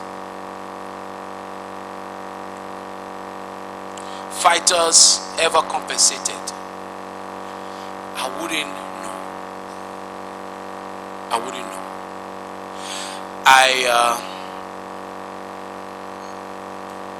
I found out, to further on the question asked yesterday by Mr. Commissioner Stewart about why the MPRAG was asked to be compensated like the RGNU. I found out last night that in fact this was a provision of the Cotonou Agreement. So it was not done out of spite or out of selfish motivation, or only out of a desire on the part of the IGNU or the MPRAG to basically do this, but that it was provided for under the Cotonou Agreement. That these administrations will be compensated for the services in their various areas of control. I wanted to make that point, and then make the point that I am unaware, and I can imagine it would have been a source of distraction. Can you imagine fighting a war, and at the end of the month you pull all of the fighters, or you take the payroll to go pay? I don't know how many persons will be fighting. In fact, you may just be inviting an advance of the enemy. I know that it was a largely voluntary force. If names were taken, if people were subsequently paid, I'm unaware. But as an MPFL, I know it was a voluntary force. People came in voluntarily and provided, based on their own motivations and persuasions, the services that they rendered the MPFL. Don't live off local population. I don't know one leader of any group that will be brought, that will come before you and say that they suggested to their people, go and live off the population. The way the MPFL was, it was as if it could not be differentiated from the population. Almost everybody felt they were MPFL. Everybody. In fact, when the nomenclature behind the lines became popular, of course there were some people who decided they would come back to Monrovia. But the majority of the people decided, we from Monrovia, but we'll stay here behind the lines, including me. Some people just couldn't stomach this disparity, this line of differentiation that had been drawn between Liberians. One set were behind the line, the other set were in front of the line. Because to suggest that others were behind the line mean you were in front of the line. And some of us just couldn't accept that. It was difficult, I tell you, Mr. Chairman and members of the Commission, to distinguish the population from the MPFL. Why? It was not uncommon for you to see a man today with a rifle, and tomorrow to see him with no rifle. He said, I'm tired of fighting. Nobody will force him to go pick up the rifle and go fight. He simply said, I was tired. And he will stay. And then over time, it was not uncommon for you to see that same man pick up another rifle, and see him several months later with another rifle and say, oh, you hear again? He said, oh, In fact, the people went and attacked my village, so I back again. It was not. So at that point, when he decided to put a rifle down and say enough fighting again, he was a civilian part of the population, correct?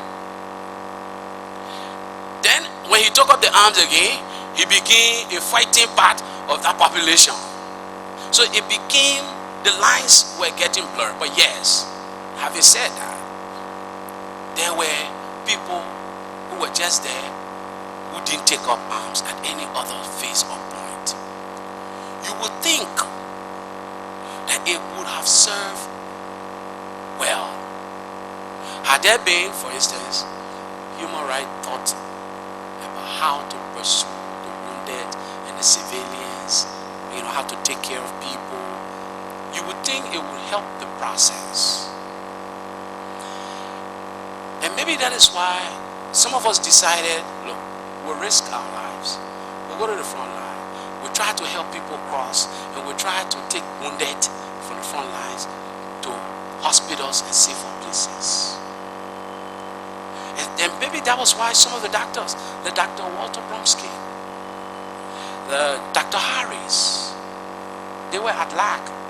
In fact, I woke Dr. Bromsky up the night I took that student there. Dr. Bromsky and Dr. Harris. Dr. Harris is, I think he may be at Catholic Hospital, Firestone now. And Dr. Bromsky, I bang on his window. The student I told you about, they were the doctors there in lack that night, trying the best that they could. Okay, so maybe that is why other just felt persuaded and motivated. And maybe with time, it would have been necessary. Maybe with time, it would have been better had people taught, how to take care of civilians. But I'm not sure, given we need to win quick, that became a riding motivation. So I'll leave my answer on that. Operation Octopus. Just by the name, it will tell you. I don't know who named it Octopus. Was it named by the MPF as Octopus or named by Monrovia as Octopus? But whatever it is, that's besides the point.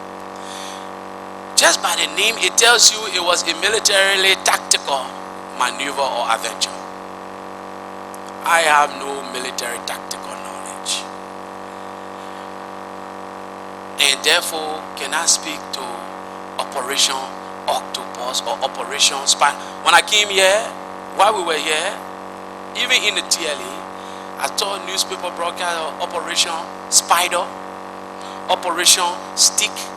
In fact, one of the operations, I don't know where, I don't remember now, but one of the operations was that me, the late Fagate, the late Augustine Yeswa, were not here just to represent MPFL. We were going to set up a scheme where all of a sudden we're going to stick people into places and take over the government. So people have fashioned all kinds of operations. Specific to Operation Octopus, I was not involved in tactical military planning or maneuver. I spent my time providing, hopefully, political guidance, political direction, political leadership. So maybe you can find others best suited to discuss Operation Octopus. Now, you asked me about my meeting with Monrovia leaders and my decision to return subsequently. I started off by saying to you, I came March 1991 after some friends recommended us. It was not just me alone, my brother Tiafagati and others. We came on board a bus. Of course, after all the rebel, we want to go to Africa. And of course, I shared first name friendship with some of the cadres and leaders at the time of the IGNU. Our relationship goes to the point where we can call each other by first names. I had come, having experienced what had transpired behind the lines, and it was called there. I wanted to understand how Banjul happened, first of all. And I started to say, but it did not take into account the realities on the ground, and argue further that a lot of people lost their lives because of that. When I came, some of the people I spoke to conceded. I said, yes, but let me tell you, that MPFL will not survive.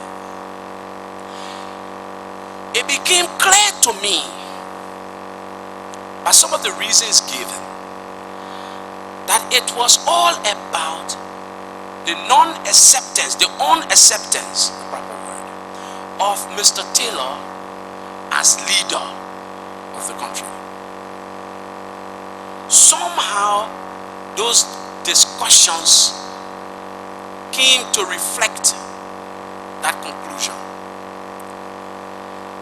And accordingly, people were prepared just to ensure that that did not happen.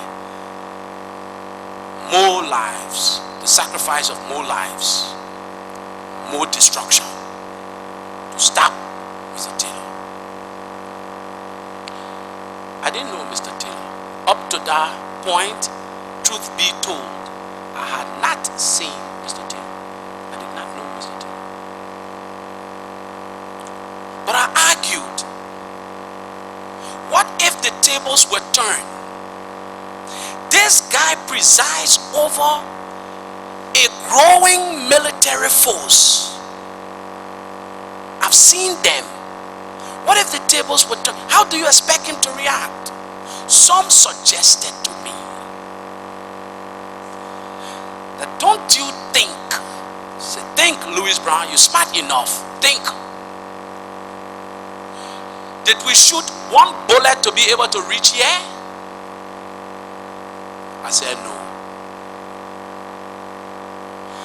He said, look around us. Before you came here, what kind of security you saw? I said, I saw ECOWAS. He said, we didn't fire one bullet. And ECOWAS has now recognized us as leader of this country. What does that tell you? ECOWAS does not want that your man. Don't follow him. Come here.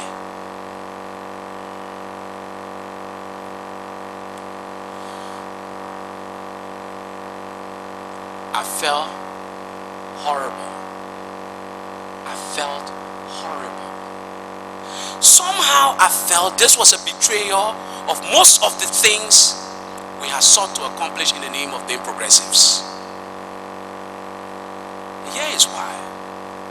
In an earlier argument with Mr. Commissioner Stewart, I tried to show why it is unfair for people who did not accept Mr. Taylor to just arrive at a conclusion that those who accepted him did so only because they wanted to enrich themselves. Now, if you want to lay that argument, why can't you also say that those who didn't accept him in 1990 and went to Banjul to form a new government did so also because they wanted to enrich themselves? What made them even better for the leadership? I thought what we aspired to was change and an ideal that, irrespective of where we stood in the structure of effecting that change, each of us will work to bring the change and make it necessary.